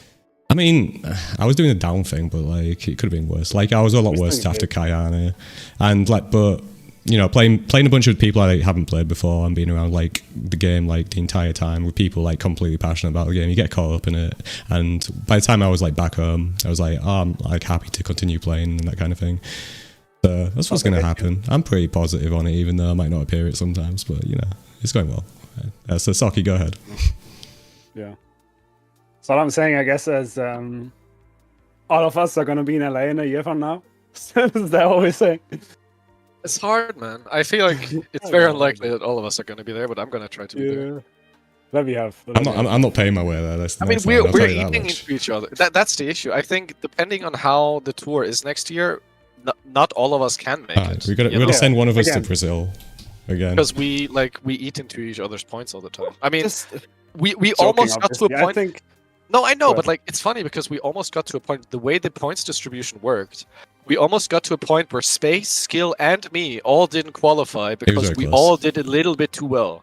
You know, like if one of us does worse, then the other two get more points, and then you know those two are in. But we took enough points from each other that it almost fucked us, and I think that's a bit frustrating because the way the NA points distribution worked, you didn't have that at all. You look at them, everyone in NA that went to all these events, and like all of them got in, and it wasn't that close.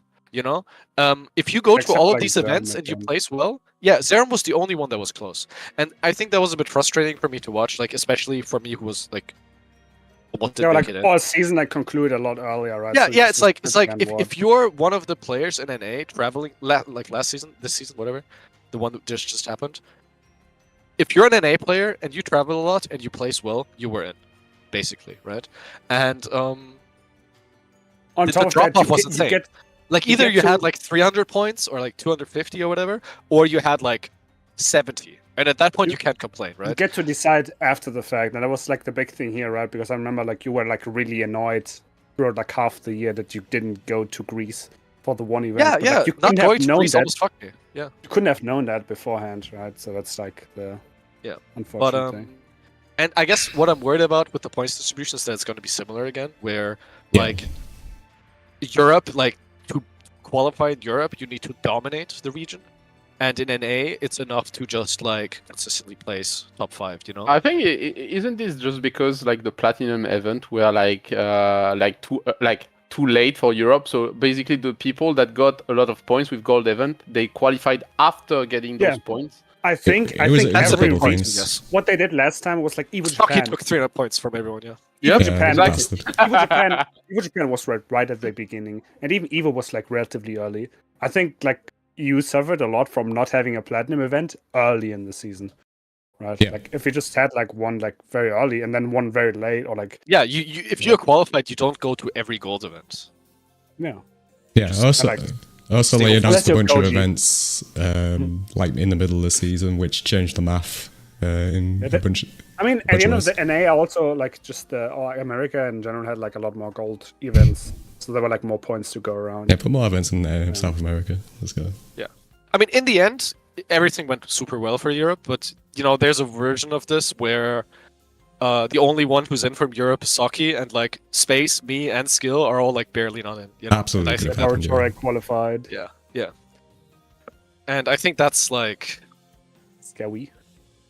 well, looking at the way, like, you know, it's not that our average placements were worse than the ones in NA. It's just NA had more points to go around. So I would also say, to be honest, that we did not too great in our own event when like there were NA player in them. To be honest, the UFA one, yes, I agree. Yeah, the UFA one, but I also think- Koji Versus getting fine, second yeah. at the SF was a lot of points lost because it was a platinum event, which means that it was 100 points. Yeah. That was like for No, I mean, I get that, but then also, you know, as someone who's unsponsored, I can't go to Frosty Faustings and like steal points. You know, it's I think that's an aspect too, where like how many you can look at UFA and say that like Europe didn't defend their turf, and it's fair. It was grand finals were NA, but Zippy and Zerom and who else was there? Was it just Zippy and Zerom? But Zippy and Zerom, like, you know, didn't make top 8. It's not like we didn't beat any good players or anything from NA. So I think the biggest thing bonus. was people were not ready. Like people should have done more homework on Grimnir, but you know, I don't think that- the homework would have not helped that too big much. Honestly. Yeah, I do think it would have. I did my homework, but I never ran into him because I died early. But never mind. So true. I would have stopped him. That's the conclusion. But yeah, I mean, there was 8 people last year, 16 people this year, so next year it's probably like 32 people, and everyone's fine. So I don't really worry. But yeah, regards to, you know, before I made my joke, I'll definitely be competing this year as well. I think for now, I was like thinking about it a lot with characters and stuff, but I think I'll probably stay on the cat. I feel like I can, like, you know, again, it's like with the casual sets, the thing we mentioned, right? But it's like, oh, I'm losing more, but it's like the vision is there, right? The gameplay works, and if I'm just better at this, I can like long term like see myself winning.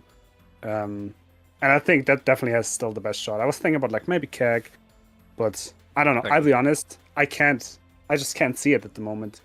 And I get that it's like it takes time, but I don't. I'm believing in my Kevin. He's waiting for the near buffs, basically. No, that's not happening. Absolutely, 100%. That being said, considering what events I want to go to, I'm not 100% sure yet. I know, obviously, I've already signed up to Headstone because, you know, like I want to go to. Basically, a Headstone community event.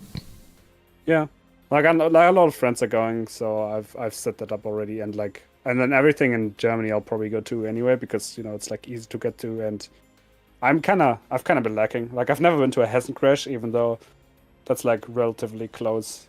And then crossover, obviously, I went to like the last 2 years. So that's only like 90 minutes away. So I'll be pulling up regardless of what. Even if like no Gramblue was there. Like 2 years ago, no Gramblue was there. I went there anyway. It's like the home region. We gotta show up. So, but I would definitely love to make it to all the events.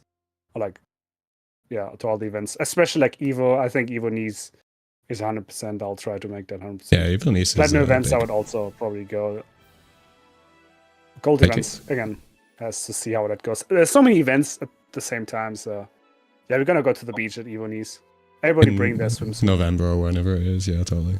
It's gonna be warm, bro. 20 degrees. Sure. But yeah, let's wrap up. Yeah. Yeah.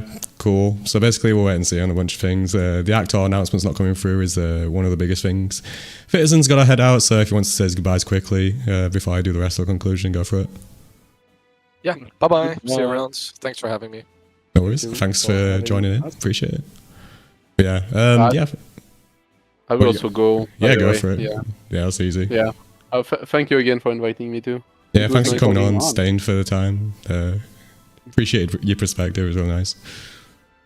Yeah, thank you again. And yeah, goodbye everyone. Bye.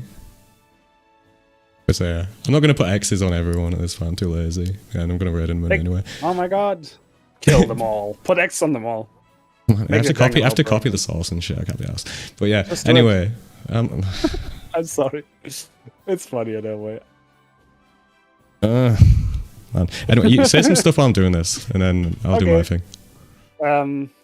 As expected, a 4-hour podcast. Again, it's so funny. Like I listen to other podcasts every now and then, and people like there's always very obviously like 1 hour, 2 hour like cap. They make it very clear they don't want to do it. Yeah, because they have structure and shit.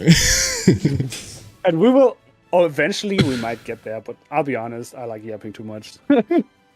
Yeah, I mean, I think the Matera one, because it's more focused, will be fine. Yeah, I mean, if we're just 3 people and it's like very more focused, it's just one small topic, it's a different thing. There's so much to talk about with the LA stuff. We missed so much as well, even though that. We didn't talk about food. I mean, given the people we had on, because they're all like high-level players, they're going to talk about like gameplay minutiae and like how individual sets go and they break them down to like the nth degree and that kind of thing. That's just the nature of it. Unironically, that's what I wanted. So yeah, because you're another high-level player. Now, you know, some people might want to hear about Burger. You know, who knows? Burger. So here's my. No, don't tell me about that. Fine, go for it. This is not a hot take, but like the take. I didn't have very good food in LA, but yeah, you went to a fast food place. That's the thing. The reason for that is because the way the fucking land is, like the way their cities are built, is like you're not just like walking through the city past a restaurant that looks nice and then get some food. You walk past the fucking highway everywhere, and obviously all the shit that's lined up next to the highways is just fast food places where people can like go in and out, pick shit up, right? So you're not gonna find like as much like really nice, cozy restaurant like the place we were in France.